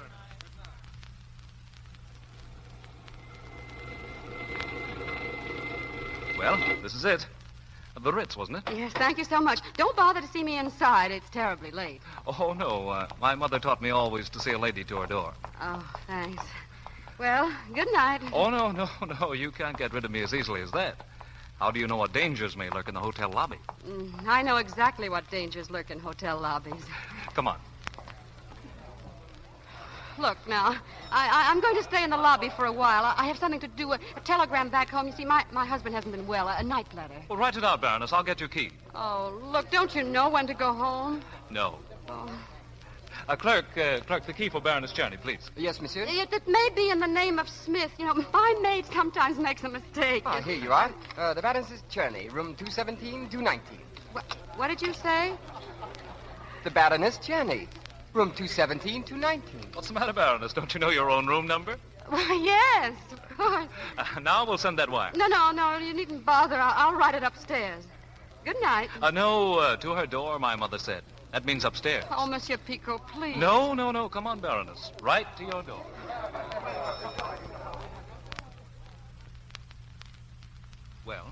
Well? This is your door. Well, yes, I know. Good night. What? No nightcap? Now, look, my mother taught me a few things, too. Good night. Well, at least I don't have to ask for your telephone number. I'll be pestering you, Baroness. Oh, won't you please go? Not until you go in. Go ahead now. All right. Well, good night. Good night.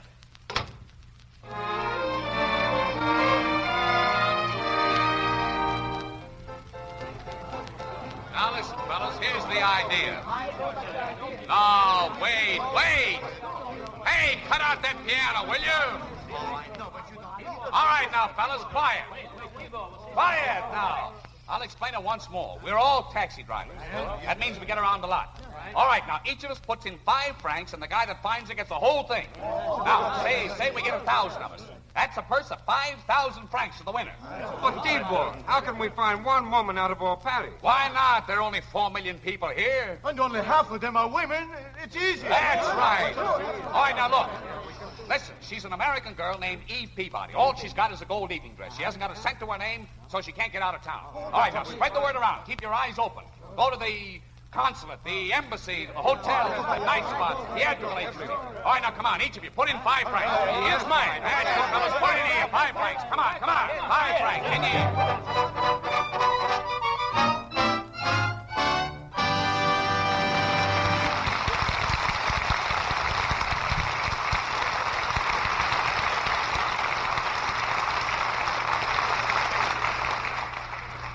In just a moment, Mr. DeMille brings you Don Amici and Claudette Colbert in Act 2 of Midnight. During our brief intermission... The time has come, the walrus said, to speak of many things. Wedding dresses, for one thing. And particularly cotton wedding dresses. They're big news in 1940. Oh, but Sally, that's not just a 1940 fashion. Oh, no? Well, what is it then? It's an 1840 fashion.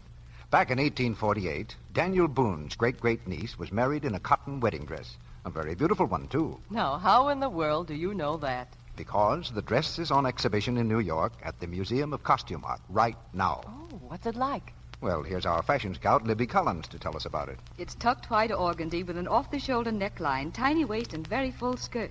It's trimmed with yards and yards of fine lace. It sounds like a dream. You know, I should think they keep it all wrapped up in tissue paper. Oh, not all the time. It's often on exhibition. And, of course, it has to be washed sometimes. Washed? A dress like that? Why, it's nearly 100 years old. Certainly, but the Museum of Costume Art always washes it in Lux Flakes. They're so wonderfully gentle, and the dress looks simply exquisite. What else is in the exhibit, Libby? Well, there's a bridal robe worn by the Hopi Indian women. It's made of cotton, which is grown, gathered, spun, and woven by the relatives of the bridegroom. And what does the robe look like, Libby? It's a large, square, white blanket, very finely woven, with elaborate tassels at each corner, which represent ears of corn. Luxable? Well, in those days, I don't suppose the Hopi Indians luxed it, Sally, but the museum does. You know, they use lux for so many of their lovely things. Priceless treasures like that must have gentle care. And New Quick Lux gives them just that. It's so mild and pure, it's safe for everything, safe in water alone. That's why so many millions of women use Lux to guard the beauty of their own nice things. Silks, rayons, smart cottons. Speaking of cottons, Mr. Ruick, this is National Cotton Week. Paris says, wear cotton for everything, from play suits to evening dresses. So this is a grand time to plan an all-cotton wardrobe, the lovely new cottons at your favorite store right now. And remember, these beautiful new cottons need gentle care, just like washable silks and rayons. Otherwise, you may spoil their finish and color. New Quick Lux helps colors and fabrics stay new-looking longer. It's fast, it's thrifty, and above all, it's safe. It's in the same familiar box, and it costs no more. Now, our producer, Mr. DeMille. Act 2 of Midnight, starring Claudette Colbert as Eve Peabody and Don Amici as Tibor Czerny.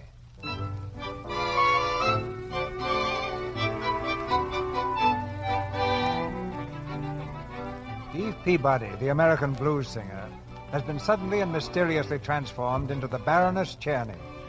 Early the following morning, the telephone rings in her luxurious apartment, awakening Eve to a bright new day. Hello? Good morning, Baroness. This is the clerk. Who do you want? Isn't this the Baroness Czerny's apartment? No, there's no one here by that name. You've got the... Oh, the Baron. That's me. What do you want? I just wanted to tell you, Baroness, that your luggage has arrived from Monte Carlo. Well, from Monte Carlo? Well, that's impossible. I mean, are you sure there isn't some mistake? It said for the Baroness Czerny. I had it sent up. Oh, thanks. I'm crazy. Come in. Good morning, Baroness. Where shall we put your trunks, madame? Well, just put them down any place. Oh, Francois, here. Here are the keys, madame. Shall I open them? You mean before Christmas? Pardon, madame? Oh, no, don't mind me. I'm just a little dizzy. You just go right ahead. Who is it? Flowers for Baroness Czerny. Flowers? Shall I arrange them, madame? No, just lay them down. I'll have them strewn in my path on the way out. The trunk is open, madame. Is there something else? No, I think it's enough, don't you? Oh, you mean the tip. Well... Oh, no. Your chauffeur took care of that, madame. My chauffeur? He's waiting downstairs. He wishes to know if madame wants the car today. Oh, he does. Well, tell him I wouldn't be at all surprised. Yes, madame. Thank you, madame. Thank you. I'm crazy. I'm raving. Negligees, dresses. I don't believe it. Oh, all right. Bring it in. Good morning, Baroness. Oh. Remember me? Flammarion's the name. I see you've been trying on your new coat. It's a little large, don't you think? I've arranged to have a fitter here at 2 o'clock. So it was you. You made a pretty good guess at my measurements. You know, I've always had a weakness for size 12. Did you arrange for this apartment, too? Mm-hmm. While you were on your way here with Jacques last night. Neat. You know, the minute you looked at me, I had an idea you had an idea. You remember when I asked you if they were still working on the Budapest subway? Yeah? Well, the Budapest subway was finished in 1893. It's the oldest subway in the world. Monsieur Flammarion, that is playing dirty.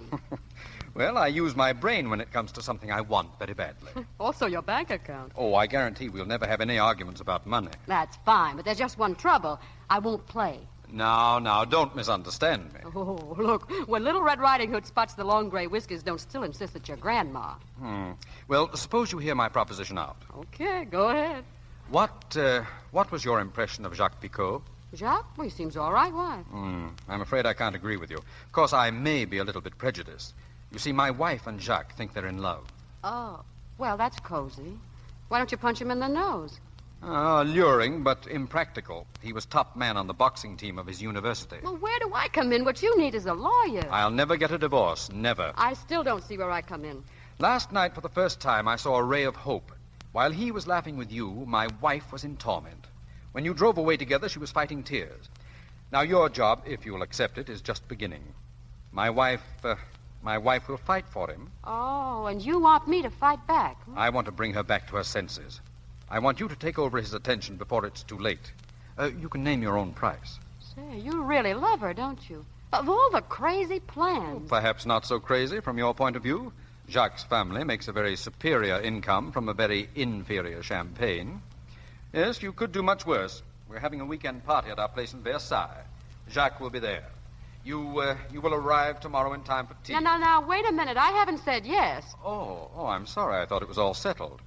You would arrive tomorrow, spend as much time at the house as necessary to separate my wife and Jacques, and then depart. The richer by some, let's say 50,000 francs. Huh? But, of course, if you have other plans, if you have some other offer... Oh, I have, but I'll take yours.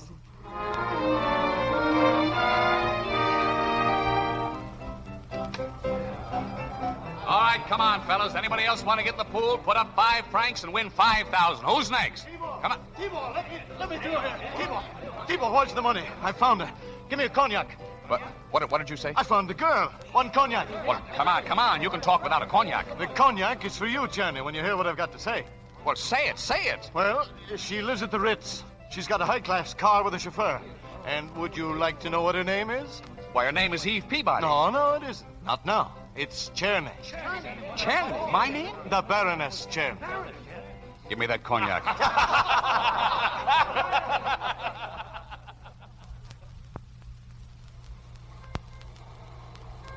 Here, you there, taxi driver. Where are you going? Let me alone. I'm going into the hotel to talk to the Baroness Czerny. I'm sorry, my man, but I've orders to allow no taxi drivers through this door. But I've got to speak to her. She ordered a taxi. The Baroness Czerny has not ordered a taxi. She is out of town for the weekend. Where? We do not give out information regarding our guests. Where? Move along, my good man. Are you going to tell me? No. All right, then. Here, stop blowing that horn. Stop it, I say. When I get done here, you won't have a guest in your whole hotel. Stop it. Where is the Baroness Czerny? I don't know. Then find out. If you don't, I'll blow this thing all day. All right, I'll tell you. She is at the Chateau Flammarion at Versailles. Where? At the Chateau Flammarion at Versailles. Thanks. That's all I wanted to know.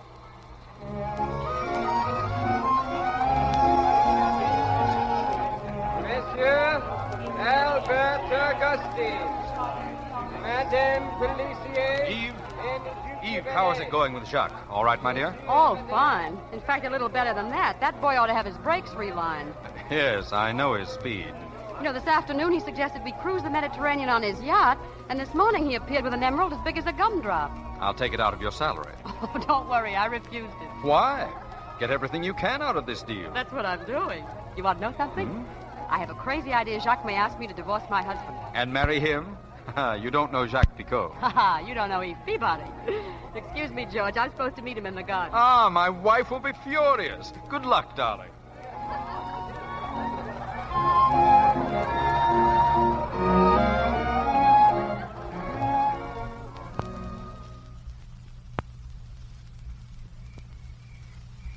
Oh, now, Jacques, please. All right, but listen. And don't interrupt, Eve. I know you won't do it, but let's just suppose. All right, I'll suppose. Well, what if we ran down the path to the garage? Mm-hmm. And took the car and drove off just as we are? No toothbrush? I said don't interrupt. The two of us roaring down through the night. Let's see what time it is. It's 20 minutes of 12. We could get there just about dawn. Mm-hmm. You know, if it's that little wayside inn, let's save the gas. No. This is an old country place in the woods. Oh. We'll clatter the great bell beside the door hard. You see, the butler's deaf. Oh. And upstairs, there's a very little old lady. I'll lead you into the room, and I'll say, Mother... Oh, Mother's back again, huh? Mother, I'll say, here she is. I found her. And the dawn will be pale behind the oaks. It won't be as pale as Mother. Mother, I'll say, it's this one or no one. Baroness Czerny. Oh, yes, George. Baroness, you promised me a dance. Did I? Yes, a midnight dance. But they're not playing. Well, it's midnight. I've got to speak to you. Oh. Jacques, will you pardon us? Well, after all... I'll bring her right back, Jacques. Just wait right there. Well, don't be long. What is it? What's all the excitement? Listen, the ground has just opened up under our feet. Your husband has arrived. What'd you say? Your husband has arrived. I have no husband. I know it, but he just arrived. Well, what are you talking about? Listen, a man just came in. He was announced as the Baron Czerny. He's inside now. Well, what did he look like? I didn't stop to find out. Come on, you've got to meet him. Oh, now, wait a minute. I can't go in and meet a strange man and tell him I'm married to him. How can I? Oh, thank you, madame. I'm sure I'll find Here he comes. It's the skipper. Oh, here you are, Eve. Look who's come. Oh, why, Tibor. Eve, my darling. Oh, Tibor, I'm so surprised. Yes. No kiss for your husband, darling? Oh, of course, darling. What's the idea? Oh, I've been so hungry to see my little wife. And of course, Baron, you know my husband. Well, certainly. Certainly. It's a great pleasure to have you with us, Baron. You have such a gay wife. She simply captivated all my guests. Oh, how nice. I trust you've been behaving yourself, darling. Divinely. Of course, you must meet Jacques Picot. Oh, Jacques. Yes? Jacques, I know you want to meet the husband of the Baroness. How do you do? Oh, how do you do? They've been inseparable, Baron, Jacques and your wife. Helene, please. I warn you, Monsieur Picot, we Hungarians are very jealous husbands. Remember our honeymoon in Copenhagen, darling, that Danish officer? Oh, Olaf. Oh, I never even looked at him. Poor fellow, he's dead now. Heaven forgive me. Oh, you're that kind of a man. How wonderful. Now, if you'll excuse me, I'll see about putting you up. Eve, dear, we'll move you to a larger room where you can both be comfortable.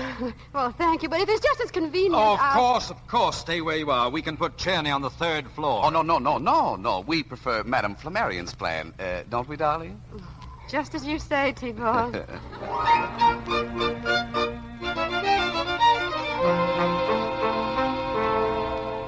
night, Good night, Good night. Good night. Good See night. you in the morning.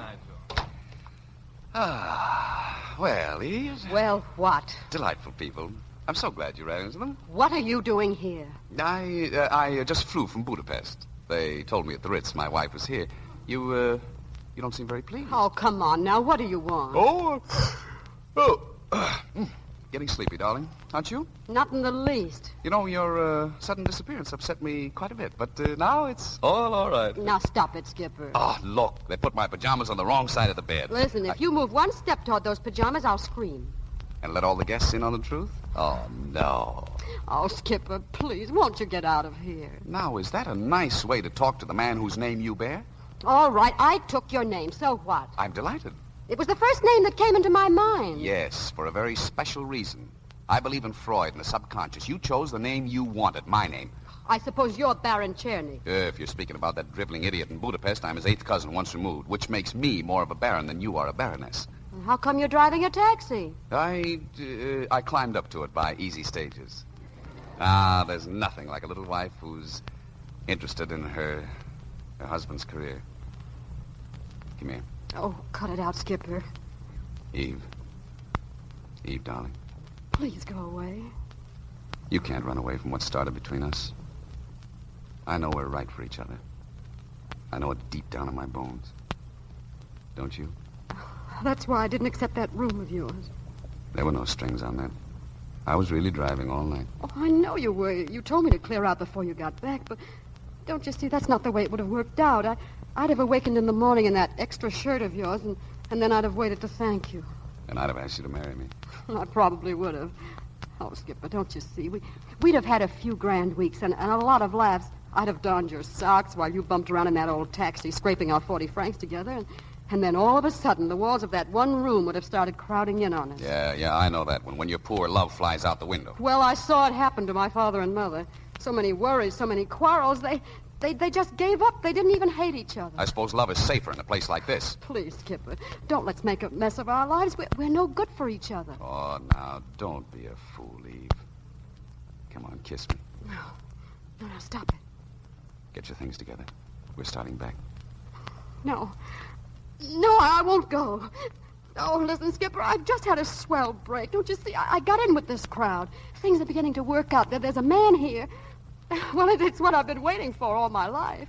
Now, please, we'll make some excuse to those people downstairs, and you leave in the morning. So that's what you really want, huh? An imitation of a man. A fake existence. A cheap, tawdry little life. Oh, be quiet.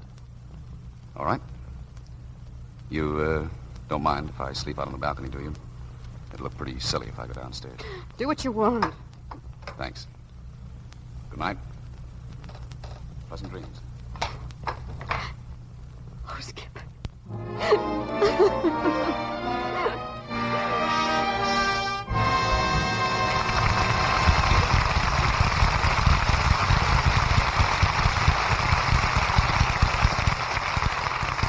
The curtain falls on Act 2 of Midnight with Claudette Colbert and Don Amici.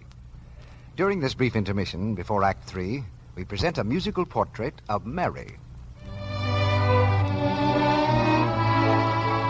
Mary was as busy as a bee. All day she typed. She ran errands. And at night, she went dancing. She was very happy except for one thing. When she stooped or ran errands or went dancing, her stockings would often pop a run. She was so mad she just boiled. She didn't know what to do, but one day someone gave her a hint. Oh, Mary, it's new Quick Lux for you. It cuts down runs, saves money, too. Yes, New Quick Lux does cut down on runs. You see, stockings have to be elastic to stand the strain you give them every day. With gentle New Quick Lux, there's no harmful alkali, no cake soap rubbing to weaken threads. It saves their precious elasticity, so that when you kneel or stoop, Your stockings stretch instead of breaking into runs so easily. They wear longer. Now, it's easy to give stockings Lux care because New Quick Lux is so fast. It's thrifty, too, goes further. Even in hard water, it gives you more suds, ounce for ounce, than any of 10 other leading soaps tested. New Quick Lux comes in the same familiar box, and it costs you no more. So get a big box tomorrow and Lux your stockings every night to cut down runs. We pause now for station identification. This is the Columbia Broadcasting System.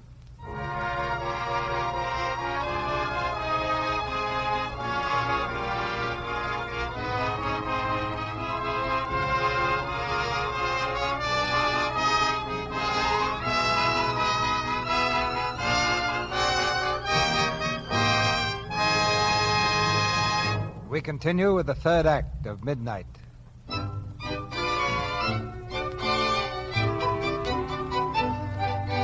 It's early the following morning. In the bright sunshine on the terrace, Jacques Picot sits at the breakfast table, a perfect picture of dejection. As Eve comes from the house, his face brightens momentarily, then darkens again as he remembers her husband. Good morning, Jacques. Good morning. Oh, if your face was any longer, you could skip rope with it. Did you expect to find me all smiles? I must admit it was very pleasant when he was in Budapest. But you always... The way you spoke of him... What about it? Eve, are you in love with your husband? With my husband? No, Jacques. Oh, Eve. Good morning, Baroness. Good morning, Marcel. Morning, Jacques. Morning. Oh, good morning, everyone. Good morning, Helene. You sleep well, Baroness? Oh, like a baby. Where's the Baron? Isn't he coming down? I am down. Good morning, everyone. Good morning, Baron. Good morning. Eve, dear, why didn't you wait for me? Oh, I'm so sorry, darling. I was too hungry. I'm afraid you'll have to hurry your breakfast. I've just had bad news from home. About what? No, don't be alarmed, darling. It's nothing serious, I hope. Well, what is it? It's about Francie. Francie? Who's Francie? Francie's our little daughter. She's 3 years old. Oh. Tibor. You haven't told them anything about Francie, Eve? No, I haven't. Oh.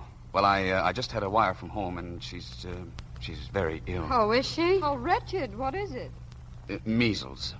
Why, that's nothing serious. Tibor, Francie's the healthiest child in the world. Yes, but the strongest are often the hardest hit. Mother is very worried, dear. Oh, of course, your poor mother. I'd forgotten about her. George, where's the nearest telephone? Why, in the main hall. What are you going to do, Eve? I'm going to telephone Budapest. Oh, now, wait. With a child dangerously ill, the telephone will be disconnected. Tibor, please don't argue with me. Eve, I forbid you to telephone. My dear Baron, the day has passed when a man forbids his wife anything. You keep out of this. I will not. Oh, please, my nerves. What business is it of yours? I'm very fond of children. Oh, you are. George, will you please show me where the phone is? This way, my dear. Wait, Eve, listen. Why don't you let her alone? I told you to shut up. George, get on another phone somewhere in the house. What for? I've got to talk to somebody. Go upstairs. All right. The phone's there on the table. Eve, listen to me. Put down that now, phone. Be quiet, Tibor. Hello, operator. I want long distance to Budapest. The name is Czerny. It's the only Czerny in the book. I'll hold the wire. Why are you doing that? It won't help a bit. Oh, Tibor, it makes things easier for me. I'm so sorry, Baroness. Thank you, Helene. Listen, I'm taking that call when it comes through. Oh, no, Tibor, I couldn't trust you. You know, Helene, if it's bad news, he'll try to spare me. Of course. Oh, darling, I know your nerves are just as strange as mine. Hello, Eve. Hello, is this Budapest? Yes, George Budapest. I'm upstairs. Hello? Is that you, Mama? How's Francie? What do you want me to say? Well, what did the doctor say? He just left. Oh, good. Tibor, the baby's temperature's gone down and the spots have practically disappeared. Huh? What did you say, Mother? It isn't measles at all. No, dear. It's just a plain case of alcohol poisoning. The baby must have had one highball too many. Oh. Yes, she was out all night. We picked her up in the gutter. Oh, how cute of her. Can I speak to her? Hello? Francie, darling. Tibor, it's Francie. Speak to her, dear. Listen, Eve, this is... Darling, it's your little Francie. Now say hello. Hello, Francie. Hello, Dada. Yes, this is your dada. Send her a kiss for me. Yeah, here's a kiss, dear. And here's one for you, Dada. Well, goodbye, dear. I'll see you soon. Goodbye, Dada. Ah, isn't it wonderful? It was just a heat rash. We don't have to leave at all. You snake, I'll show you. T-Ball, where are you going? I'm going upstairs. But your breakfast, dear. I don't want any breakfast. Oh, poor T-Ball. He was so worried. Of course. Do come and sit down, Baroness. Jock, finish your breakfast, dear. Well, I'm glad you don't have to go, Baroness. Well, everything all settled? Oh, George, isn't it wonderful? The baby's better. Splendid. Helene, where are the plover's eggs you promised me? Oh, I'm sorry, Marcel. I ordered them. Maurice? Yes, madame? Maurice, what happened to the plover's eggs? They didn't arrive, madame. We tried to get in touch with the market, but the telephone has been out of order ever since last night. What's that, Maurice? The telephone, madame. It's out of order. Nonsense. We just telephoned from the main hall. The house telephone works, monsieur. But the Baroness was just talking to Budapest. There must be some mistake, madame. I wasn't able to use the telephone 10 minutes ago. But Baroness, well... Oh, I'm afraid he's right, Madame Flammarion. I wasn't really talking to Budapest. You weren't? But we all heard you. Of course you talked to Budapest. No, I didn't, Jacques. And I'm going to tell you something even more surprising. Tibor and I have no daughter. What is all this? Are you feeling quite well, my dear? Oh, perfectly, but I shouldn't trouble you with my unhappy marriage. Forget what I said. Oh, do tell us, please. No, it seems so disloyal to poor Tibor. Oh, you can't stop now. Well, all right. You see, when I married, I didn't realize that in the Czerny family there was a streak of, shall we call it eccentricity? And yet, I had a warning. Why else should his grandfather have sent me as an engagement present a roller skate covered with Thousand Island dressing? What? Oh, of course. I'd forgotten the Czernys are all like that. But your husband seems quite normal. Oh, he is, Helene, for long stretches. And then comes one of his attacks. Now, this morning was typical. Waking up and imagining we had a daughter. And you know one mustn't contradict him, of course. Does he get violent if you do? Oh, he breaks things and eats them sometimes. What? Well, I used to do that. And you've put up with this for years? Yes, I came to Paris this time to get away, but you see, he followed me. Once before I tried. I was hiding in Capri. He made a violent entrance into the hotel, disguised as a fisherman, and tried to have me shot as a spy. At least he has imagination. Oh, but there are moments when he's so sweet. One can't help loving him. Oh, you're wonderful, isn't you, George? Amazing. What's that? Whose car's that? A taxi. What's a taxi doing here? The driver must have made a mistake. Oh, you don't suppose... It's poor Tibor. Bonjour, messieurs, mesdames. He's having a spell. It's all right, Eve. We're all with you. Let's call a doctor. No. That would be the worst thing. Good morning. Well, now you see me for what I really am. What do you say to this? Why, Baron. Do I look like a baron? Tibor, please. Come on. Tell them who I am. George, Helene, he's not a baron, he's a taxi driver.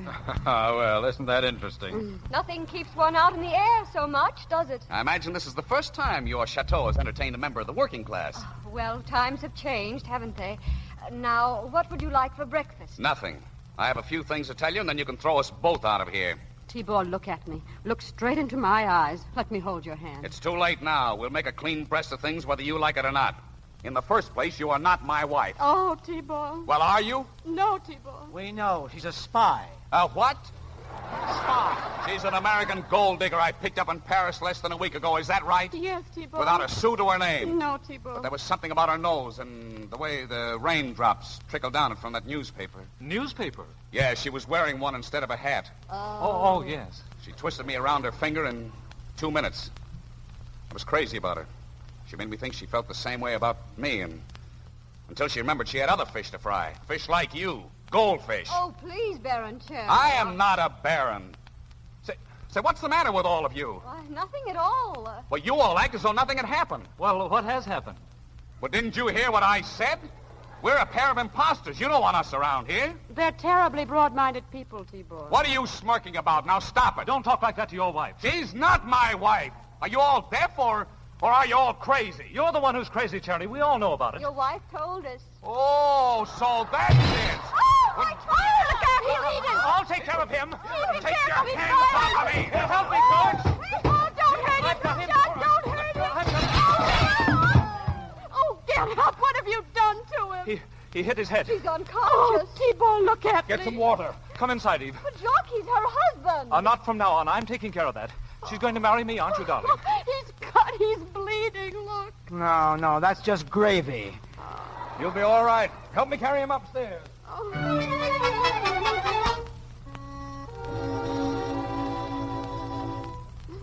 Oh, how is he? Is he coming around, George? Fine. Pulse like a trip hammer. Oh, Skipper, look at me. Oh, poor Skipper. You'd better leave the skipper to me. I'll see that he gets back to Paris, all right. Oh, are you and Jacques planning an autumn wedding? Oh, nice kind of wedding.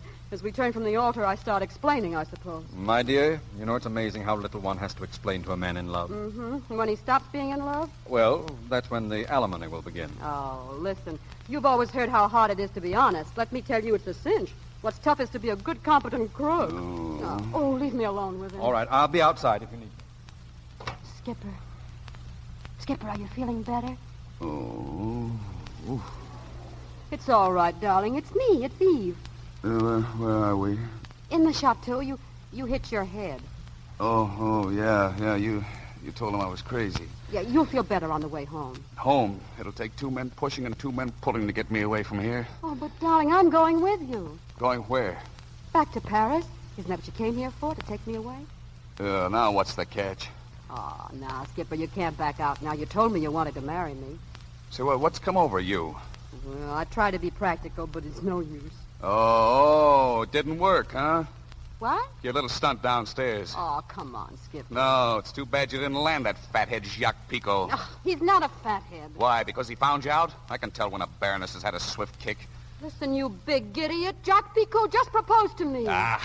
Are you surprised somebody else wants to marry me? You said no, I suppose. I said nothing, but if you keep on, I'll say yes. That's fine. That's where I step in. Oh, what can you do? Don't forget you're married to me. I'm not married to you. Well, Jacques Picot thinks you are. You're in a fine mess now. You are. You got to get a divorce from a man you aren't even married to.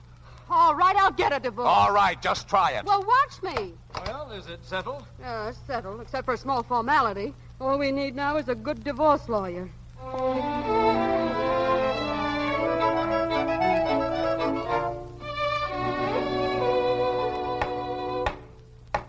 Next case on the calendar, action for divorce, Jenny against Jenny. George, I'm scared. What about? Suppose the judge finds out we're not married. Quiet, he won't find out. Oh, George, how are your jails in France? Now, don't worry. But suppose the skipper decides not to play ball. I came up in the elevator with him. He was very friendly. Oh, I don't like that. When he's friendly... You, darling. Oh, hello, Jacques. Now, everything will be all right, darling. I hope so. I know it will. In half an hour, you'll be free, and in a week, we'll be married. I'll be waiting. All right. Let me see. In this action, Madame Czerny is represented by... Maître de Bon. Here. Yes, and the defendant, Baron Czerny? This is a republic. I prefer to be known as Mr. Czerny. Good. Who's your lawyer? I shall look out for my own interests. Among your papers, I don't seem to find the marriage certificate. There is none. They were married in Shanghai. Oh, married in Shanghai. I admit the marriage. Well, you'd hardly be asking me to divorce you if you'd never been married, would you? Yes. Your grounds for asking this divorce are... Mental cruelty. Oh, that again, huh? Suppose you describe this mental cruelty. May it please the court, my client can testify under oath that in all the time she and the defendant have been together, he has objected to every one of her actions. During that period, he tried to break up every friendship she formed. Yes. He used abusive language while alone with the plaintiff and in the presence of others. What language? He called her a gold digger, for one thing, and then... Wait! I've had enough.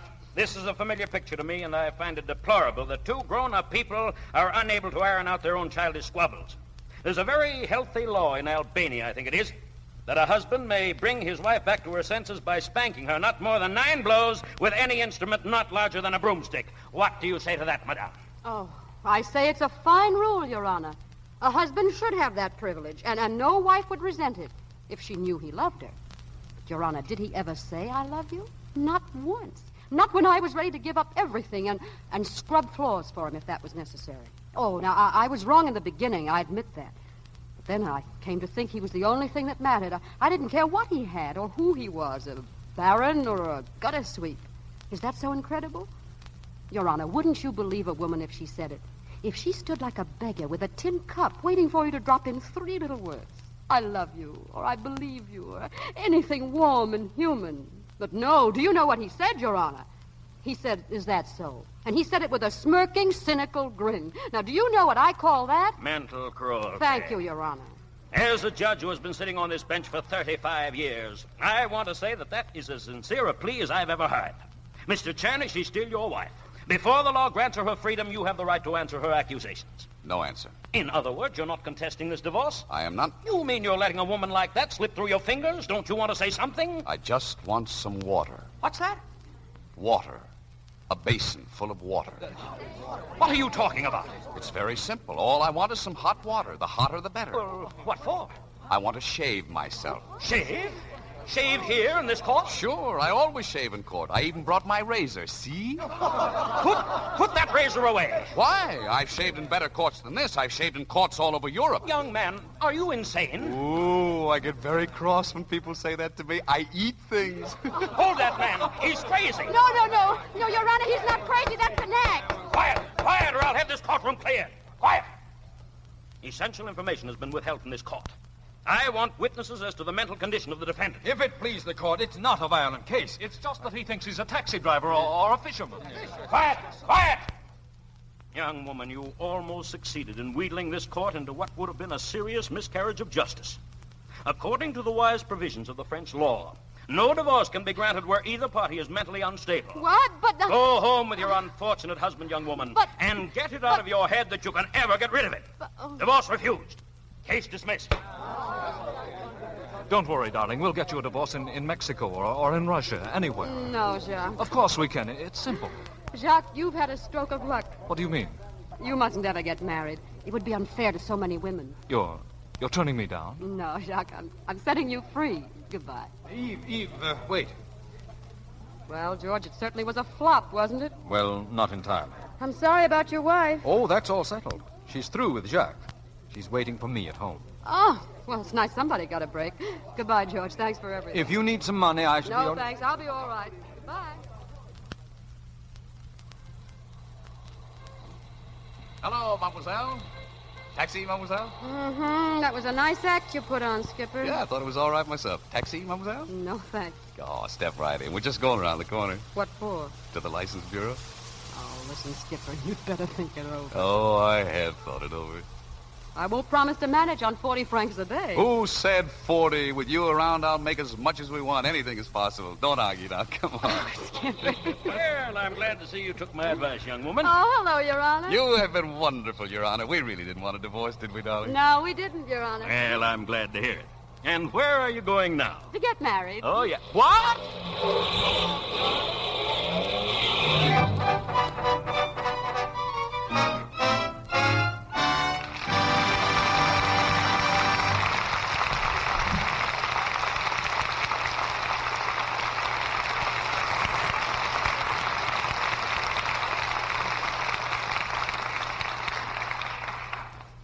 We bring to a close tonight's performance of Midnight with Claudette Colbert and Don Amici. In a moment, our stars return for their curtain calls. But while we're waiting, listen to this. Hear that clock? Morning, noon, and night. 3 times a day, 7 days a week, the dishes have to be washed. You can't get around it. But you can make it pleasanter, the way thousands of women have. That's with new Quick Lux. It helps do away with one of the things women hate most about dishwashing, the red, rough housework look it gives your hands. Yes, new Quick Lux is kind to hands. This was recently proved by hundreds of dramatic one-hand tests made in a laboratory under conditions similar to home dishwashing. 5 different soaps frequently used for dishwashing, including Lux, were tested. 3 times a day for weeks. Hundreds of women dipped one hand in Lux suds, the other in suds from another soap. The results were amazing. The Lux hands looked so much softer and smoother than the other hands. Lovely hands are such an important part of a woman's charm. You want yours to stay soft and smooth, of course.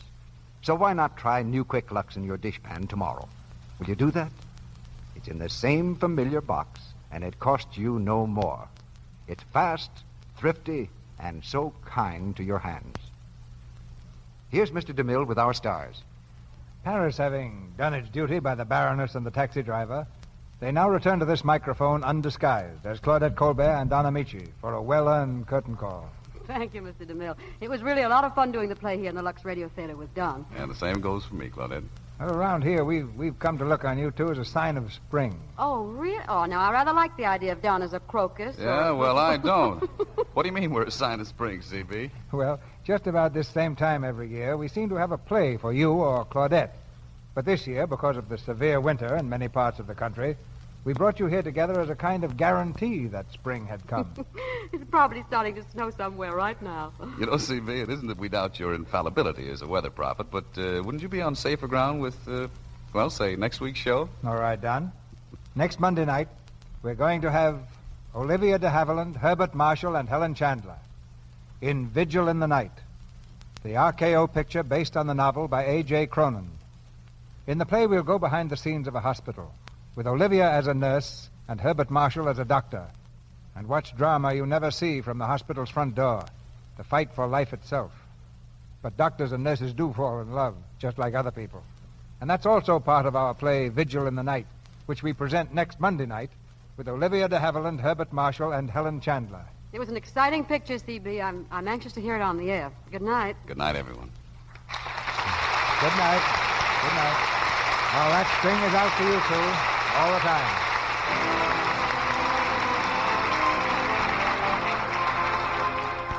Our sponsors, the makers of Lux Flakes, join me in inviting you to be with us again next Monday night when the Lux Radio Theater presents Olivia de Havilland and Herbert Marshall in Vigil in the Night with Helen Chandler. This is Cecil B. DeMille saying good night to you from Hollywood.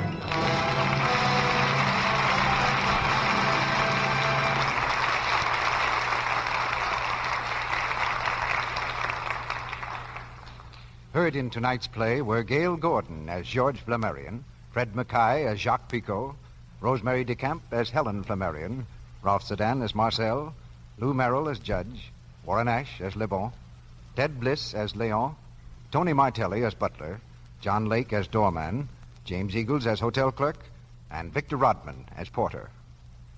Claudette Colbert is now working in the MGM picture Boomtown. Don Amici's current picture is the 20th Century Fox production Lillian Russell. He appears tonight through the courtesy of the Old Gold program.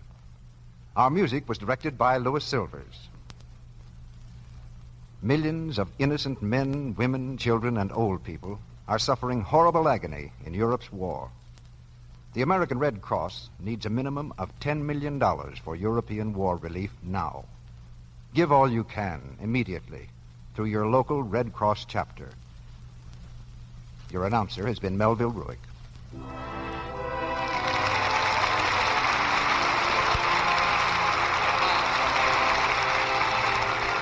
This is the Columbia Broadcasting System.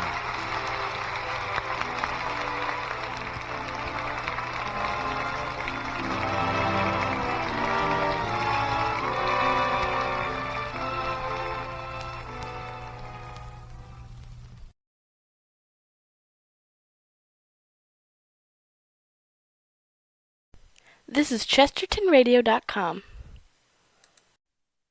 This is the Ford Theater, an hour of radio drama presented by the Ford Motor Company, makers of Ford, Mercury, and Lincoln cars, and Ford trucks, farm tractors, and motor coaches. Today's play, Mr. Jack Benny in a highly unusual fantasy about an angel who was sent down from higher places to destroy the earth. A story which contains more than first meets the ear. Yes, ladies and gentlemen, Mr. Bentley finally got here, and tonight we present him with Mr. Claude Rains in, of all things, The Horn Blows at Midnight. This is the Ford Theater.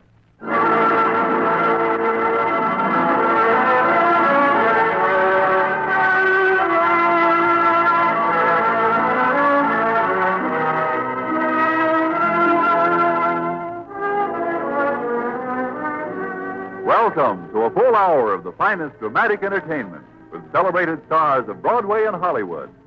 Presented by the Ford Motor Company, builder of Ford cars, Ford trucks and farm tractors, Lincoln and Mercury cars, including the new 1949 Lincoln Cosmopolitan, America's most distinctive fine car, unrivaled for superb performance and luxurious appointments. Now, to introduce this evening's program, here is the director of the Ford Theater, Fletcher Markle.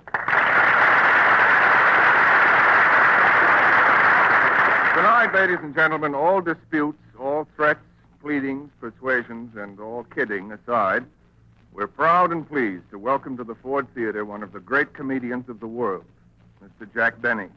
And co-starring with Mr. Benny in the long-heralded Horn Blows at Midnight, we're very happy to have with us one of the most accomplished actors of Broadway and Hollywood, Mr. Claude Rains. This is the second program, by the way, in our Festival of Smiles, which concludes next week with Mr. Bing Crosby. The theme of the Warner Brothers picture on which tonight's broadcast is based caused much comment when it was released some seasons ago. Being a fantasy having to do with the destruction of the Earth, the picture clearly raised a controversial issue. And we of the Ford Theater firmly believe that while a radio version of The Horn Blows at Midnight will not end any arguments, it will at least add zest to them. So come with us beyond the Earth's atmosphere on counted light years through space to a place very high above us, the office of the Chief of the Small Planets, an important executive in the system of the universe. You'll be hearing Claude Rains as the chief, with Mr. Benny as a minor angel named Nathaniel. And, of course, any similarity between these characters and any characters living is quite impossible. Mr. Benny, Mr. Rains and company, please to begin.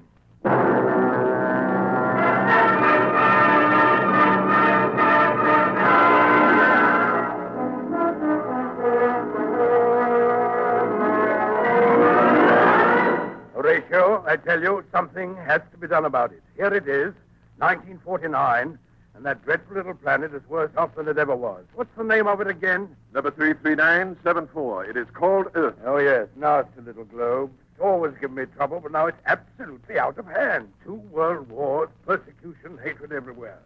Greed, intolerance, bloodshed. I'm just about fed up. What are you going to do, Chief? I'm going to destroy it, Horatio. I'm going to wipe it off the face of the earth. I'm going to destroy it. Without any warning? Well, the front office has warned them often enough. Quakes, floods, droughts, plagues, everything. But they pay no attention. Those Earth people aren't satisfied with making a mess of their own planet. Why, they're even working on rockets to get to the moon. What do they want up there, Chief? Oh, I don't know. Maybe they're overloaded with Ritz crackers, and they believe that stuff about the moon being made of green cheese. I'll vouch for Elizabeth, my secretary. I'm going to settle this once and for all. Did you ring, Chief? Yes, come in, Elizabeth. I want you to take down some notes. I'm destroying one of the smaller planets, and I want you to send copies to the recording angel. Uh-oh. What's the matter? It won't make a hit with the recording department. They're swamped with work. Oh, it's always something. What's their complaint? Same old thing. Shortage of angel power. I'm drawing up a new personnel questionnaire. Another one? More red tape. I never saw such incompetence, such inefficiency. You know, this place needs a few big businessmen to run things up here. We need them. And they better start letting them in. That's all I've got to say. What planet are you destroying, Chief? 33974. It's called Earth. Earth? Well, that was created rather hurriedly, as I remember. Yes, it was a 6-day job. Practically slapped together. Well, I'm going to slap it apart. How are you going to do it, Chief? Well, usually our demolition expert descends, blows his horn, and poof. Just poof? Well, for some of the larger jobs, it's poof, poof. But this happens to be a one-poof planet. Anyway, our demolition expert is busy on another assignment, and I'll have to find someone else. Elizabeth, who would you suggest? What about a Nathaniel? Nathaniel? That nincompoop? That blundering nitwit? He's not a nincompoop, and he's not a nitwit either. And you shouldn't call him those names, Chief. Remember, he's an angel. Some angel. I don't see how he ever got his wings. Elizabeth, what do you see in him anyway? Well, he's sweet and kind and understanding, and he plays the trumpet beautifully. That's right. He does play, doesn't he? He's been 455th trumpet in the Ethereal Philharmonic Orchestra for over 300 years. Then he certainly ought to be able to blow the horn. Go fetch him, Elizabeth. I will, Chief, immediately. He's rehearsing with the orchestra now.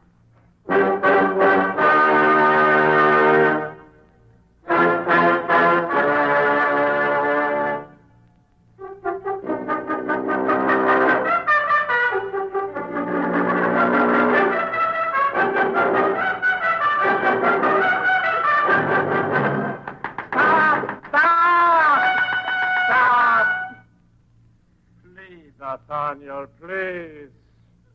Once again, gentlemen, and all together this time.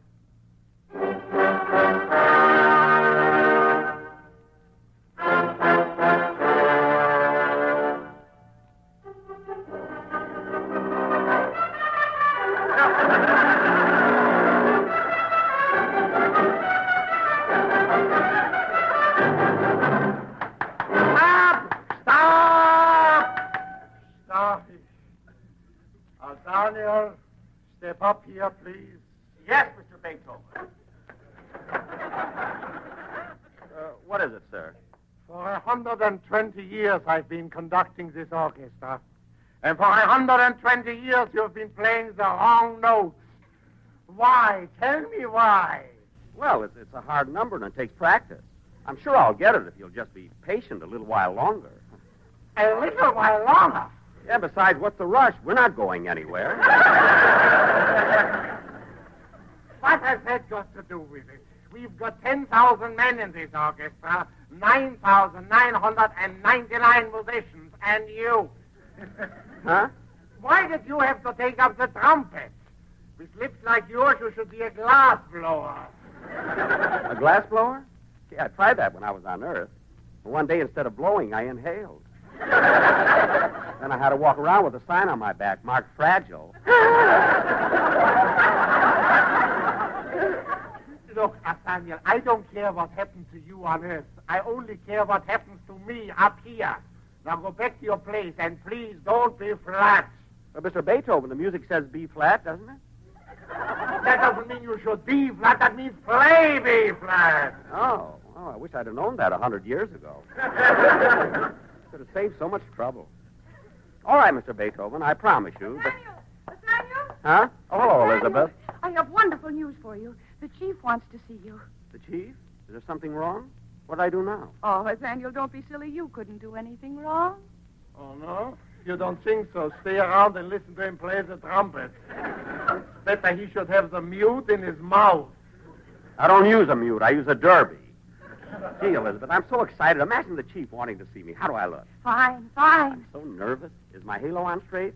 Oh, it's perfect. Now, come on. Don't keep him waiting. All right. Will you excuse me, Mr. Beethoven? With pleasure. All right, gentlemen. Now we can play.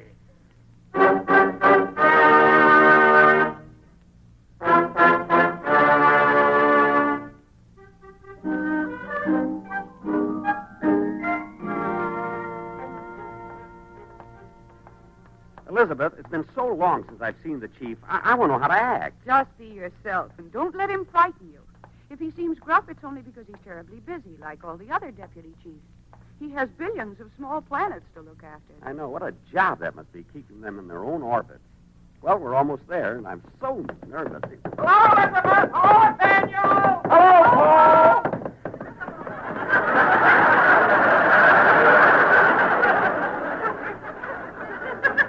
Yeah, it's a beautiful horse Mr. Revere rides. I wonder why he still carries those two lanterns. Nathaniel, you can ask him later. We haven't got time now. The chief is waiting. Oh.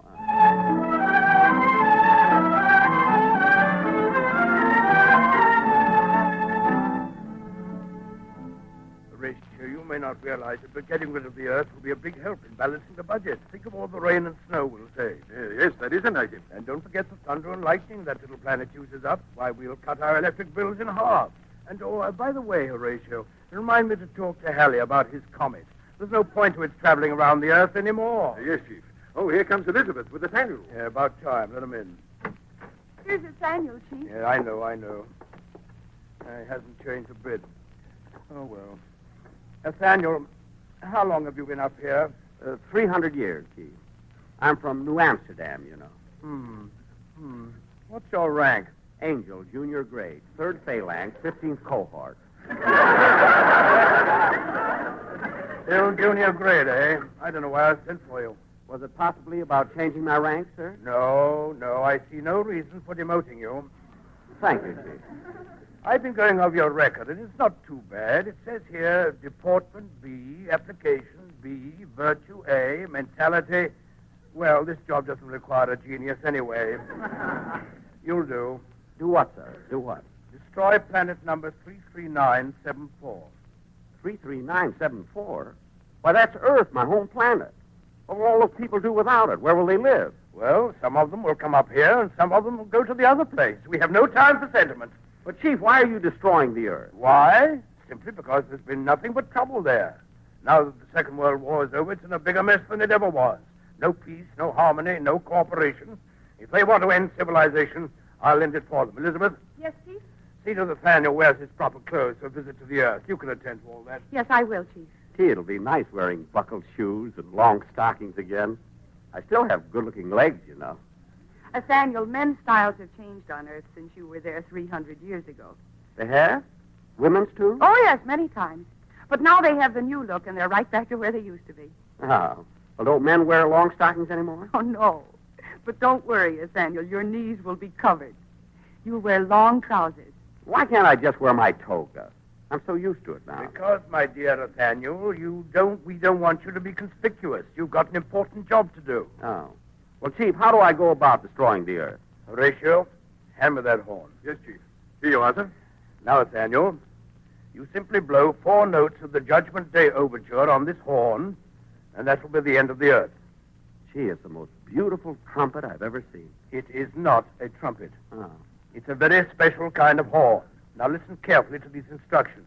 You will proceed to New Amsterdam. It's called New York now, Chief. Oh, New York, then. Mercurius will arrange for your transportation. You will then check into the Waldorf Biltmore Hotel, and a few minutes before midnight, you will go to the roof. Yes, sir.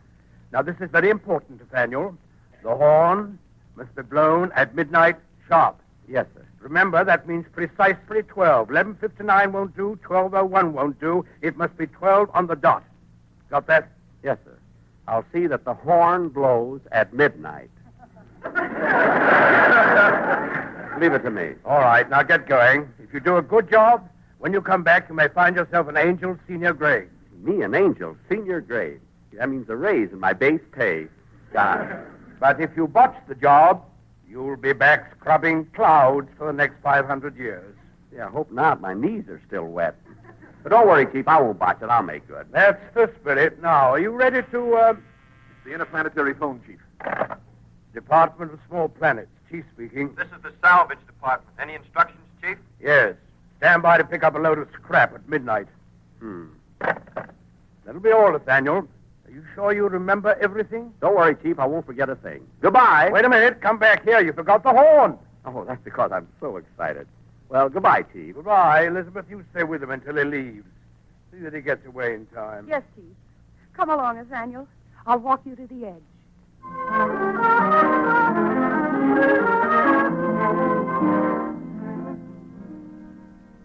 I'm going to miss you, Nathaniel.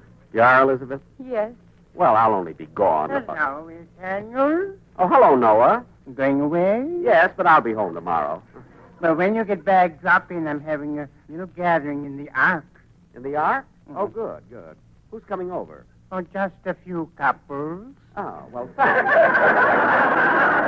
Thanks very much. I'll see you later. Da-da-da-dee, da-da-da-dee. What are we talking about, Elizabeth? I said that I was going to miss you. Oh, well, I'll only be gone one night, and then I'll come back, and we can spend the next 100 years together, just talking about my trip. Gee, these earth clothes are funny. What do you call this again? That's a vest. And is this a doublet? No, that's a coat. Oh. But what is this label? I wouldn't want to wear someone else's clothes. Who are Hart, Scheffner, and Mark? Don't worry, Nathaniel. And by the way, I'd better give you some money. Here. What are these, guilders? No, these are dollar bills. Oh. Well, I wouldn't know about that. Gee, they feel nice and crispy. And these are $5 bills. Oh, I like these better. They feel even nicer and crispier. Look at the pictures on them. George is on one, and Abe is on the other. Yes. Yes, you'll need them, Nathaniel. And now you'd better go. I'm on my way, Elizabeth. Nathaniel! Nathaniel! Oh, that's the chief. Gosh, I hope he isn't calling me back. Nathaniel, I'm glad I caught you before you left. There's one very important thing I forgot to tell you. What is it, Chief? Before you blow that horn, be sure to check with Petrillo. I don't want any trouble with him. Oh, I will, Chief. I will. Goodbye. Goodbye. Goodbye, Nathaniel. Goodbye. Watch that first step. It's a pip. I will. I will. See you tomorrow.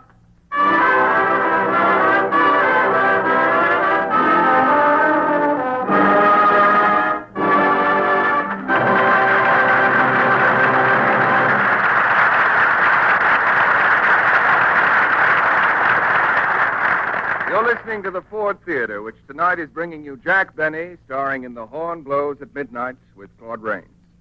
A brief pause now before Act Two, and some timely hints on car values. It was 40 years ago that the young Ford Motor Company introduced the automobile that was to become one of the most famous and beloved cars in history, the Model T. Back in those days, Americans began writing letters to the Ford Motor Company to praise the performance of their Fords. And the letters have continued through the days of the Model T and the Model A and the V8 and the 6, right down to the present time, except that they've been increasing in volume as more and more people have become acquainted with Fords. The letters come today in every mail. One of the recent letters was from Dr. J.A. Raub of Monroe, Wisconsin. On November 12, 1942, I took delivery of a Ford 6, Dr. Raub wrote, and the satisfaction that this car gave me prompts me to express my appreciation to the Ford Motor Company. At the time, I held a ration certificate, which would have entitled me to buy any make of car, and at that time, most makes were available. However, there was no doubt in my mind. Ford's reputation for dependability made it imperative for me to choose the Ford. My confidence in Ford was repaid by 150,000 miles of trouble-free driving throughout the war years. I never expect to own any other car but a Ford. That's a letter from one Ford owner, but it's typical of countless letters the Ford Motor Company has received, typical of the satisfaction felt by owners of Ford products, typical of the performance Ford products give. You can depend on Ford. Now again, Fletcher Markle. And here's the second act of The Horn Blows at Midnight, starring Jack Benny as Nathaniel with Claude Rains as the chief of the small planets.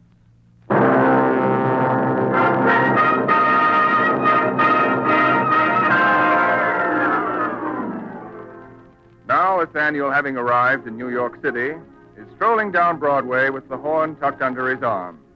Since it was 300 years ago that he last saw this famous street, it's small wonder that he marvels at the changes. So this is New York. I wonder why they changed the name. Look at that sign over there. Baseball today. Boston Red Sox and New York Yankees. Well, I guess it does sound better than New Amsterdam Yankees. Gosh, this place certainly is built up. I wish Peter Stuyvesant could see it. How they laughed when we bought Manhattan Island for $24. I bet we could double our money now. My, what big buildings. I never saw so many horseless carriages. Look at those yellow ones. See, they go around the corner and on two wheels. I wonder if they could... Get back on the cars, you jerk! You wanted to kill me? No, thank you, not again. The records would be all mixed up. Hey, mister, you better wait for the light to change before you cross the street. Light? Light to change? Sure. You must be a stranger. Ain't you never been in New York before? Oh, yes. I come from New York, but I've been away for a long time. Say, that's a good-looking trumpet you got there. Yeah. How about giving us a little bebop? Bebop? Yeah. That bebop or rebop. Bebop? Is that music? Is it? It's out of this world. Well, that's where I've been, and I've never heard of it. Bebop or rebop? What band are you with? Beethoven's Ethereal Melodians. It's a very fine orchestra. 10,000 pieces. 10,000? Gee, they must sound louder than Spike Jones. Spike who? Jones. Didn't you ever hear him play All I Want for Christmas Is My Two Front Teeth? No, but it sounds like a very interesting selection. I'll suggest it to Mr. Beethoven. Beethoven, huh? Yes, I play 455th trumpet. I've been playing it for nearly 300 years. Hey, Johnny, this guy must be a little Hutzman, like a fruitcake. What's your name, Methuselah? No, but I know him very well. In fact, I went to his birthday party last month, and he had the biggest cake. Took us 2 weeks to blow out the candles. Hey, Jerry, let's get out of here before the wagon backs up. Yeah. Well, so long, Grandpa. Give my regards to Beethoven. I will. Look at them run away. They were nice youngsters, though. Well, people aren't so bad down here.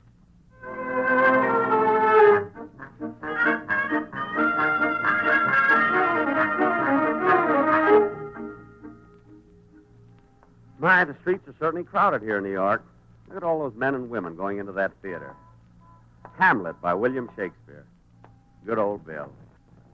Wait till I tell him about this. He'd be so happy to know he's finally got a hit. Gee, look at all the saloons on this street. I wonder what kind of a drink television is.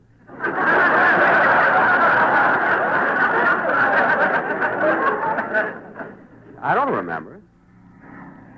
What's that big bird doing up there in the sky? So noisy, too. Spelling out something. I.J. Fox. Must be a store up there. No, that would be impossible. There he is, officer. That's him. Oh, yes. Well, I'll handle him, kid. Hey, you there. You with the horn. Huh? Were you speaking to me? Yeah. Well, I understand you've been playing that trumpet you got there for the last 300 years. Yes, sir. I'm with Beethoven's Ethereal Melodeon. Oh, you are, eh? Well, what's your name? Nathaniel, 3rd Phalanx, 15th Cohort. Uh-huh. And exactly how old are you? The 355. Of course, I tell everyone up there that I'm 339.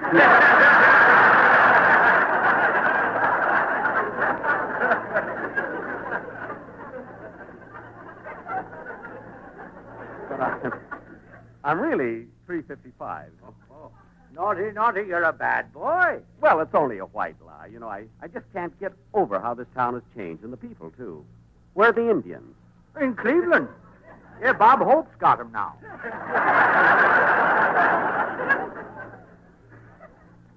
Bob Hope? Sure, the big radio comedian. Don't tell me you've never listened to Hope. No, what did he say? Now, would you mind if I ask you... Look. I may be wrong, but I think that's the spot right there. Huh? The place where I was killed 300 years ago. You were what? I was killed here 300 years ago. I was run over by a cow. I really was. A hit and moo driver.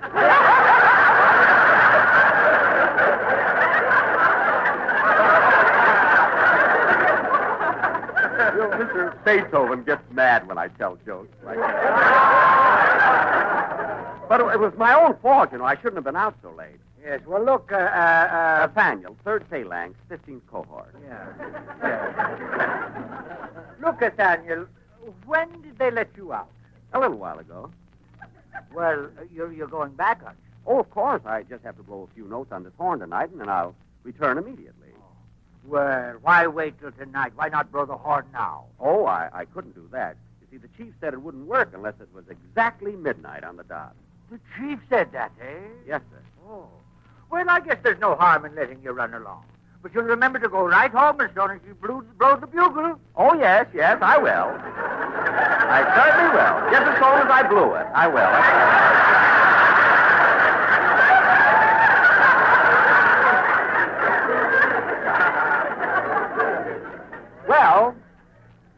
Well, goodbye. I'll see you later. Oh, no, you won't. If you've been good, I will. Goodbye. My, what a nice man.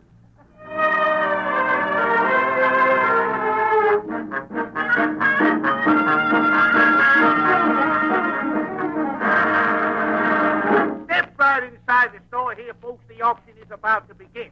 Now, friends, I have here my hair and a timepiece that is acknowledged all over the civilized world as the finest example of watchmaking that human hands can create. Why, friends, just look at this watch. Look at the solid 14-karat gold-type case. Gold-type case? The jewel dot consisting of 24 genuine artificial diamonds.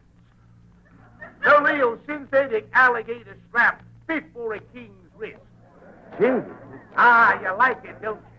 Well, I don't blame you, friends. Now, who starts the bidding at $300? I'ma bid 300, 300, 300. Who'll say 300? $1. $1. I'll bid it out. All right, who'll make it $1.50? My friends, the movement alone is worth that much. Who'll say $1.50? $1.50? $1.50? Can anyone say $1.50? I can say $1.50. $1.50. See, I said it. So, to the intelligent-looking man with the horn for $1.50. Congratulations, sir. Here you are. Thank you, sir. My friend, you have a watch there that will last you 100 years. 100 years? What will I do with it after that? Oh, well, I'll think of something.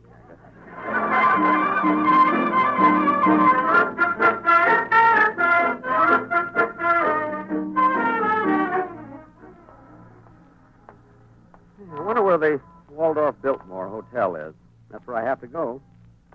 I better ask someone. Watch me get your pipers here. Watch spirit all about it. I beg your pardon, but I'm... A piper? You want a piper, mister? Piper? What's a piper? A paper.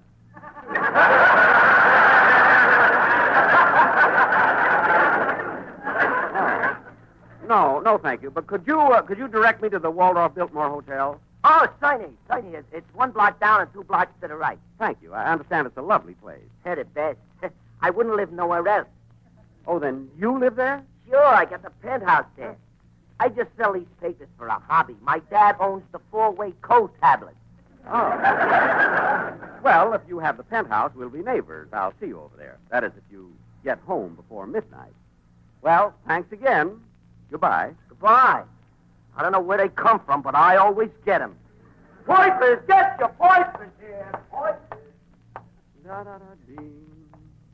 Da-da-da-ding. Yeah, it was nice of him to direct me to the hotel. The earth can't be so bad with people like him on it. I wonder if the chief isn't making a mistake. Maybe I shouldn't. Oh, I didn't say it, Chief. I was just thinking. It's just that it seems such a pity. I mean, there's so many nights. I'll do it, Chief. Don't worry, I'll do it.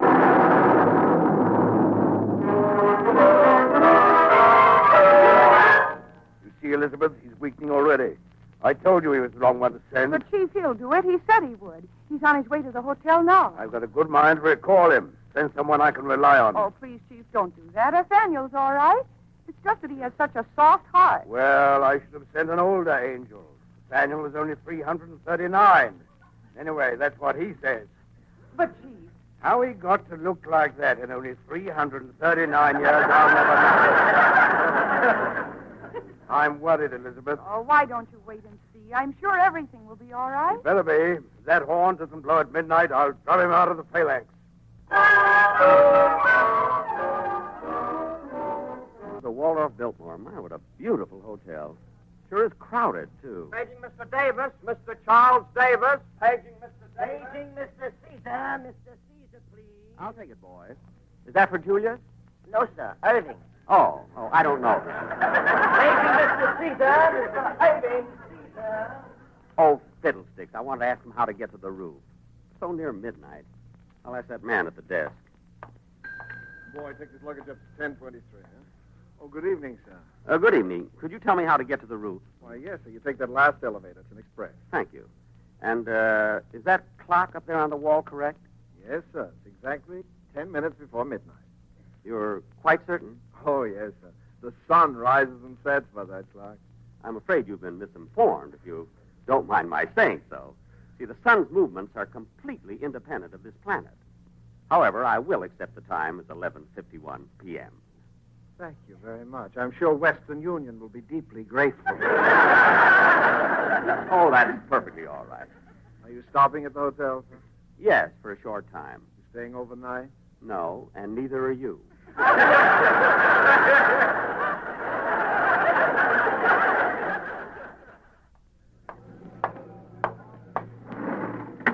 Going up? Yes, the roof, please.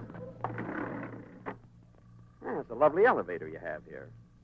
When you've seen one, you've seen them all. I suppose so. Is your name Otis?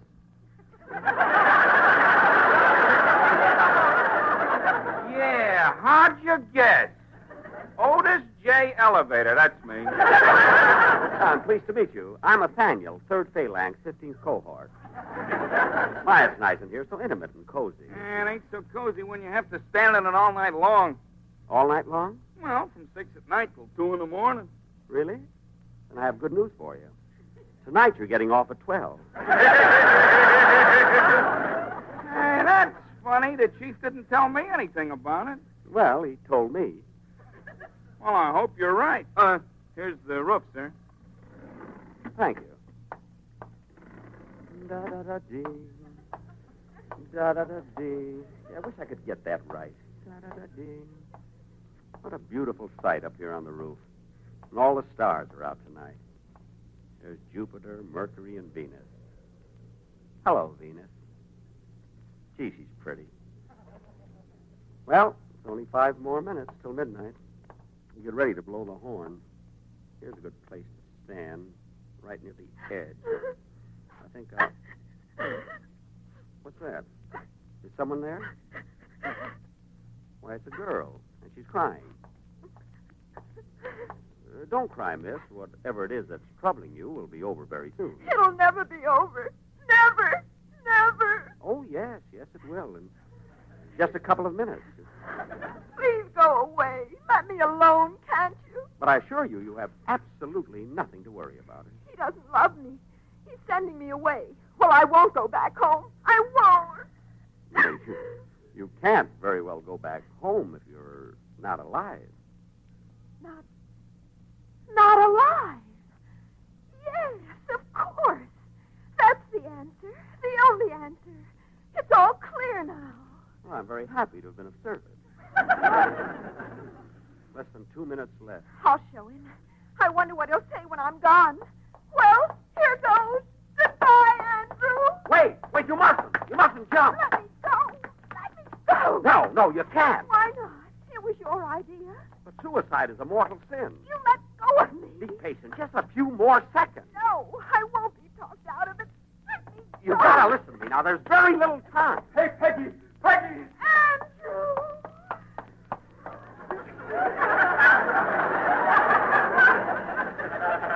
What? Who's this? Oh, Peggy, darling. Hey, you get your hands off my girl. Let go of me, mister. It's midnight. I've got to blow my horn. I ought to jam it down your throat. My horn?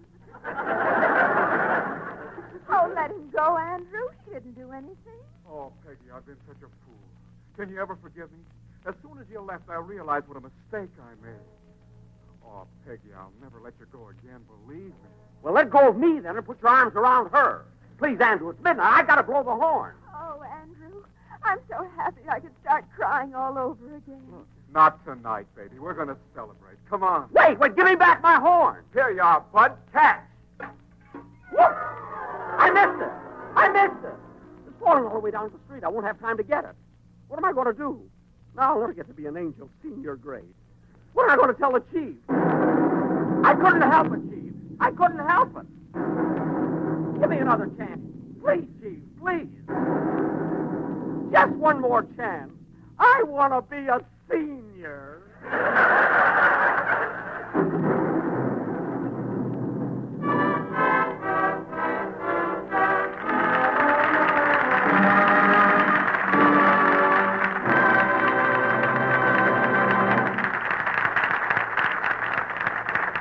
That's Act 2 of tonight's Ford Theater presentation of The Horn Blows at Midnight, starring Jack Benny with Claude Rains. Time out again very briefly for the Ford Motor Company. This week in the showrooms of Ford dealers all over America, you can see the first new post-war products of the Ford Motor Company, the famous Ford trucks. And these new Ford trucks are new all through, really new. They have new engines, new frames, new brakes, new cabs, new comfort, and new models that are bigger than Ford ever built before. There are 3 new engines in Ford trucks, all newly designed. A 95-horsepower 6-cylinder engine and 2 V8s, 100 and 145 horsepower. The frames are newly designed for greater strength.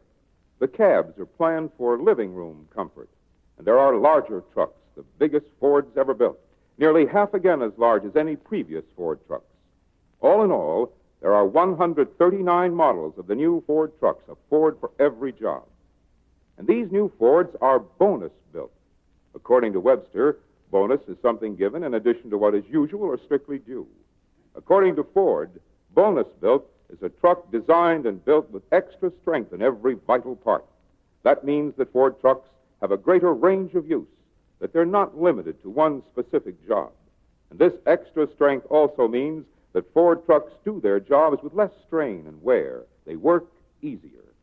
Ford trucks are planned and built stronger to last longer.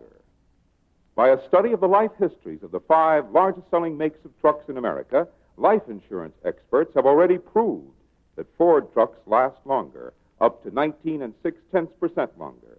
That's the record of past years. But now the new Ford trucks are designed to be even better. They are bonus built. And whether or not you buy or operate trucks, you will be served better because the organization which has built more trucks than any other, Ford, builds bonus-built trucks. Watch for the Ford trucks. See them now at the showroom of your friendly Ford dealer.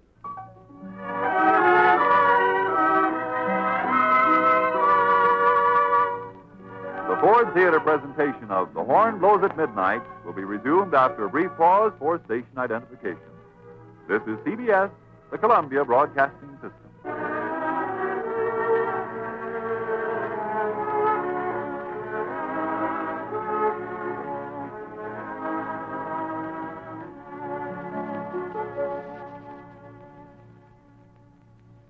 Fletcher Markle again. And now for the third act of The Horn Blows at Midnight, starring Jack Benny as Nathaniel and Claude Rains as the chief.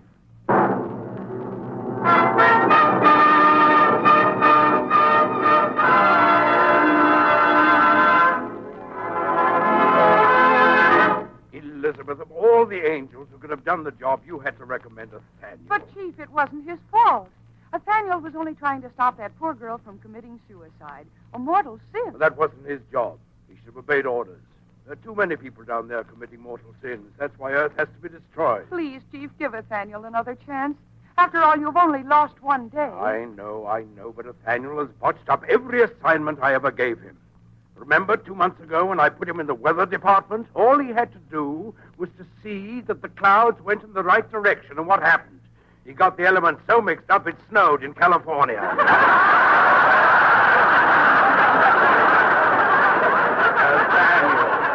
Nathaniel, Bob. No, but, Chief, that was an accident.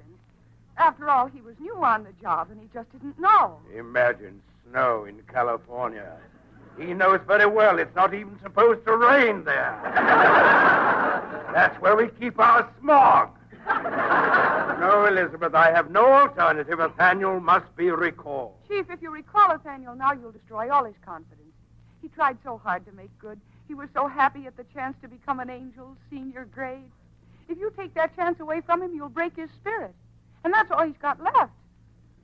Oh, please, Chief. Be just a little more patient with him, won't you? Elizabeth, I don't know why I let you talk me into these things, but you always do. Then you'll give Nathaniel another chance? Oh, thank you, Chief, thank you. You're so good and kind, and he'll be so grateful. Well, you better blow that horn at midnight tonight, or else. And that's my last word. Else. I'll thunder him his directions.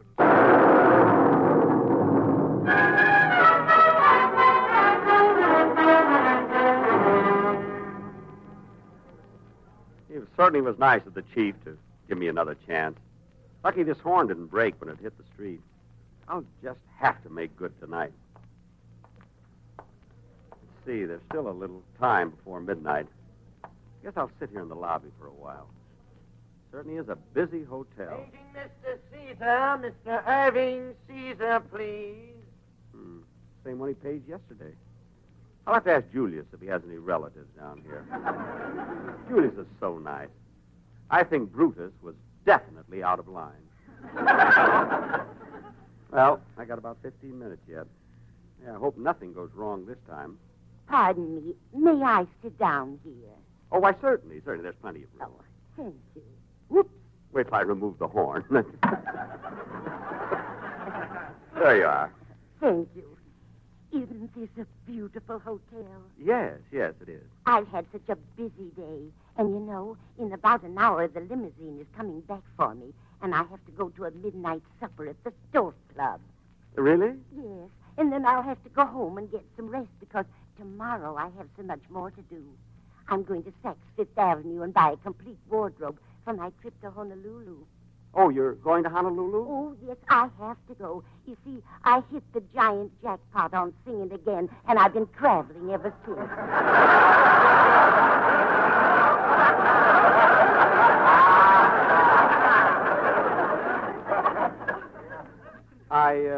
I don't understand. And not only that, they painted my house inside and out, and it looks so strange now. Oh, I loved it the way it was. Well, look, lady. I'm Mrs. Watson. Oh, how do you do, Mrs. Watson? My name is Nathaniel. Nathaniel. The third phalanx, 15th cohort. Oh, I've never been there. Oh, no, it isn't a play. Paging Jack Benny. Mr. Jack Benny, please. Paging Jack Benny. Mrs. Watson, what I meant to say... Oh, wait a minute. Did you hear that? What? They're paging Jack Benny. Jack Benny? Yes. Haven't you ever heard him on the radio? Well, no. Oh, I hope he's living in this hotel. I might see him. He's simply wonderful. I listen to him every Sunday, even though I can't win anything.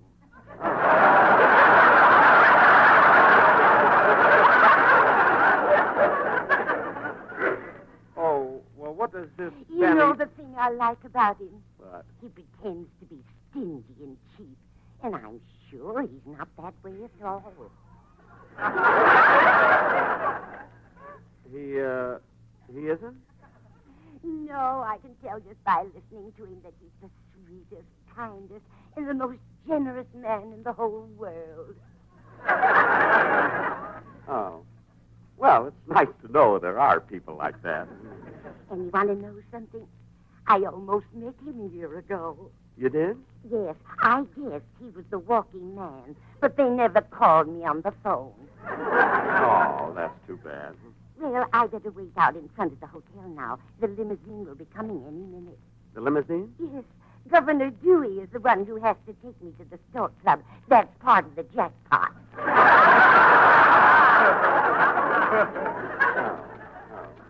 Well, goodbye, Mrs. Watson. It was nice talking to you. Oh, thank you, Mr. Phalanx. No. It's Nathaniel. Third phalanx, 15th cohort. Goodbye. Goodbye. Well, now, that was the sweetest old... Oh, my goodness. That nice old lady thinks she's going to Honolulu tomorrow. And I have to... Oh, no.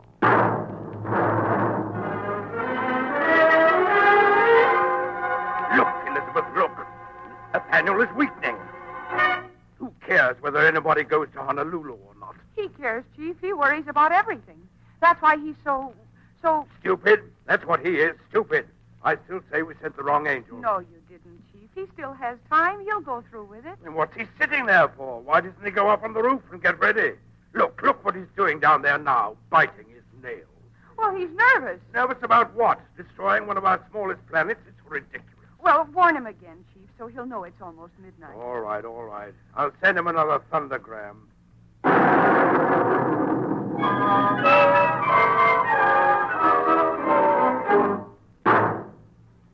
Yes, Chief, I know. Well, I still got about 7 minutes. Gee, I hope nothing goes wrong this time. Pardon, monsieur. Huh? Oh, hello, little girl. Hello. Are you lost? No, monsieur, I am not lost. Oh, I thought the way you were looking at me, you wanted to ask me something. No. So sad, sitting here all by yourself. I am sad. Why, monsieur? Because it's something I have to do at midnight. I'm worried about it. Well, you mustn't worry. My mother told me, even when we were in the camp, not to be sad, because someday everything would be all right. The camp? You were in... A prison camp, monsieur, back in France. Oh, I see. Did you do something wrong? No, monsieur. Well, Would you like a piece of my candy bar, monsieur? No, thank you. Although I haven't had a bite since I came down here, except my nail. Then, please, take a bite of this chocolate bar. Well, thanks. Thanks. What's your name? Angelique. Angelique? That means little angel in French. Oui, monsieur. You know, I'm an angel, too.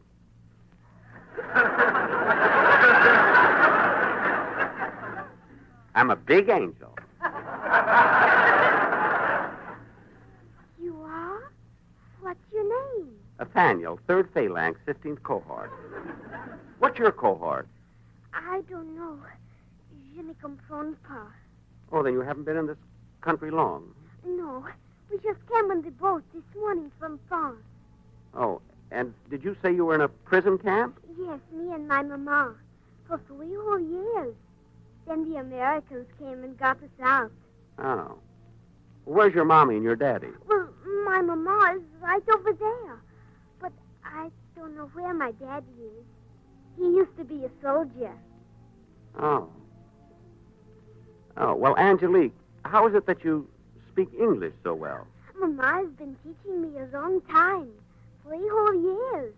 3 years? I suppose that is quite a long time for a mortal. Especially such a small mortal. And you don't know where your father is? No, monsieur. But Mama said he was the most wonderful man in the world. And we're all going to be together again someday. Angelique? Angelique, it's me, Mama. Here I am. Oh, I was worried when I didn't see you. Oh, she's quite all right. We were just sitting here talking. He is a very nice man, Mama. Angelique, were you annoying this gentleman? Oh, no, not at all. We had such a nice chat. And Angelique was telling me what a wonderful man her father is. And you're all going to be together again. Is he in New York? No, monsieur. Angelique would not understand, but he was a great hero. Oh, I see. And you just arrived from France this morning? Yes. Tonight we are going to take the train to Chicago. We are going to live with relatives there. I have not seen them for over 10 years, but they have asked us to come to them. Well, that will be nice. Then your little girl can grow up in a good home like... Oh. Uh-oh. Oh, my goodness. What am I saying? You look sad again. Yeah, I just remembered something. Mama, can I have another piece of candy? Angelique, I just gave you a whole bar. I know, but I offered to share it with this man, and he ate the whole thing.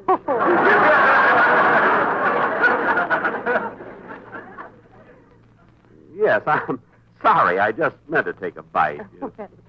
Here's some money. You can buy another bar right over there. Thank you, Mama. You know, monsieur, Angelique does not know that her father is dead. Yes, I realize that. She is too young to understand. You see, she was just an infant when he was killed.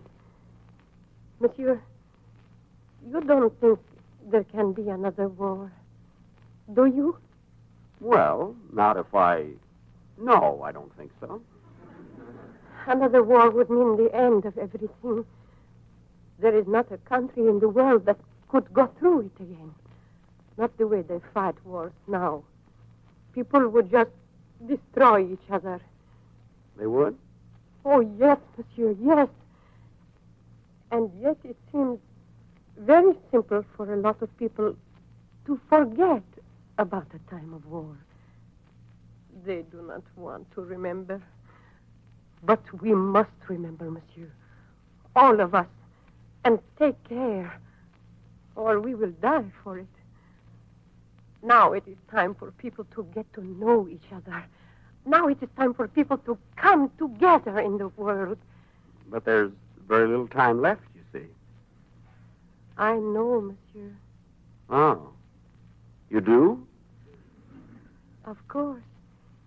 If we do not change ourselves soon, it will be too late. Though the war is over, there is much still not settled. It may take 5 years or even 10 years before we find the answer to real happiness and understanding. But we will find it, monsieur. We must now reach out to each other and find out about each other. by coming here, Angelique and I have a chance to do that. And we are grateful. We must find peace with each other, monsieur, or we are lost. Yes, I'm sure you're right. But you see... Mama, I have another candy bar. Would you like to share it with me, monsieur? No, thank you. I've had enough. Well, come on, Angelique. We must go. Goodbye, monsieur. Monsieur... Nathaniel, 3rd Phalanx, 15th Cohort. Goodbye, Angelique. Goodbye, monsieur. Goodbye. What a cute little girl. Spent 3 years of her life in a prison camp. Well, it's getting near midnight. Better take the elevator up to the roof. Going up, sir? Yes, the roof, please.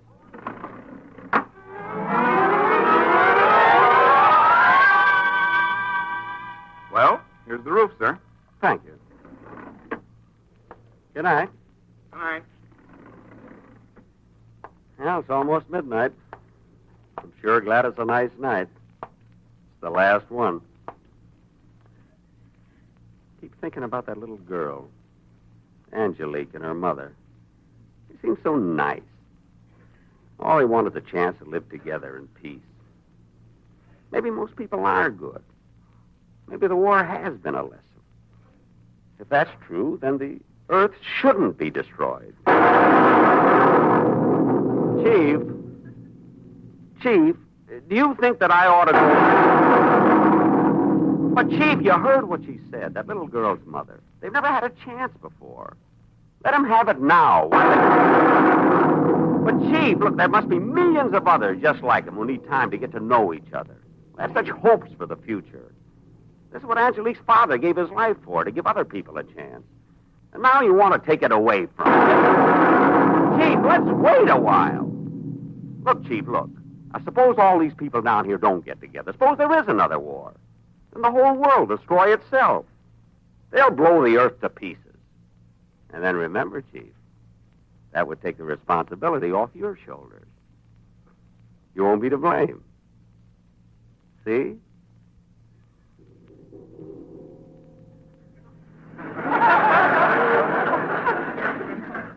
See what I mean, Chief? You've waited this long, thousands and thousands of years. What harm is there waiting a little longer? Give them a chance. Maybe they'll get to work and live together in peace. Everything will straighten itself out, and it'll be the way you want it to be. What is that, Chief? Oh. Then I won't have to blow the horn? I'm glad you changed your mind. Well, I'd like to come back now, Chief. I'd like to see you and Elizabeth and Horatio, and I'd even like to see Mr. Beethoven, too, even though he does holler at me all the time. From now on, I'm going to practice real hard and make him proud of me. Thanks, Chief. I'll leave right now.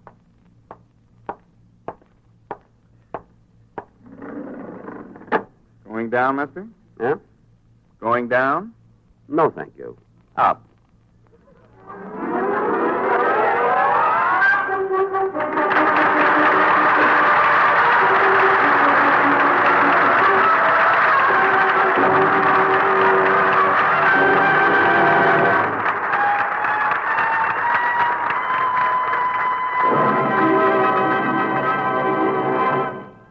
From the Ford Theater in Hollywood, you have just heard Mr. Jack Benny starring in The Horn Blows at Midnight. Tonight's version for listening was prepared by Hugh Wedlock and Howard Snyder, and the original musical score was composed and conducted by Cy Feuer. The Ford Theater, a full hour of dramatic entertainment, is brought to you every Friday by the Ford Motor Company, builder of Lincoln and Mercury cars, Ford trucks and farm tractors, and the new 1949 Ford car, officially chosen as the fashion car of the year. It's Ford for the new look in styling, and it's Ford for the new feel in driving. Drive a Ford and feel the difference. Now again, Mr. Markle.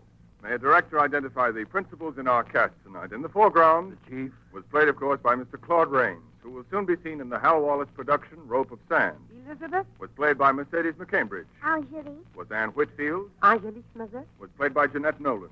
Mrs. Watson. Was Jane Morgan. Mr. Beethoven. Was Hans Conried. Jerry and Johnny. Were played by Jerry Farber and Johnny McGovern. Actively assisting were Paul McVeigh, Miriam Wolfe, Eddie Marr, Joseph Kearns, Jay Novello, Julian Upton, Sidney Miller, Herb Vigran, Byron Kane, and Shirley Mitchell. Anybody else? Yes, Nathaniel. Was played by Jack Benny. Jack, I've got a confession to make. What is it, Fletcher? After all the kidding we did on your program about the horn blows at midnight, I have to admit now that I never saw the picture. You didn't? I just couldn't bring myself to walk into the theater. Why? It's a complex I have, Jack, the fear of being alone. Oh. Well, anyway, Fletcher, I want to tell you it was really nice doing this show for you tonight, and I promise you one thing. If I ever make another bad picture, you can have first crack at it. Thank you, Jack. And by the way, just one more question before I give you your check. Oh, the check? Yes. It slipped my mind. Get your hand out of my pocket. Oh. Yes, excuse me. What is it you wanted to ask me, Fletcher? Well, you always kid so much about your age. Tell me, Jack, and be on the level this time. How old are you, really? Fletcher, I'm 39.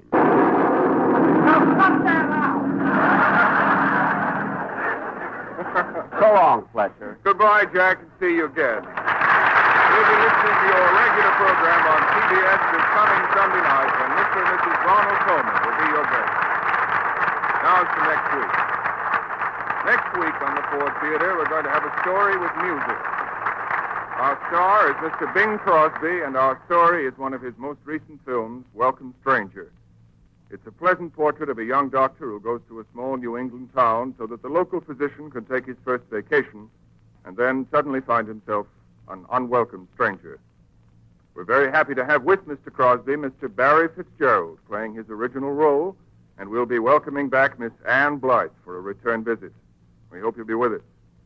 And now until next week, until Bing Crosby, Ann Blythe, and Barry Fitzgerald in Welcome Stranger, this is Fletcher Markle with a good night and thank you from all of us in the Ford Theater.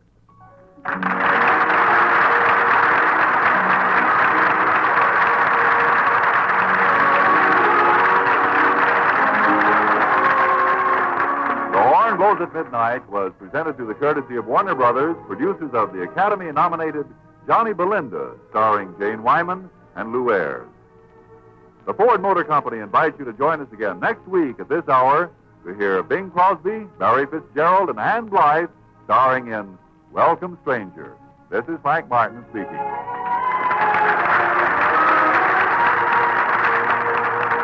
This is CBS, the Columbia Broadcasting System.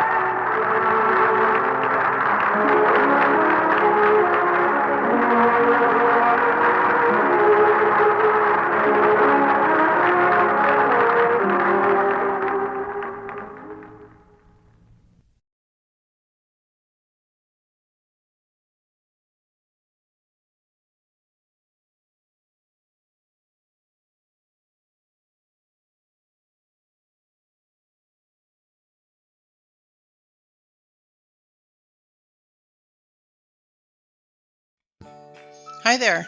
Welcome to Chesterton Radio. Where a thriving audience loves its radio shows. Don't take our word for it.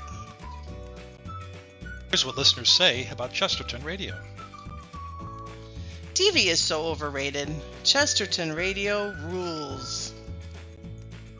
I feel my IQ going up by the minute. I am enjoying these so much. I haven't turned on my TV in weeks. Lying here on my sofa with my eyes closed, I can picture the whole story. I've seen the movie version. This was just as grand, if not more. I thought I'd doze off, but no. I am hooked. Gotta listen to one story every night before bedtime. I love this channel. It gets me through my workday. I'm new to radio plays. Excellent story and played out wonderfully. Thank you for the hard work and love you put into bringing us these shows. I found Chesterton Radio over a year ago. I'm forever thankful. I love the Lord. This is a guiltless pleasure. I bet even he likes to listen to Chesterton Radio. I love this channel. I've not watched TV in over 2 years. I've never heard anything like this. Mind-blowing. Enjoy our shows? We need your help today. Keep Chesterton Radio afloat.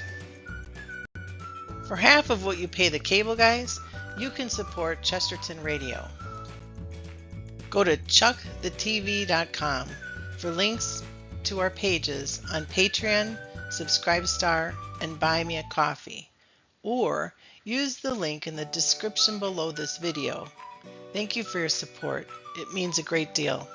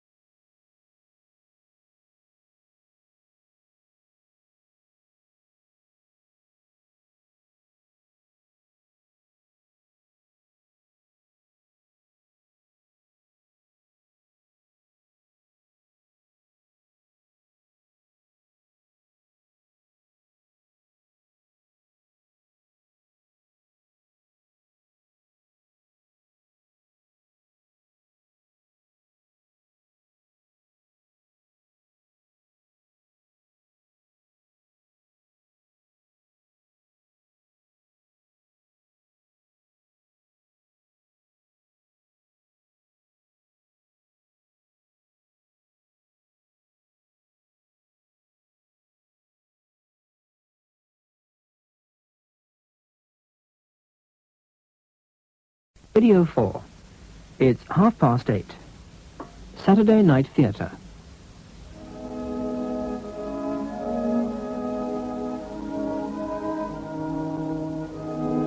We present Ursula Smith with Stephen MacDonald and Roy Boucher in Mary Stuart's Wildfire at Midnight, adapted for radio by Stuart Hunter. Wildfire at Midnight.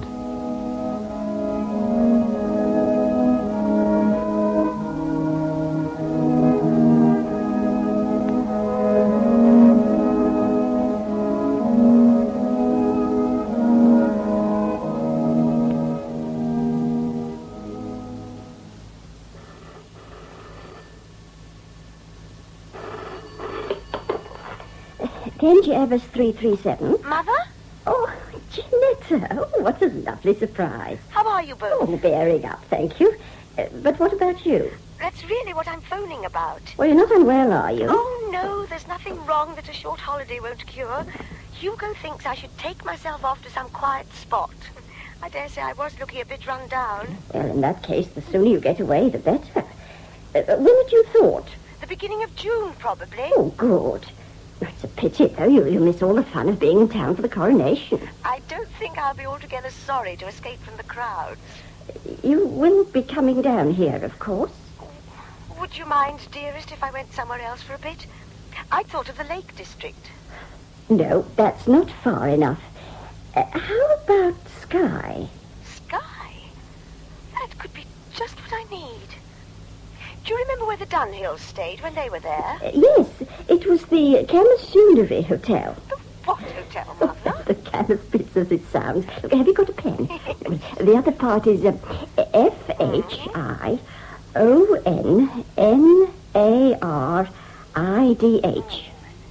Do you know, I think I shall go to the, how do you say it? Camasoonery Hotel?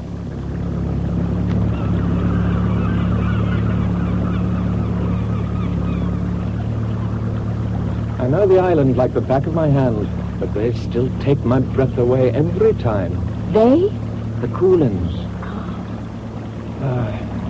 You couldn't have had your first sight of the hills under better conditions. You're a climber, I take it. Well, yes, of sorts. What about you?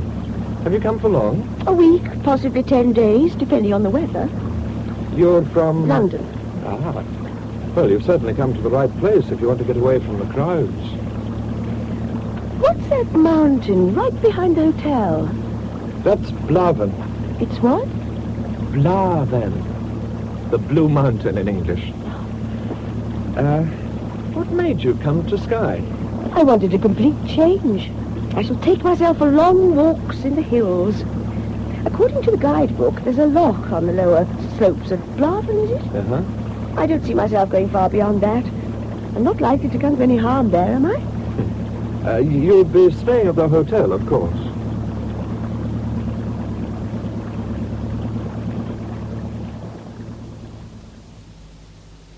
Forgive me, but haven't we met?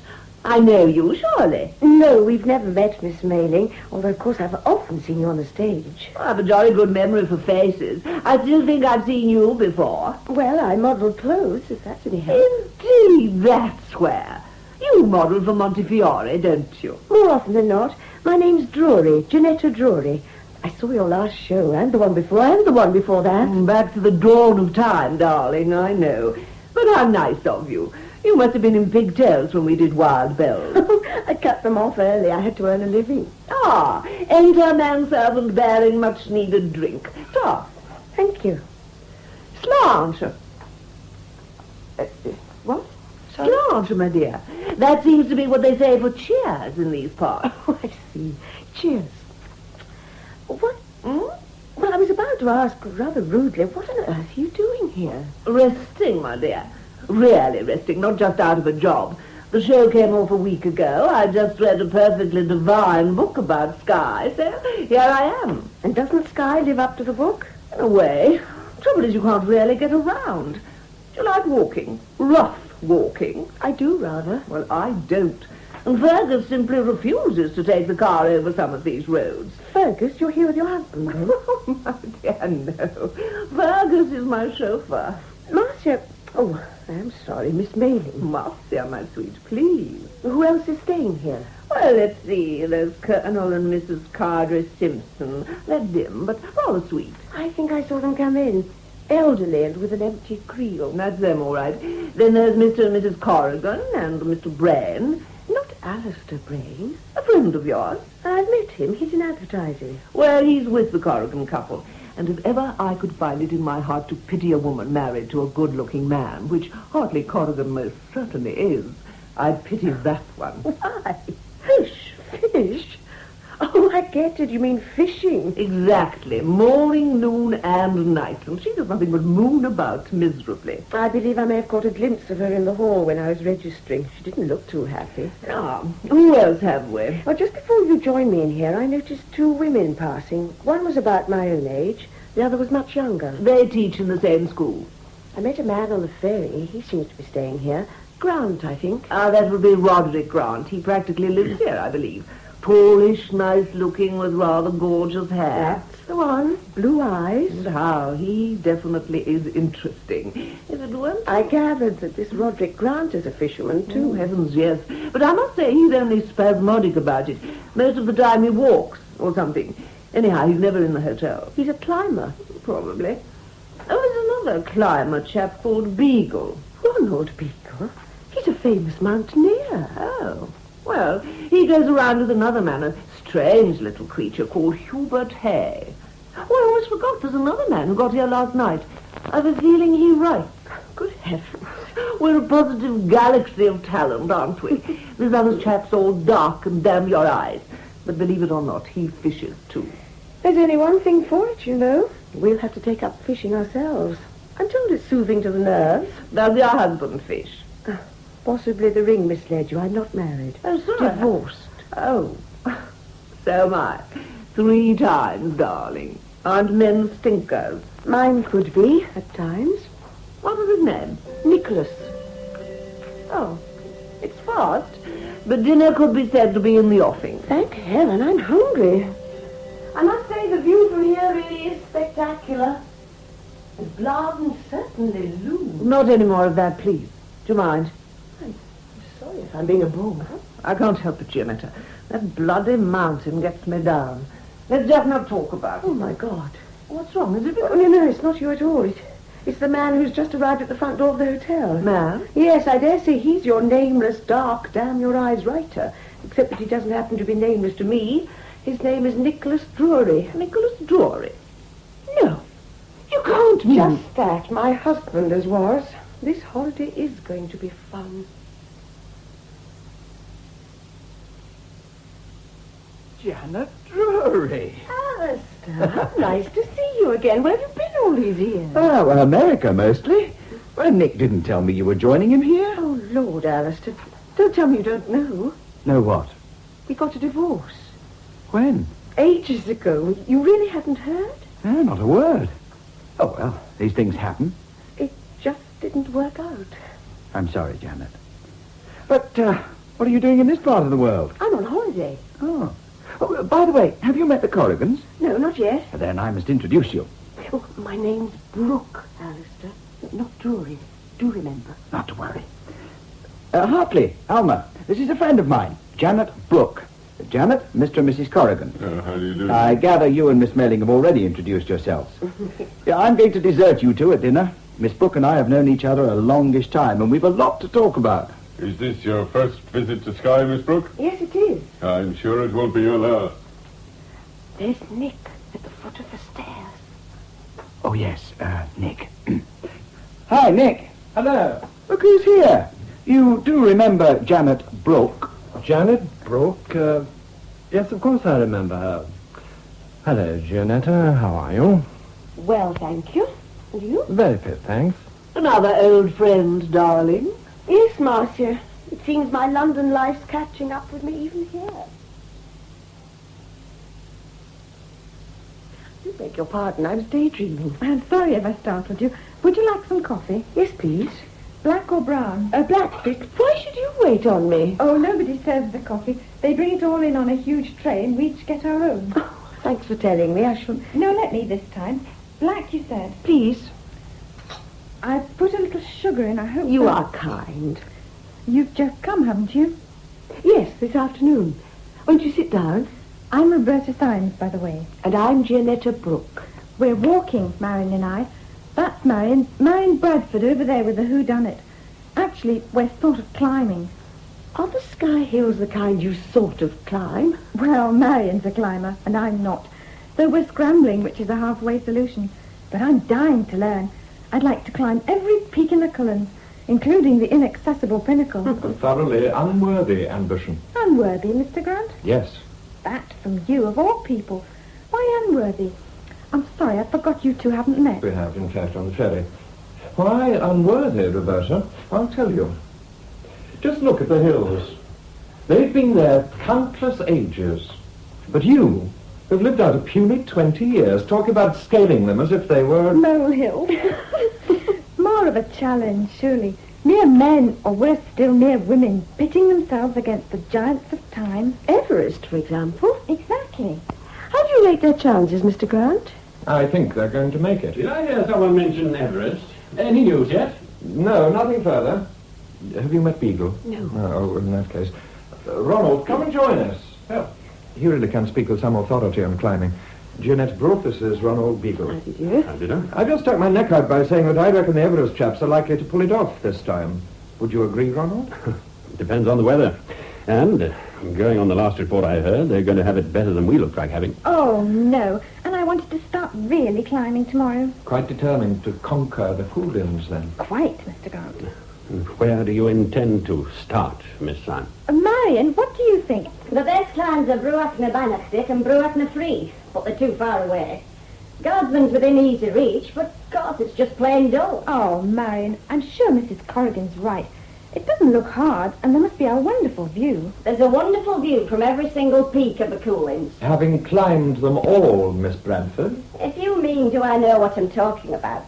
The answer is yes. As this discussion seems to have become a free-for-all, do you think I might... My dear Hubert, we are all ears. If I were you, Miss Syme... I've already made up my mind where we're going. We're going up Blarven. You did say Blarven, Miss Bradford. I did, Mr. Beagle. Is that, quite wise? It's easy enough from this end. Quite. But, well, if the weather is bad... Oh, a spot of rain won't hurt us. And if the mist threatens, we won't go. Look, isn't it time someone broke the hoodoo on that blasted mountain? Now, I must get some fresh air. It's so stuffy in here. You're coming, Roberta? Okay, Marion. I think I'll follow Miss Bradford's example and have a walk. I wonder if you'd care to join me, Mrs. Corrigan. I'd have liked to very much, Miss Brooke, but I've had all the exercise I need for one day. If you don't mind, Miss Brooke, I too could do with stretching my legs. Or would you prefer to be alone? I shall be glad of your company, Mr. Grant. If you want to climb Unsthrown, we'd better keep to the Blarven side of the glen. There's a bog farther on, nearer the river. It isn't too pleasant. Even the deer avoid it. Not walking too fast for you, am I? No. Is this your home, Mr. Grant? Oh, no. My father was minister of Auchlechty, a little lost village at the back of the North Wind. Do you know it by any chance? I'm afraid not. Oh, you don't have to apologize. That's where I learnt my mountain worship. I'd no mother. My father was a remote kind of man who'd very little time for me. It was miles to school, so as often as not, I just ran wild on the hills. You must have been a very lonely little boy. I don't think I felt lonely until an uncle died and left us a lot of money. After that, I was sent to a public school. Bad luck. I hated it. And now you spend your time climbing. Oh, pretty well. I travel a bit, but I always seem to end up here in May and June. Here, watch your step now. What? What was it? A cock grouse. Look. That's terrific. Blarven, at its most impressive. I wonder if those two fool women will really go up there tomorrow. Is it a bad climb? Well, there are several nasty places, even there. Miss Bradford said she knew her way about. Yes, she did, didn't she? Mr. Grant? What did Miss Bradford mean about a hoodoo on Blarven? What's wrong with it? Why does everyone shy off it as they do? Don't Don't say you haven't noticed it. You don't know? Of course I don't know. I've only just arrived. Murder's what's wrong. Murder? 2.5 weeks ago. Happened on the 13th of May. A local girl was murdered on... Blavan? Oh, no. On Blavan. Who was the girl? And who did it? We still don't know who did it. The girl's name was Heather McRae. Her father does some gillying for the hotel folks in the summer season. His croft's 3 or 4 miles up the Strath. It seems that Heather was keeping company with a lad from the village, one James Farland. And so, when she took to staying out a bit later in the long summer evenings, her folks didn't worry about it. They thought she was with Jamesy. But she wasn't. Jamesy says not. But then, in the circumstances, he would. And if it wasn't Jamesy, who could it have been? Jamesy says that he and Heather had a quarrel. Yes, he admits it quite openly. He says she'd begun to avoid him. And when he tackled her about it, she flared up and said she was going with a better chap than he was. A gentleman, Jamesy says she told him, a gentleman from the hotel. But that doesn't mean that the man from the hotel was necessarily the murderer. No, I suppose not. But what we do know is that Heather McRae went out on the evening of May the 13th to meet a man. She told her parents she had a date. On Blavan, you said? Yeah. This bit isn't nice, but I'd better tell you. At about midnight that night, some men were out late on Loch Scarveg, poaching sea trout, I expect. Suddenly, they saw what looked like a great blaze of fire halfway up Blavan, and they decided to investigate. And found? Well, by the time they reached it, the fire was out, and it was only the tongue of smoke licking around the rock that guided them to it. They found a whitish ledge, easy enough to get to, with the remains of charred driftwood and birch, and heather blackened and, it seemed, deliberately scattered all over the rock. Lying in the middle of the blackened patch was Heather McRae's body, flat on its back. Oh, could I have one of your cigarettes, please? I don't seem to have any on me. Yes, of course, here. Thank you. A light? Yes, thanks. Do you want me to go on? I might as well know the lot, mightn't I? She wasn't very much burned, and she'd been murdered before she was laid on the fire. Her throat had been cut. Oh, dear God. She was fully clothed, and she was lying, quite peacefully, it seemed, with her hands crossed on her breast. The oddest thing, though, was that she was barefooted, and all her jewellery had been taken off. Jewellery? Oh, not stolen. That was all there in a little pile in the corner of the ledge. Her shoes, leather belt, all the ornaments she'd been wearing, a ring, cheap bracelet, even a couple of hair slides, and, oh yes, and a brooch. It's odd, don't you think? And the police? Do they favour this Jamesy person or the gentleman from the hotel? God knows. Well, now perhaps you see why the nerves of your fellow guests are a little bit on edge. Yes, I do. I also understand why, whenever I mentioned Blavan, people reacted so strangely. I'm surprised that Major Persimmon didn't warn you guests of what was going on. I could hardly expect Persimmon to ruin his season by warning off intending guests. I suppose not. Just tell me this. Which gentlemen were staying in the hotel on May the 13th? All those who are here now, with the exception of Miss Mayling's chauffeur. And which of you has an alibi? None of us that I know of. Colonel Carter Simpson and Major Persimmon are vouched for by their respective wives, but that doesn't count for all that much, of course. Corrigan and Brain were out fishing on Loch Narton. At midnight? Quite a lot of people do just that thing, you know. Then they were together? No, they separated to fish different beats of the river after 11, and they made their way back to the hotel separately in their own time. Mrs. Corrigan says her husband got in well before midnight. Did he let himself into the hotel? It's open all night. How convenient. And Mr. Hay, what about him? In bed. A very difficult alibi to break. Or to prove. It is, if one happened to be alone in it. My alibi happens to be the same.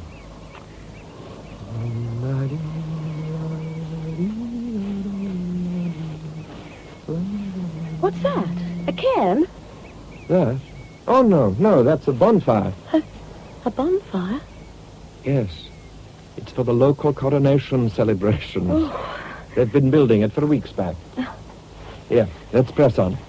Those are the lights of the hotel. It isn't as far away as you think. Good. I've suddenly realized that I'm tired, so I'm going to have a bath and turn in. Janet. Oh, Alistair. Please stop shining that torch in my face. I'm sorry, but what on earth are you doing down here at this time of the night? You're just about startling me out of my wits. You can imagine how I felt. Well, I was trying to cause as little disturbance as possible. I wish this hotel didn't have a blackout from midnight on. Well, you're in the Highlands, remember. Our host doubtless feels he's doing us proud by having a generator installed. At least it lets us have light at the touch of a switch up to the time when all decent folk should be abed. Don't forget your book when you go upstairs. You've been fishing, I suppose. Yes. Any luck? Pretty fair. But Hart caught a beauty. Hart? Oh, Hartley Corrigan. Oh, where's he got to? To his bed, I should think. He came back a good 2 hours ahead of me. I've just had some good risers, so I decided to stay on. Strictly illegal, you know, so don't give me away. But that can't be right. What can't? But I'm sure I heard him minutes before you came in. Someone was out there in the porch. They messed around for a bit, then went away. Oh, that would be Jamesy you heard. Jamesy? Yes, Jamesy Farlane. He was with us, but I told him not to wait for me. He had the longest way to go, you see. And then it would be him I caught a glimpse of. I went to the window and I saw someone striding along the road. Yes, that would be Jamesy. But did you think it was a burglar? We don't have to worry about such urban horrors here, Janet. No, only murderers. Who told you? Roderick Grant. I see. Worried? Naturally. Well, the police are still working on it, and they don't let up, you know. Alistair, do you think Jamesy Farland did it? Or do you think it's someone staying here? I just don't know. When I came in, I asked you a question which you still haven't answered. What brought you down here at this late hour? I'd remembered I'd left my handbag where I'd been sitting before I went for a walk. By the time we got back, I'd other things on my mind, so I forgot to pick it up. Well, it would have been perfectly safe till morning. But I needed it, Alistair. In the middle of the night? Yes, my tablets were in it. Tablets? I turned in quite early, but I thought I was never going to get to sleep. However, I must have dozed, then bang, I was wide awake again with a thumping headache. Oh, poor you. I wasn't really sorry to be awake. I'd had horrible nightmares. Fire seemed to be the theme. Fire at midnight on Blaven. Then I lay thinking about a gentleman from the hotel. So you crept down here and were scared stiff by me. Too bad, Janet. I'd been frightened before that. There was the prowler in the porch. But I was upset anyway. Understandably. As Grant had No, seen not fit just a murder, Alistair. As I was tiptoeing along the corridor, I heard voices coming from one of the bedrooms. Marcia Mailing's. A woman's voice and a man's. Now, Janet, you're a big girl. You know that sort of thing goes on, especially when there's someone like the Mailing around. Earlier on, I'd seen her and Nicholas in the corridor, and they weren't just discussing the weather. Now, that doesn't prove that it was Nick who was in her bedroom. And in any case, Janet... He's no longer my husband, so what he does is no concern of mine. Is that what you were about to tell me? I think you should go back to bed, my dear, and try to get some sleep. Take a couple of your tablets. Know something? I've just realized my headache's vanished. Oh, Miss Brooke, I believe you said you would like to try your hand at fishing. Yes, I did. But I think I might wait a day or two. No, just as you like, of course. But you'd maybe care to fix up a time with Dougal McRae here. What about Wednesday, then? Ah, Wednesday's a free day, so it'll be suiting fine. Where shall I put you down for, Dougal? The upper beat, Major, and now, if you'll excuse me, I'll be on my way or I'll be late for the cure. Good day to you, miss. Good day, Major. Good day, Dougal. I wonder if I've time for a breath of air before I go through to the dining room. There's no hurry, Miss Brooke. Mr. Brooke? My name's Hay, Hubert Hay. How do you do, Mr. Hay? I hope you don't mind my speaking to you, but the fact is, I want to ask a favour. Yes? Yes, you see, I'm a writer. I'm a writer of travel books, Miss Brooke. That's why I'm here. I see, collecting material. Yes, I go for walks and then write about them. How very original. Oh, I don't know. I shall look out for your books, Mr. Hay. I'll send you one. That would be most kind of you.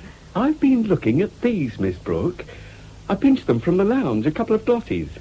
I've a photographic memory, Miss Brooke. Have you? How extremely... As soon as I clapped eyes on you last night, I knew I'd seen the face before, in something I'd leafed through recently. So I did a little bit of research. It is your photo that's in these, isn't it? Full marks, Mr. Hay. I take photographs for my books. I thought if I took a picture of the Coolins, I'd like to put a lady in the foreground. Well, of course you may photograph her, Mr. Hay. That's very kind of you. If it clears up, how about this afternoon on Skirness Tree with the Coolins behind? It's a date, then.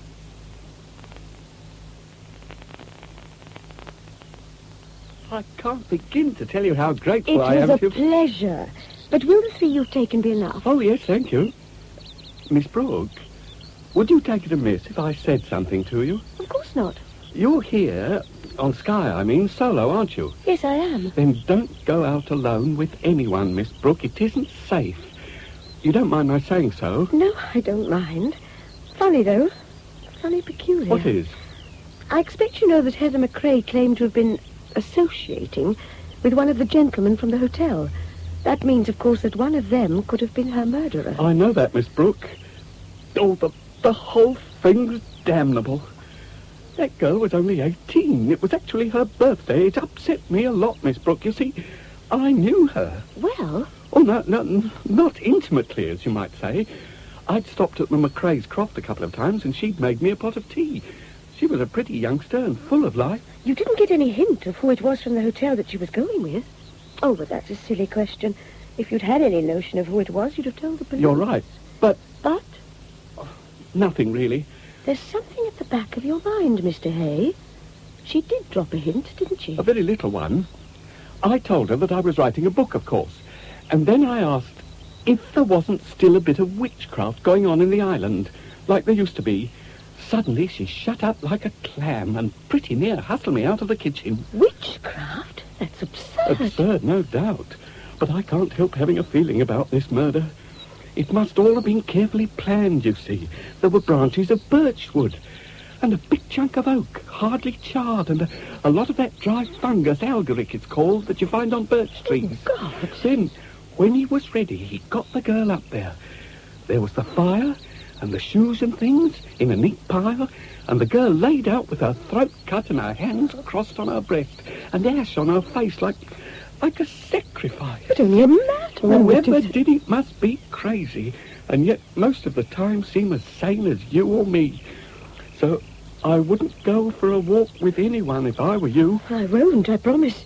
In fact, I'm beginning to think I might go back to London. It wouldn't be a bad idea at that. And now I'm sure you'll be wanting to get back to the hotel. I say, we're a bit thin on the ground, aren't we? Climbers not back yet? They weren't in the dining room. I hope there's nothing amiss, Poor Mrs. Collins. woman. She shouldn't have gone climbing on a day like Coffee this. up. Do you mind clearing the table, Janet? This tray's heavier than you If might only think. that awful woman hasn't gone and done a silliness just to impress Do you that think poor she'd do child anything of rash, Russia. Mr. Grant? Miss Bradford doesn't take kindly to advice, but she's actually a very accomplished climber. I'm sure she wouldn't take any chances with a mere beginner like Miss Symes. After all, Ronald Beagle set out to climb Scourton and Geelan, and he certainly wouldn't have gone in unfavourable conditions. He's not back either, Mr. Grant. Where's your husband, Mrs. Corrigan? He? Oh, he went out walking. Yes, we set out to walk up to the ridge for the view over Loch Slappin. I brought Mrs. Corrigan back, but Hart decided to go a bit further. Did you see any sign of the two women then, on Blaven? No, we didn't, but we saw someone. I believe it was you, Nicholas, in the distance. No, I wasn't on Blaven, so I saw nothing of them either. I think I'll have a word with Persimmon. They may have told him that they intended being late. Where did you go today, Marcia? To Portree, darling. I got some marvellous tweed, sort of purple and... our dear Roderick is returning to our midst. I'll show you later. Roderick, darling, what did the Major say? That there's no earthly reason for undue anxiety, but... But? I don't much like the look of that sky. You're that damn music. The Colonel's determined not to miss the latest about Everett. He's really rather a dear. I'd hate him to be disappointed. But, you know, I've the oddest sort of feeling about Everest. I believe I'd be almost sorry to hear that the summit has been reached. Really? I've always thought of it as a sort of remote, white, unattainable vastness. Immaculate, as it were. Exactly. I think it'll be rather a pity to see human footprints in the snow. I didn't know you had this vein of poetry in you, Gianetta. You appear to have developed quite a flair for overhearing what wasn't intended for your ears. Watch it, Nicholas. I don't think you know Miss Brooke well enough to make such a personal remark. You know, Grant, I'm not sure that I'm all that much interested in what you think. Unless I'm mistaken, our friend Beagle is returning to base. Alone? Yes, alone. That's strange. What is, Nicholas? Well, he's coming down the glen from the loch. I was under the impression that he was going up Scuanangelian. That being so, wouldn't it have been easier for him to come down the west side of the glen? Well, it's certainly a short cut, but the going's terrible. Anyhow, he'll be here in a matter of minutes, so we'll know then if you saw any sign of the two women.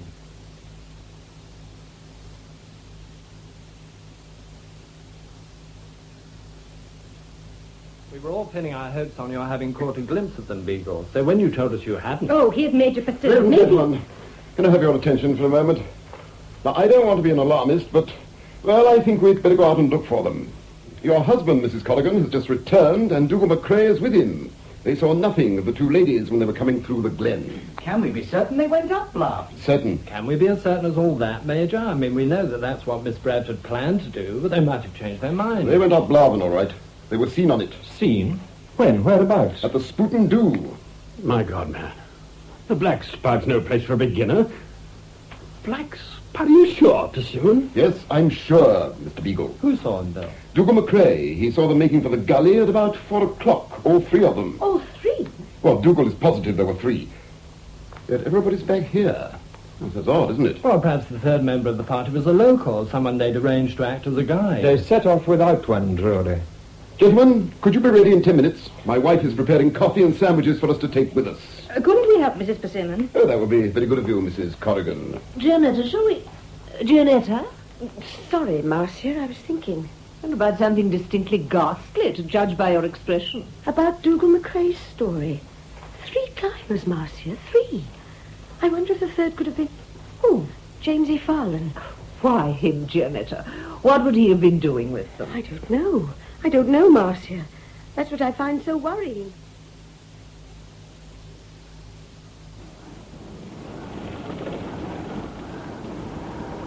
Mind if I join you, Marcia? Where are the others? Gone upstairs. I thought you'd be in here, so I bought a drink for us both. Oh, you perfect angel. Oh, isn't it an utterly foul night? It certainly is. Oh, thanks. Cheers. Gianetta, do you believe there's a hoodoo on that mountain? Blaven? Oh, of course not. The women will turn up all right. But that other climber... Whoever it was, he certainly wasn't a ghost. That Roberta child's rather sweet. Pathetic, too, in a way. The other I find pathetic. Frustrated, my dear. She's in love with Roderick Grant, you know. Oh, nonsense. I think I shall go to bed shortly. I do likewise. Gianetta? Yes? Would you like to see the piece of tweed I bought? Yes, I would.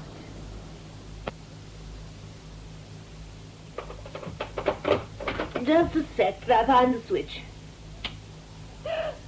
Marcia, for God's sake, what's the matter? The bed! Look! The bed! But it's just a doll, Marcia. Its throat's been cut, and there's ash scattered over it. The murderer's been here!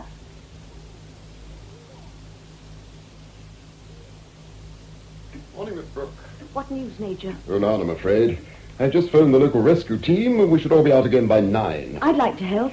Well, you and Mrs. Corrigan could tackle the area of scree and heather bordering the Black Spout. And we're leaving at 9? That's right. Now, if you'll excuse me, I've things to see to.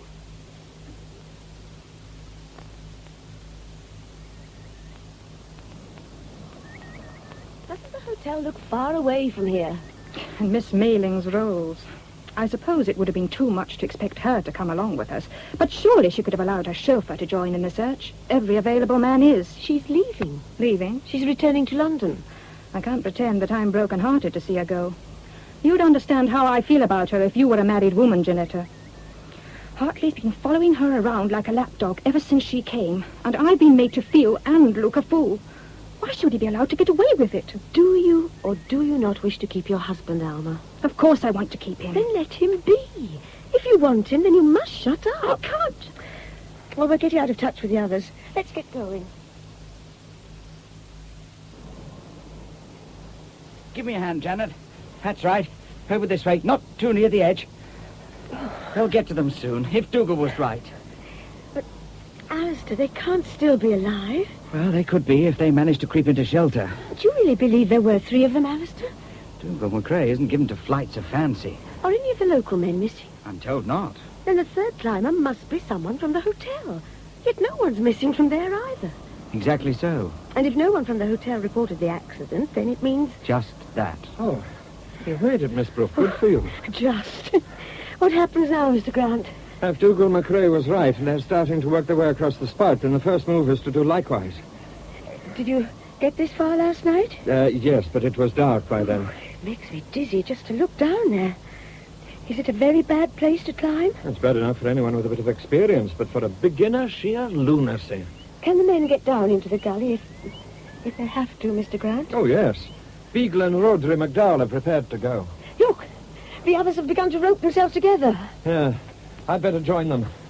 It looks as though someone's had the bright idea of searching the hillside and scree on this side of the gully. What shall I do? Wait here, if you don't mind. If they find them injured, you might be able to help.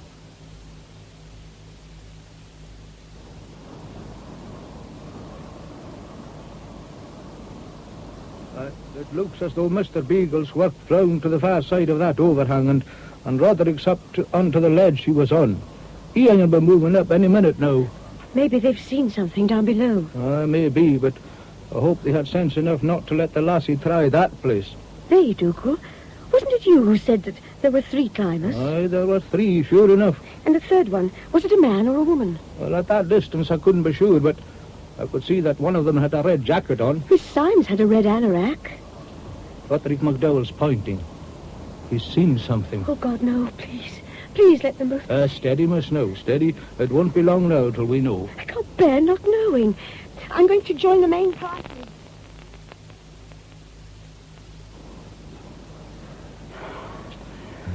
Put the stretcher down for a minute, lads. My God! Would you look at that? I'm looking, Bill. And I wish I didn't see what I see. What is it, Major? We know she's dead, poor soul. So there can't be anything worse. She fell from that slab. The rope's still around her body, or at any rate, part of it. It broke, you mean? The rope was cut. Cut clean through. I don't understand, Major. Oh, it's easily enough understood, Mrs. Corrigan. Someone cut the rope deliberately, and Miss Bradford fell to her death. Murder? What about Roberta Symes? She hasn't been found yet, Gianetta.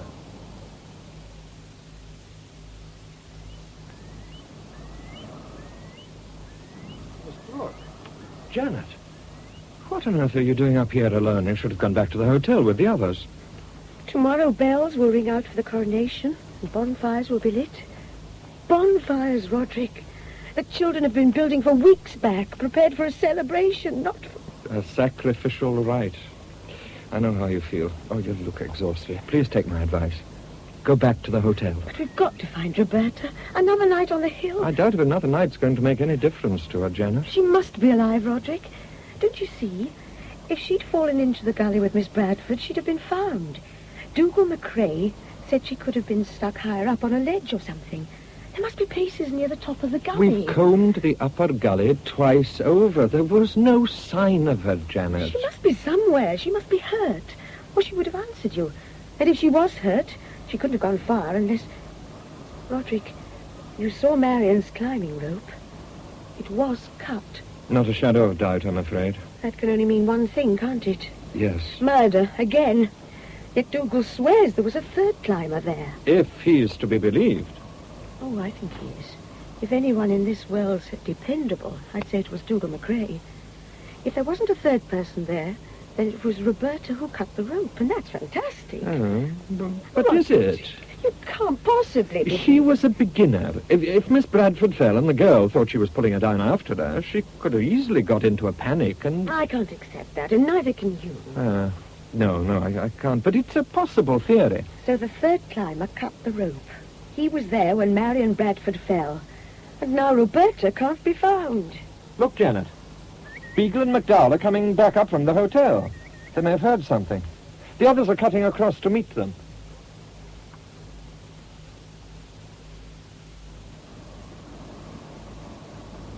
Can you you assure me that each of those caves and fissures was searched by at least 2 of you? What exactly are you suggesting, Brain? My question was put to Beagle, not you, Grant. I, however, have just put one to you. What are you suggesting? I overheard your Brain, and I think it was a pretty rotten thing to imply. But he's right, you know. It could quite easily be one of us. But why should it be in the murderer's interest to continue to conceal the second body after the first had been discovered? It would certainly be in the murderer's interest to be the first to find her if she were alive. That he could silence her. But he didn't. Every crevice in that gully was searched, solo and otherwise, by all of us. All right. Forget it. I suppose I'm a bit on edge. Couldn't we all? Gianetta, get back to the hotel at once. I can't, Nicholas. I can't give up yet. I couldn't bear having nothing to do but wait and listen with the Cowdrey Simpsons for the latest news of the Everest climbers. Well, Drury's right, Miss Brooke. You should get back to rest. I'm trying to find some way of taking your mind off this unfortunate business. By the way, since your mention of Everest reminds me they've done it. You hear that, you chaps? The news came through a short time ago. They've reached the summit.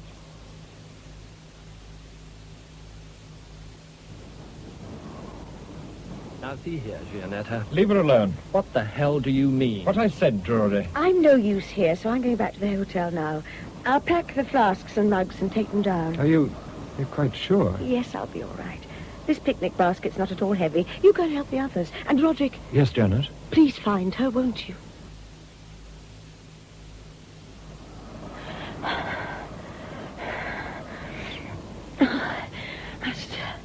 Eyes on ground. Mustn't trip. Break ankle. Leg.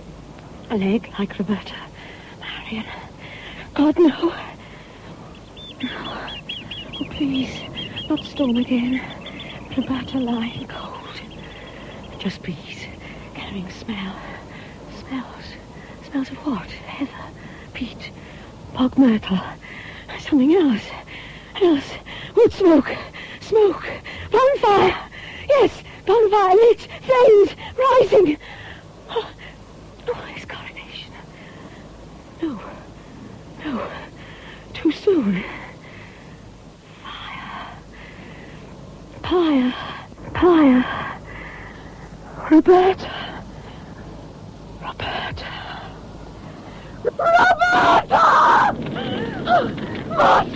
pull her off.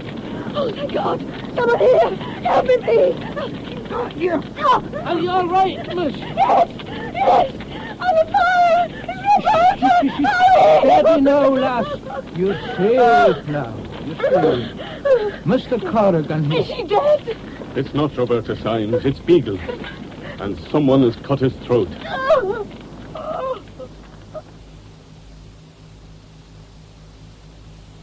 Miss Brooke, is it not? Yes. I'm Inspector Mackenzie, and this is Sergeant Monroe. Draw up a chair for Miss Brooke, Hector. Yes, sir. Well, now, Miss Brooke, I've jotted down 1 or 2 wee bits of information. Maybe we can check it. I'd be glad to help, Inspector. You are Miss Brooke, of course? Yes. You arrived here on Saturday afternoon. Yes. Before you came here, had you heard anything about the murder of Heather McCrae? No. Not even read about it in the papers? Not that I recollect. Now, I understand it was you who found Mr. Beagle's body on the bonfire last night. I was first on the scene, but I don't know who pulled him off the fire. When was it you first noticed that the fire was burning? Not until I was quite near. I'd been aware, subconsciously, of the smell of wood smoke in the air. Then when I looked up, I saw the flames. And realized someone had lit the bonfire? That's right, Inspector. Then? I saw a shadow like a man's near it. I take it you didn't recognize him? No. Was he carrying or holding a body then? Oh, no, he was just moving about on the fringe of the smoke. It was billowing here and there, as the breeze caught it. I screamed and ran towards the bonfire. I saw there was something, a body on top of it. I was trying to reach it before the flames did when the murderer attacked me. In actual fact, it was James E. Farlin who grabbed you. Well, I know that, surely. Now, let's get it right. You realize, no doubt, that Mr. Beagle cannot have been killed long before you found him. You met or passed no one at all on your way down. Not a soul. So the last time you saw Mr. Beagle alive was when the group split up for the final search last night. Are you allowed to ask a leading question, Inspector? Now, did you? Yes. Did you see which way he went? Downhill. Alone? Yes. Sure? Quite sure. I see. Now, let's get back to the bonfire, shall we? You ran towards it screaming. There was an answering shout from close behind, I think you said. Yes. Did you recognize the voice? No, not at the time. But later I assumed it was Alistair, Mr. Brain, who'd shouted, because it was he who pulled James Farlin off me. He must have got there pretty quickly. Mr. Alistair Brain then was the first on the scene. And there was Dougal McCrae, too. Who else, Miss Brooke? And Mr. Corrigan. He dragged the body off. He and Alistair may have come down the hillside together. That they didn't. They arrived independently. Who else was there? So far as I know, Inspector, no one else. Just so. You booked your room, Miss Brooke, in the name of Drury, Mrs. Nicholas Drury. That is my name. Then why did you change it in the visitor's book almost as soon as you got here? And why have you and your husband been at such pains to behave as though you were comparative strangers to one another? Because he's not my husband. We were divorced some time ago. I didn't know he was here, and when I saw him that evening, I was horribly embarrassed. I understand. But to avoid awkwardness all round, I changed to my maiden name. I'm sorry if I've distressed you, Miss Brooke, but you have been very helpful. But why all this questioning, Inspector? You've got the murderer. Got the murderer? Jamesy Farlin, of course. He was at the bonfire and he attacked me there. What more do you want? A bit more, Miss Brooke. Farlin's story is that he was near the foot of Aunt's throne when he saw the bonfire go up. He came back up the slope as fast as he could and was just about at the top when he heard you scream. Then you came running and so he says, flung yourself at the fire. He thought you were going to get burned, so he grabbed you and hauled you back. You struggled like mad and you both fell to the ground. Wasn't that his way of it, Hector? Aye, that's right, Inspector. Any comment, miss? Only that it might be the truth. Aye, so it might.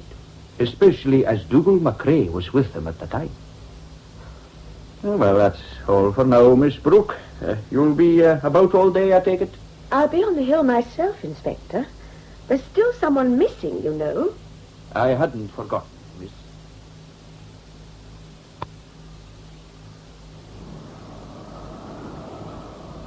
Hello, Mr. Hay. Hello there. Doesn't this sunshine make a difference?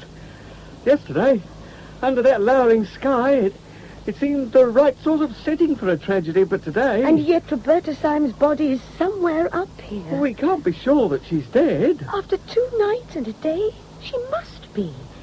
But we've still got to find her, if only to help the police hunt down this madman. You're convinced that he's insane? Well, only a maniac would go in for 2 elaborate ritual killings. He must be caught, Mr. Hay. He will be, I'm sure. Looks as though those chaps seem to have abandoned the Black Spout for the time being. Do you suppose they found her? Doesn't look like it. I'd better get across. Coming, Miss Brooke? No, I'll carry on my own. In which direction? Up by the Black Spout. But that area's had a pretty thorough going over. Have you ever had the feeling that although others have looked and looked for something and failed to find it, you simply must satisfy yourself that it isn't there? Yes, I have. Well, don't you get lost. I'll try not to, Mr. Hay. Oh, idiot to come here. I should have joined men.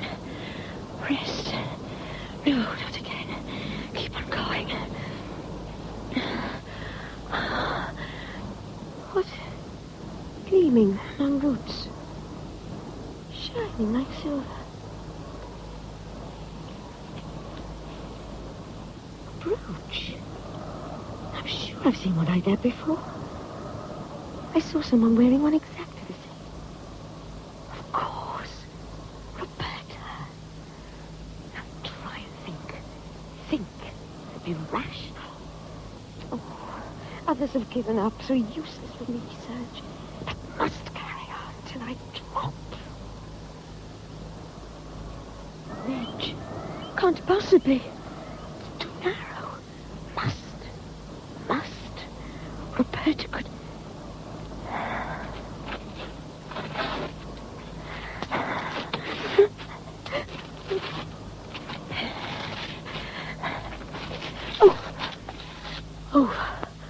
Oh, thank God. Oh, it's so still. Frighteningly still.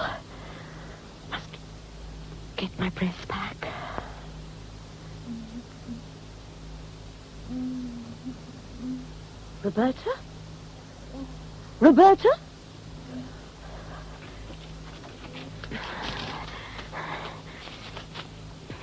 A cave. A little cave. Oh, Roberta. Child, you're safe now. You're safe now. Who's that? My God, you found her. Oh, Roderick. Thank heavens. Oh, what a fright I got when I heard your footsteps. Yes, I found her. And she's alive. Alive? Yes, she is. I heard her moaning. Yes, she's alive, but only just, I'd say. I'll stay with her, Roderick. You go and get the others. You'll go far faster than I could. Janet, I left my haversack at the other end of the ledge. My brandy flask's in the pocket. Fetch it, will you? Okay. What? Did you catch what she said? It sounded like Marion killed. It was Roderick. I think she knows who did it. You're right. And by heaven, she's going to stay alive till she tells us. Get that brandy, please. I'll try and ease her into a less cramped position. Yeah. Once she's had a sip of that brandy, we can get it over her throat. You'll get along to the end of the ledge and yell bloody murder till someone comes. Then if you don't like the look of whoever comes, you just yell bloody murder for me. Now, hurry. Okay, just let me tuck her hands in. Roderick, her eyelids, they flickered. She's coming to. It's Jeanette, my dear. Oh, what a pity. She's passed out again. Poor youngster, she... Roderick, did you notice the way she looked? Oh, just now, do you mean? Yes. She opened her eyes wide for a second or two, and it was as though she saw something that terrified her. But what? Roderick, there's someone out there, on the ledge, coming this way. See who it is? Oh, it's Corrigan and Drury. Oh, yes, and Brain. Mrs. Corrigan's bringing up the rear.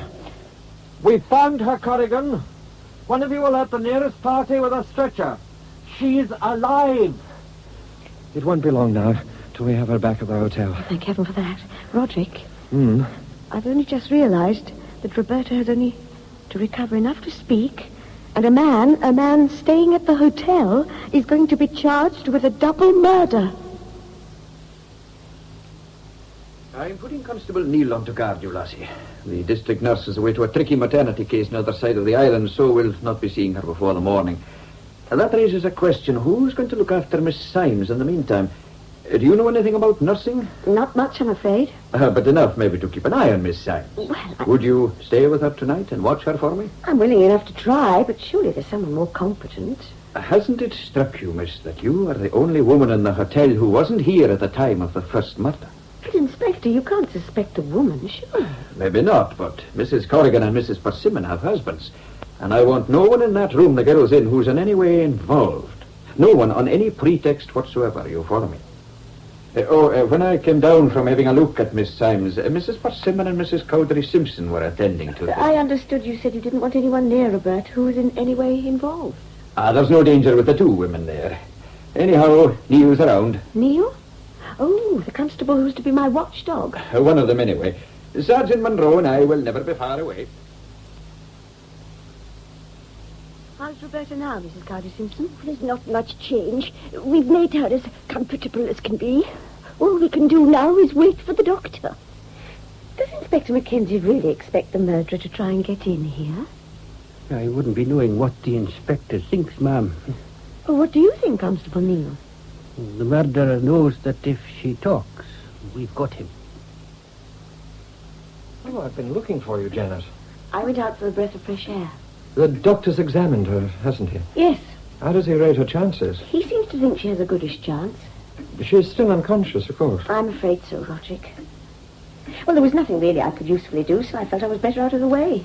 She's in your room, isn't she? Yes. Oh, where have they put you, Janet? Oh, I'm not moving rooms. The inspector wants me to stay there tonight. As a sort of night nurse? Sort of. But, Janet, I'm not happy about you having to... I'll be all right, Roderick. Oh, does the inspector think there's still a threat to Roberta? I believe so. But Roberta will be safe enough, and by the same token, so will I, so don't worry. Very well, then I won't. As a matter of fact, I've a hunch that you're the only person in the hotel who isn't endangered from the murderer. Roderick, I know how horrible it must be for all of you, this feeling that you're a suspect. I think I'd like a drink. Will you join me? So long as you let me buy you one. What will you have, Janet? Sherry, please. Medium. I'll get them from the bar. It saves time. Okay. I'll be in the lounge.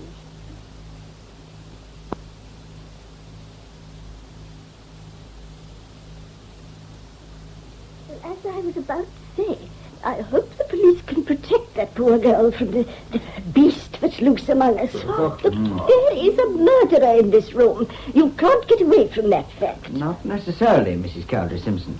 Grant, Drury, Major Persimmon, not to mention Jamesy Farlane, aren't here. They lengthen the odds more than a little. I hope this is to your taste, Janet. Oh, you're back, Roderick. I didn't see you come in. Perhaps my effort did brain. I am here now. How does that affect the odds? And what odds?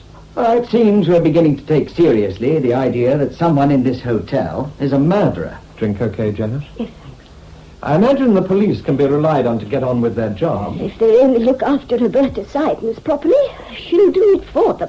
A police officer will be watching her all night, and I'm staying with her too. Actually, she's in my room. Won't you be frightened? I don't think so, Mrs. Corrigan. By the way, where's Mr. Drury? Gone to the garage, I think, to fetch a book from his car. Why so interested, Miss Brooke? Has the inspector asked you to spy on us? Oh, Mrs. Corrigan, it's all right, Roderick.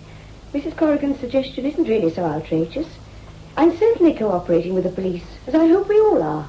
And if that means giving the inspector an account of anyone's movements at any time, I'll do so. Good for you, Miss Brooke. I second that. Once a man puts his hand to murder, he's automatically an outcast. That's a strong statement, sir. All the same, it's absurd that we should all be treated as suspects. The police must have some idea who did it. If they haven't now, they certainly will have as soon as Roberta Symes can speak. Oh, sorry. Oh, it's you, is it? Why, it's our little copper's knock. Don't you dare speak to me like that, Nicholas Drury. You've got no right. So, my sweet Gianetta, you keep telling me. Where were you going in such a hurry? It's none of your damned business. It's anyone's business in this murderous locality to stop you wandering about on your own. And where's your gallant with the golden hair? Why isn't he playing bodyguard? You always did have a nasty tongue, Nicholas. Yes, I did, didn't I? But I'm quite serious as it happens. You're altogether too fond of wandering about this place alone. Or with someone you don't really know. Aren't you scared? I wasn't until now. So you're afraid I'll kill you, Gianetta mia. Do you really think I'll do it, Gianetta? And all for what? Do you need a reason? What's your proof?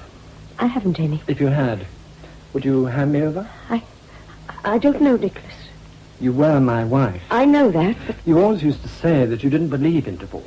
It wasn't my fault we got divorced. Even so, according to what you used to preach, you should still think of yourself as bound to me. Do you still? Now? Now? I don't follow. No.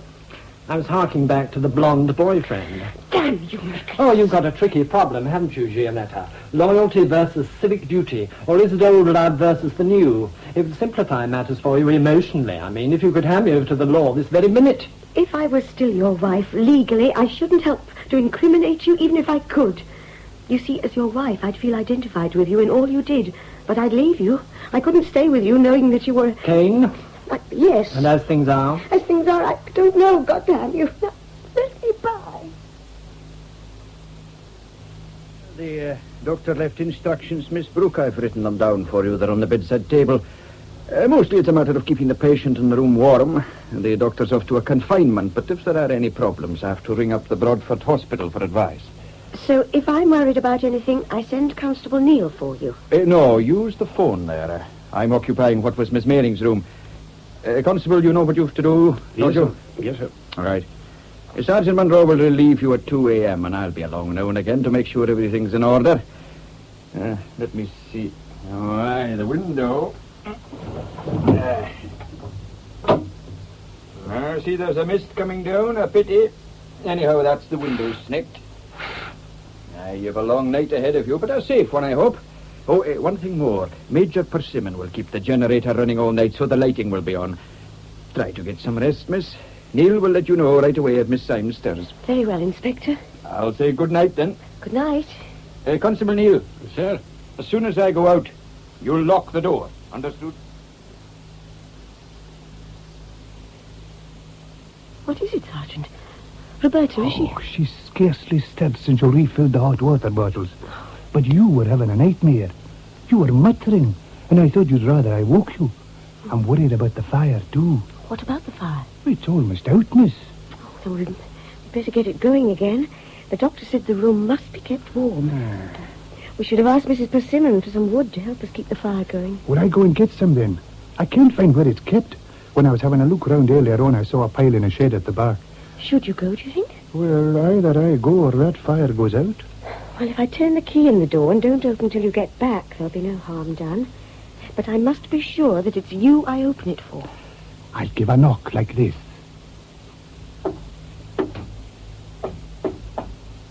Okay, Sergeant.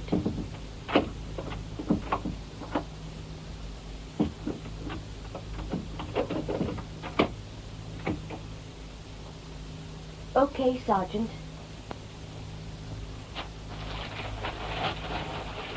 Oh, Daniel. Go on, burn, confound you. You're all right, my pet. All right. But you must keep covered. That's it, child. Rest's the thing. Oh. Is that you, Sergeant Monroe? No, it's Inspector Mackenzie. Unlock the door, lad. Just a minute, Inspector. I must finish remaking Roberta's bed. Mackenzie here. What is it? Quickly. He's at the door. Oh, hurry, hurry, please.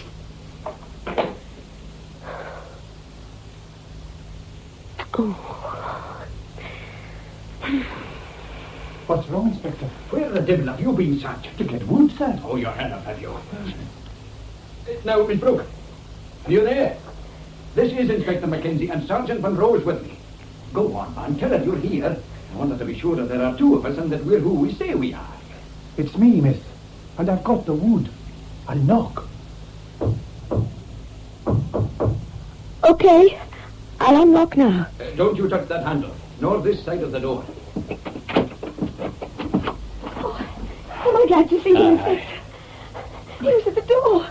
The Now, man. you sit down there, miss. It's all right. I'll hear all about it in a minute or two. Don't you bother trying to talk just yet. Sergeant, get the fingerprinting equipment from my room and get the outside of that door a good going over. Right, sir. Inspector Mackenzie, do you know who the murderer is?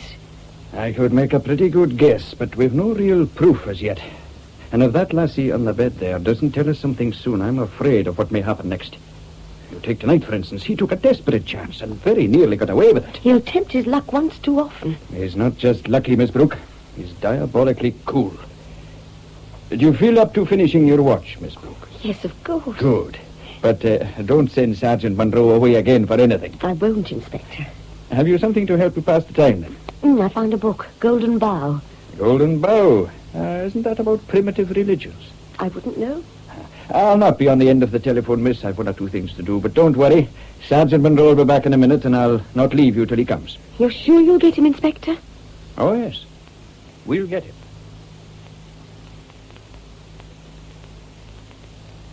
What is it, Miss Brooke? The Golden Bough. The book you saw me with last night. I put a marker in the bit I'd like you to read. Central Highlands bonfires, 1st of May, human sacrifice, island of sky very combustible. Where did you find this? In the lounge. And when did you read this passage? Last night after you'd gone. I was just browsing through. Do you know whose book this was? No. You had other things to tell me, I believe. Now, Miss Brooke, what was it you thought I ought to know? The cut climbing rope. Yes? On my first night here, I lay awake for hours. I came downstairs to the lounge in search of my handbag.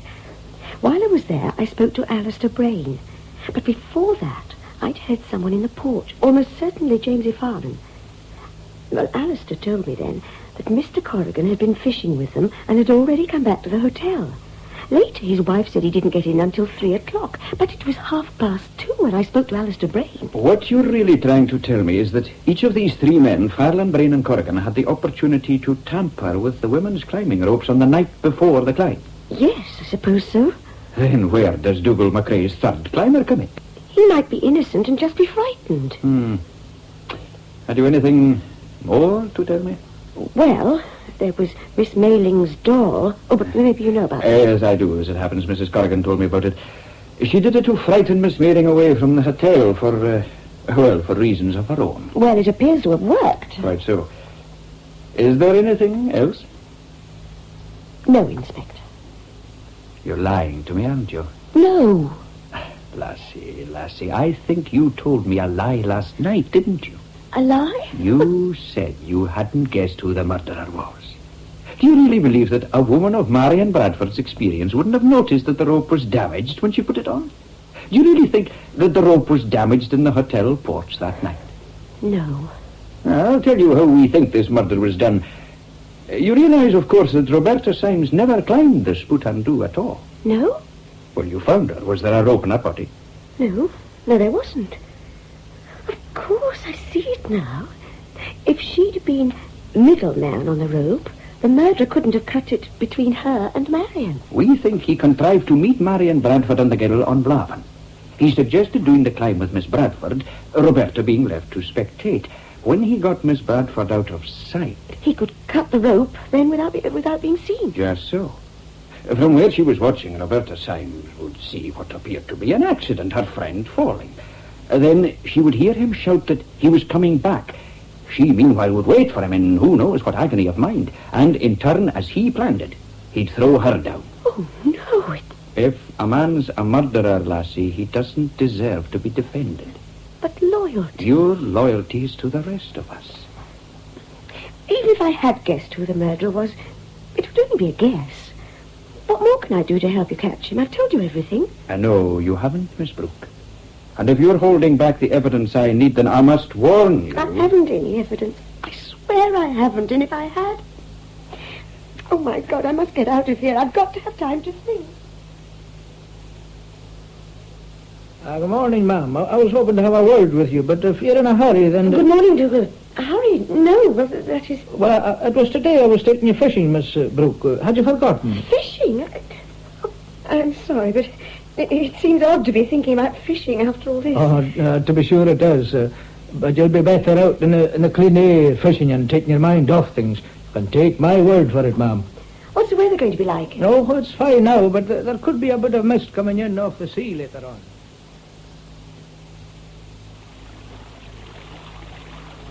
Can I take time for a cigarette, Dougal? Oh, of course, miss, and I'll have a draw at my pipe.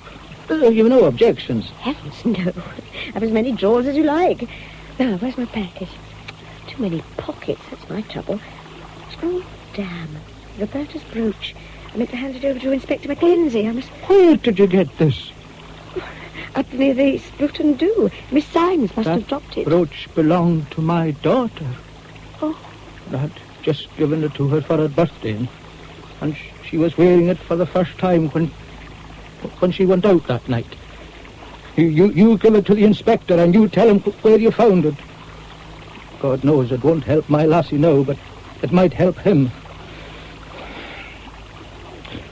Well, if we don't catch anything now, we won't have the excuse that it was too bright. I don't think we're in the mood to carry on fishing. Anyway, rotten mist's getting thicker while we're talking. Don't you worry about it, monsieur.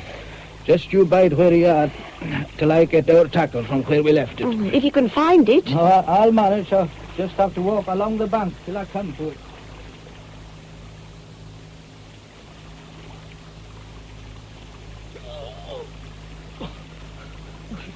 You bloody murdering bastard! What is it, Dougal? Run, lassie!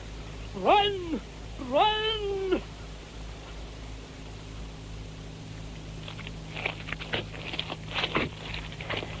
Oh, Roderick warned. Sink if you stand still. Must keep moving. Gianetta!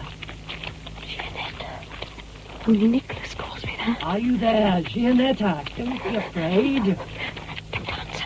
Not let him know where... Oh, thank God. Thank God I'm out of the mist. Thank heaven. Janet?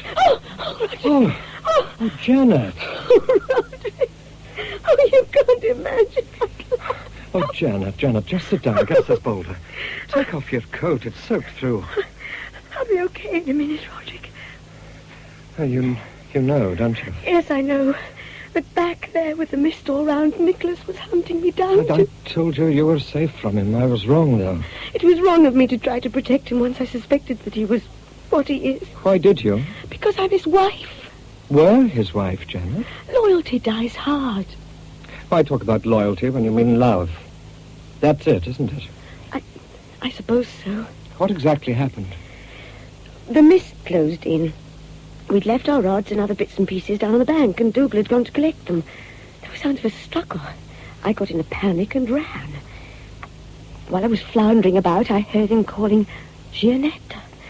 He was within yards of me at times. He must know that you've guessed what he is. I should think so. How far away? Only minutes ago, since he was far too close. Come on. On your feet. Here, let me give you a pull-up. We're above the mist now. Shouldn't we wait till it clears all the way down? We're not going down. We're going up. What do you mean, Roderick? I will lift up mine eyes unto the hills. Now, don't ask questions. Do as I say. Are you putting on your coat? No, I'll carry it. It's really too wet. Oh, let me have it then. Here. Oh, thanks. Oh, I must get my handkerchief out of the pocket. Here, you pulled something else out. What's this, Janet? Oh, brooch. It was Heather McRae's. Uh-huh. I found it yesterday near that dreadful ledge. I thought it was Roberta's, but today Dougal McRae recognised it as his daughter's. Oh, my God. What's wrong, Janet? You told me about the little pile of jewellery found on the ledge. You told me about it when you were describing Heather's murder. A bracelet, you said, and a brooch and other things. But the brooch wasn't on the ledge when the body was found. And since you'd only been given it that day for her birthday, you couldn't have known about it unless you'd seen her wearing it. Unless you, yourself, put it on the ledge beside the bonfire. What a pity you remembered. So it wasn't Nicholas. You were the killer. I really am sorry, Janet. I knew when I overheard you talking to Dougal McRae back there by the river that sooner or later you'd remember about the brooch, but I'd no intention of killing you. But of course I'll have to now.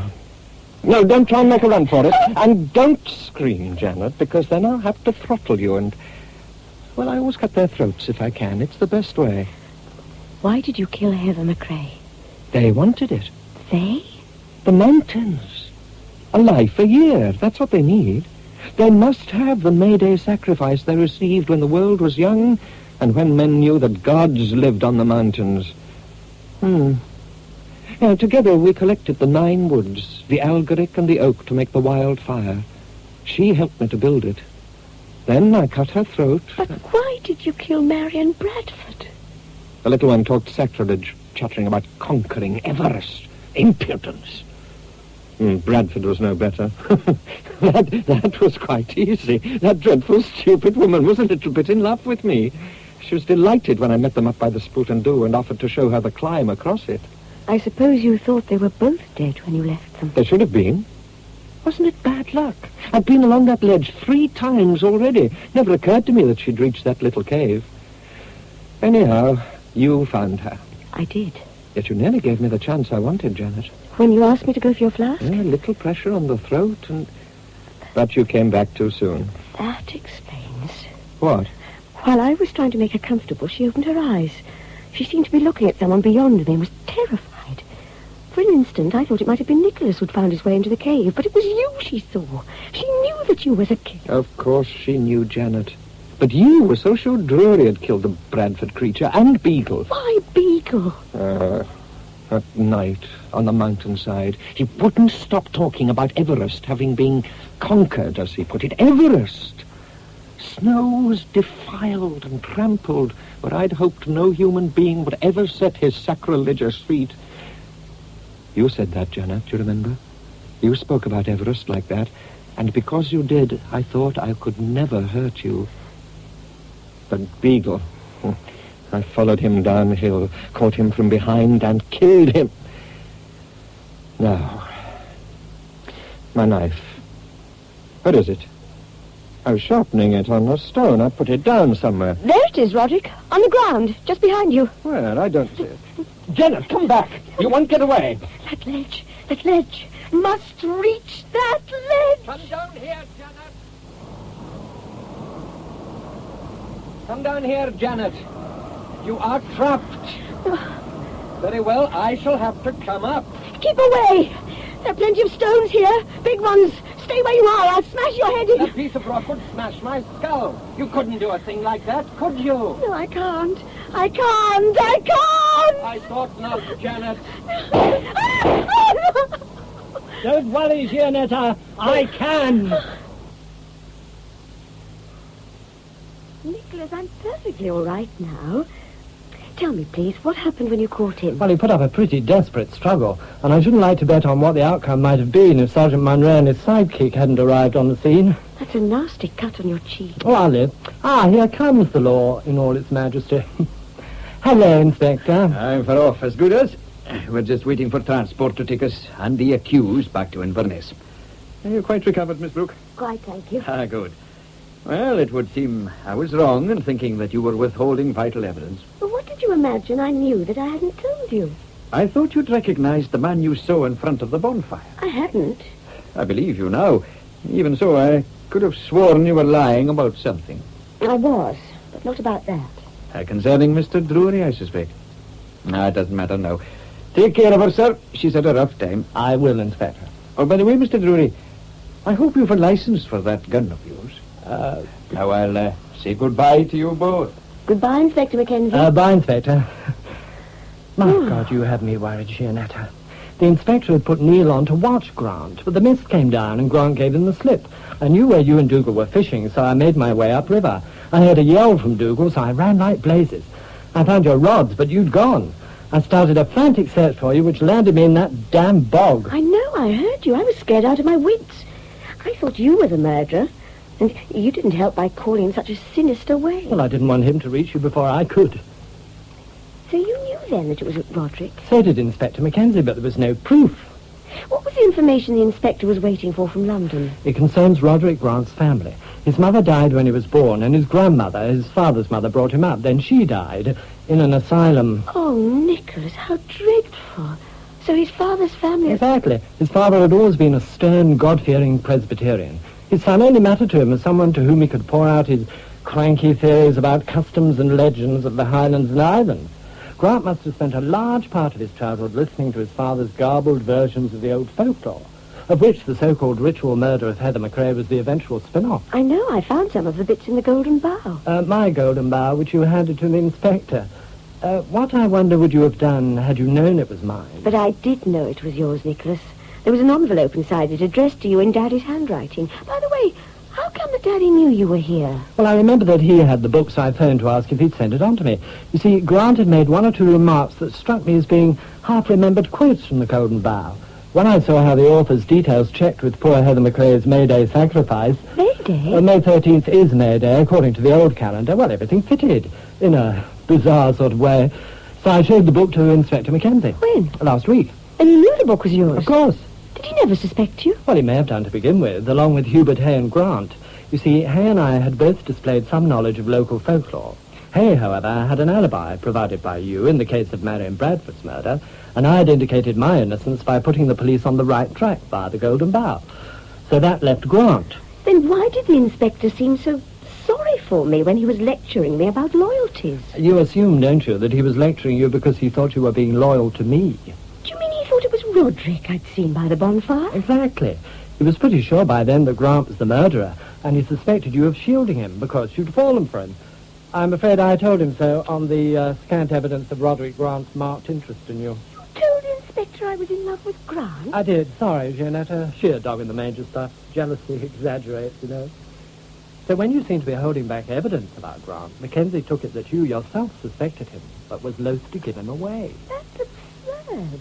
I thought he had bags of charm. I wasn't in love with him. Oh, why not? We'll skip that, if you don't mind. When did the inspector finally decide that Roderick Grant was his man? Brain, Corrigan, Persimmon or Beagle could have had an unacknowledged interest in folklore, but Marion's murder narrowed the field down appreciably, since it pointed clearly to the fact that the murderer was a first-rate climber. Now, Beagle was the only one of that lot who was, and it wasn't long until he was murdered. So that... Left Roderick? Yeah. Trouble was to pin anything on him. Roberta, of course, could have provided more than enough evidence, but there was also the chance that she'd have mercifully forgotten all about the whole ugly episode. Mackenzie phoned London asking for information about Grant. He was going to risk pulling him in if they came up with anything that would give him a pretext for doing so. This morning, word came back that Grant's father died in a mental home 2 years ago. Oh, no. Well, that, of course, was quite enough to warrant his being detained. But that damned mist rolled in from the sea like curtains. Grant managed to give Constable Neil the slip and go hounding after you. Oh, Gianetta, what a risk you ran. Dougal didn't hurt him, did he? No, he arrived on the scene hell-bent on revenge, but he calmed down when he saw Grant. Why? Grant had gone to pieces. I'd just hit him on the jaw, hard. Yet there he was, smiling at me like a bewildered child and wiping the blood away. He just stood smiling at us. Dougal said, "Come on, laddie," and he went quite happily with them. Then he started to sing. Sing? Well, croon, sort of. "I to the hills will lift mine eyes, from whence doth come mine aid." Oh, the poor crazy devil. Poor Roderick Grant. You did see me, didn't you, in the corridor with Marcia Mailing? Yes. I want you to know that in this instance I was more kissed than kissing. All night? Meaning what, Gianetta? I passed Marcia Mailing's room during the night. I heard voices, and one was a man's. I see. Well, I didn't spend the night with her. I merely got myself momentarily, how should I put it, waylaid. I should think the man you heard was Hartley Corrigan. That's why he came back early from fishing that night. Yet Alma Corrigan said he didn't get to bed until 3 o'clock. Well, well. Evidently he'd found his way to another bed before that. Poor Alma. Oh, I think the worst over for them, too. And now, shall we talk about us? No, don't speak. I want you back, Gianetta. I do most damnably want you back. I do love you, my darling.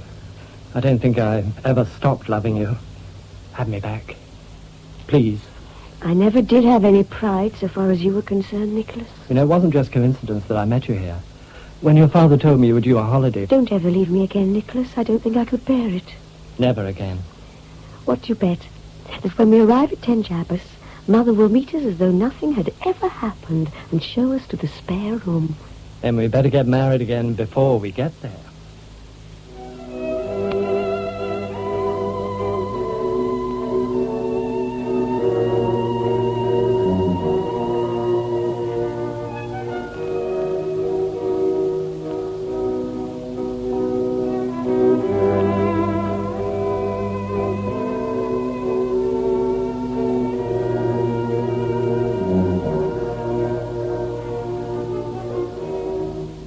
Wildfire at Midnight was adapted by Stuart Hunter from the novel by Mary Stuart. The part of Gianetta... There's nothing wrong that a short holiday won't cure. Hugo thinks I should take myself off to some quiet spot. was played by Ursula Smith. Roderick Grant... I'd no intention of killing you, but of course I'll have to now. by Stephen MacDonald. And Nicholas... Ah, here comes the law in all its majesty. Hello, Inspector. by Roy Boucher. Marcia... His throat's been cut, and there's ash scattered over it. The murderer's been here. was played by Claire Richards. Dougal... He was wearing it for the first time when she went out that night. by Murder MacDonald. And the Inspector... The doctor left instructions, Miss Brooke. I've written them down for you. They're on the bedside table. by John Shedden. Alistair was played by Derek Gilbert. Hubert and Corrigan by Brian Carey. Mrs. Corrigan, Gertrude Bryce. Mrs. Brooke and Marion, Thelma Barlow. Roberta, Sally Farrell. Beagle, Arthur Boland. Persimmon, Clement Ashby. And Police Sergeant, Charles Batiste. Wildfire at Midnight was produced in our Glasgow studios by Stuart Conn. This is Chesterton Radio, the true, good, and beautiful at chestertonradio.com. Hi there. Welcome to Chesterton Radio. Where a thriving audience loves its radio shows. Don't take our word for it. Here's what listeners say about Chesterton Radio. TV is so overrated. Chesterton Radio rules. I feel my IQ going up by the minute. I am enjoying these so Much. I haven't turned on my TV in weeks. Lying here on my sofa with my eyes closed, I can picture the whole story. I've seen the movie version. This was just as grand, if not more. I thought I'd doze off, but no. I am hooked. Gotta listen to one story every night before bedtime. I love this channel. It gets me through my workday. I'm new to radio plays. Excellent story and played out wonderfully. Thank you for the hard work and love you put into bringing us these shows. I found Chesterton Radio over a year ago. I'm forever thankful. I love the Lord. This is a guiltless pleasure. I bet even he likes to listen to Chesterton Radio. I love this channel. I've not watched TV in over 2 years. I've never heard anything like this. Mind-blowing. Enjoy our shows? We need your help today. Keep Chesterton Radio afloat. For half of what you pay the cable guys, you can support Chesterton Radio. Go to chuckthetv.com for links to our pages on Patreon, Subscribestar, and Buy Me a Coffee, or use the link in the description below this video. Thank you for your support. It means a great deal.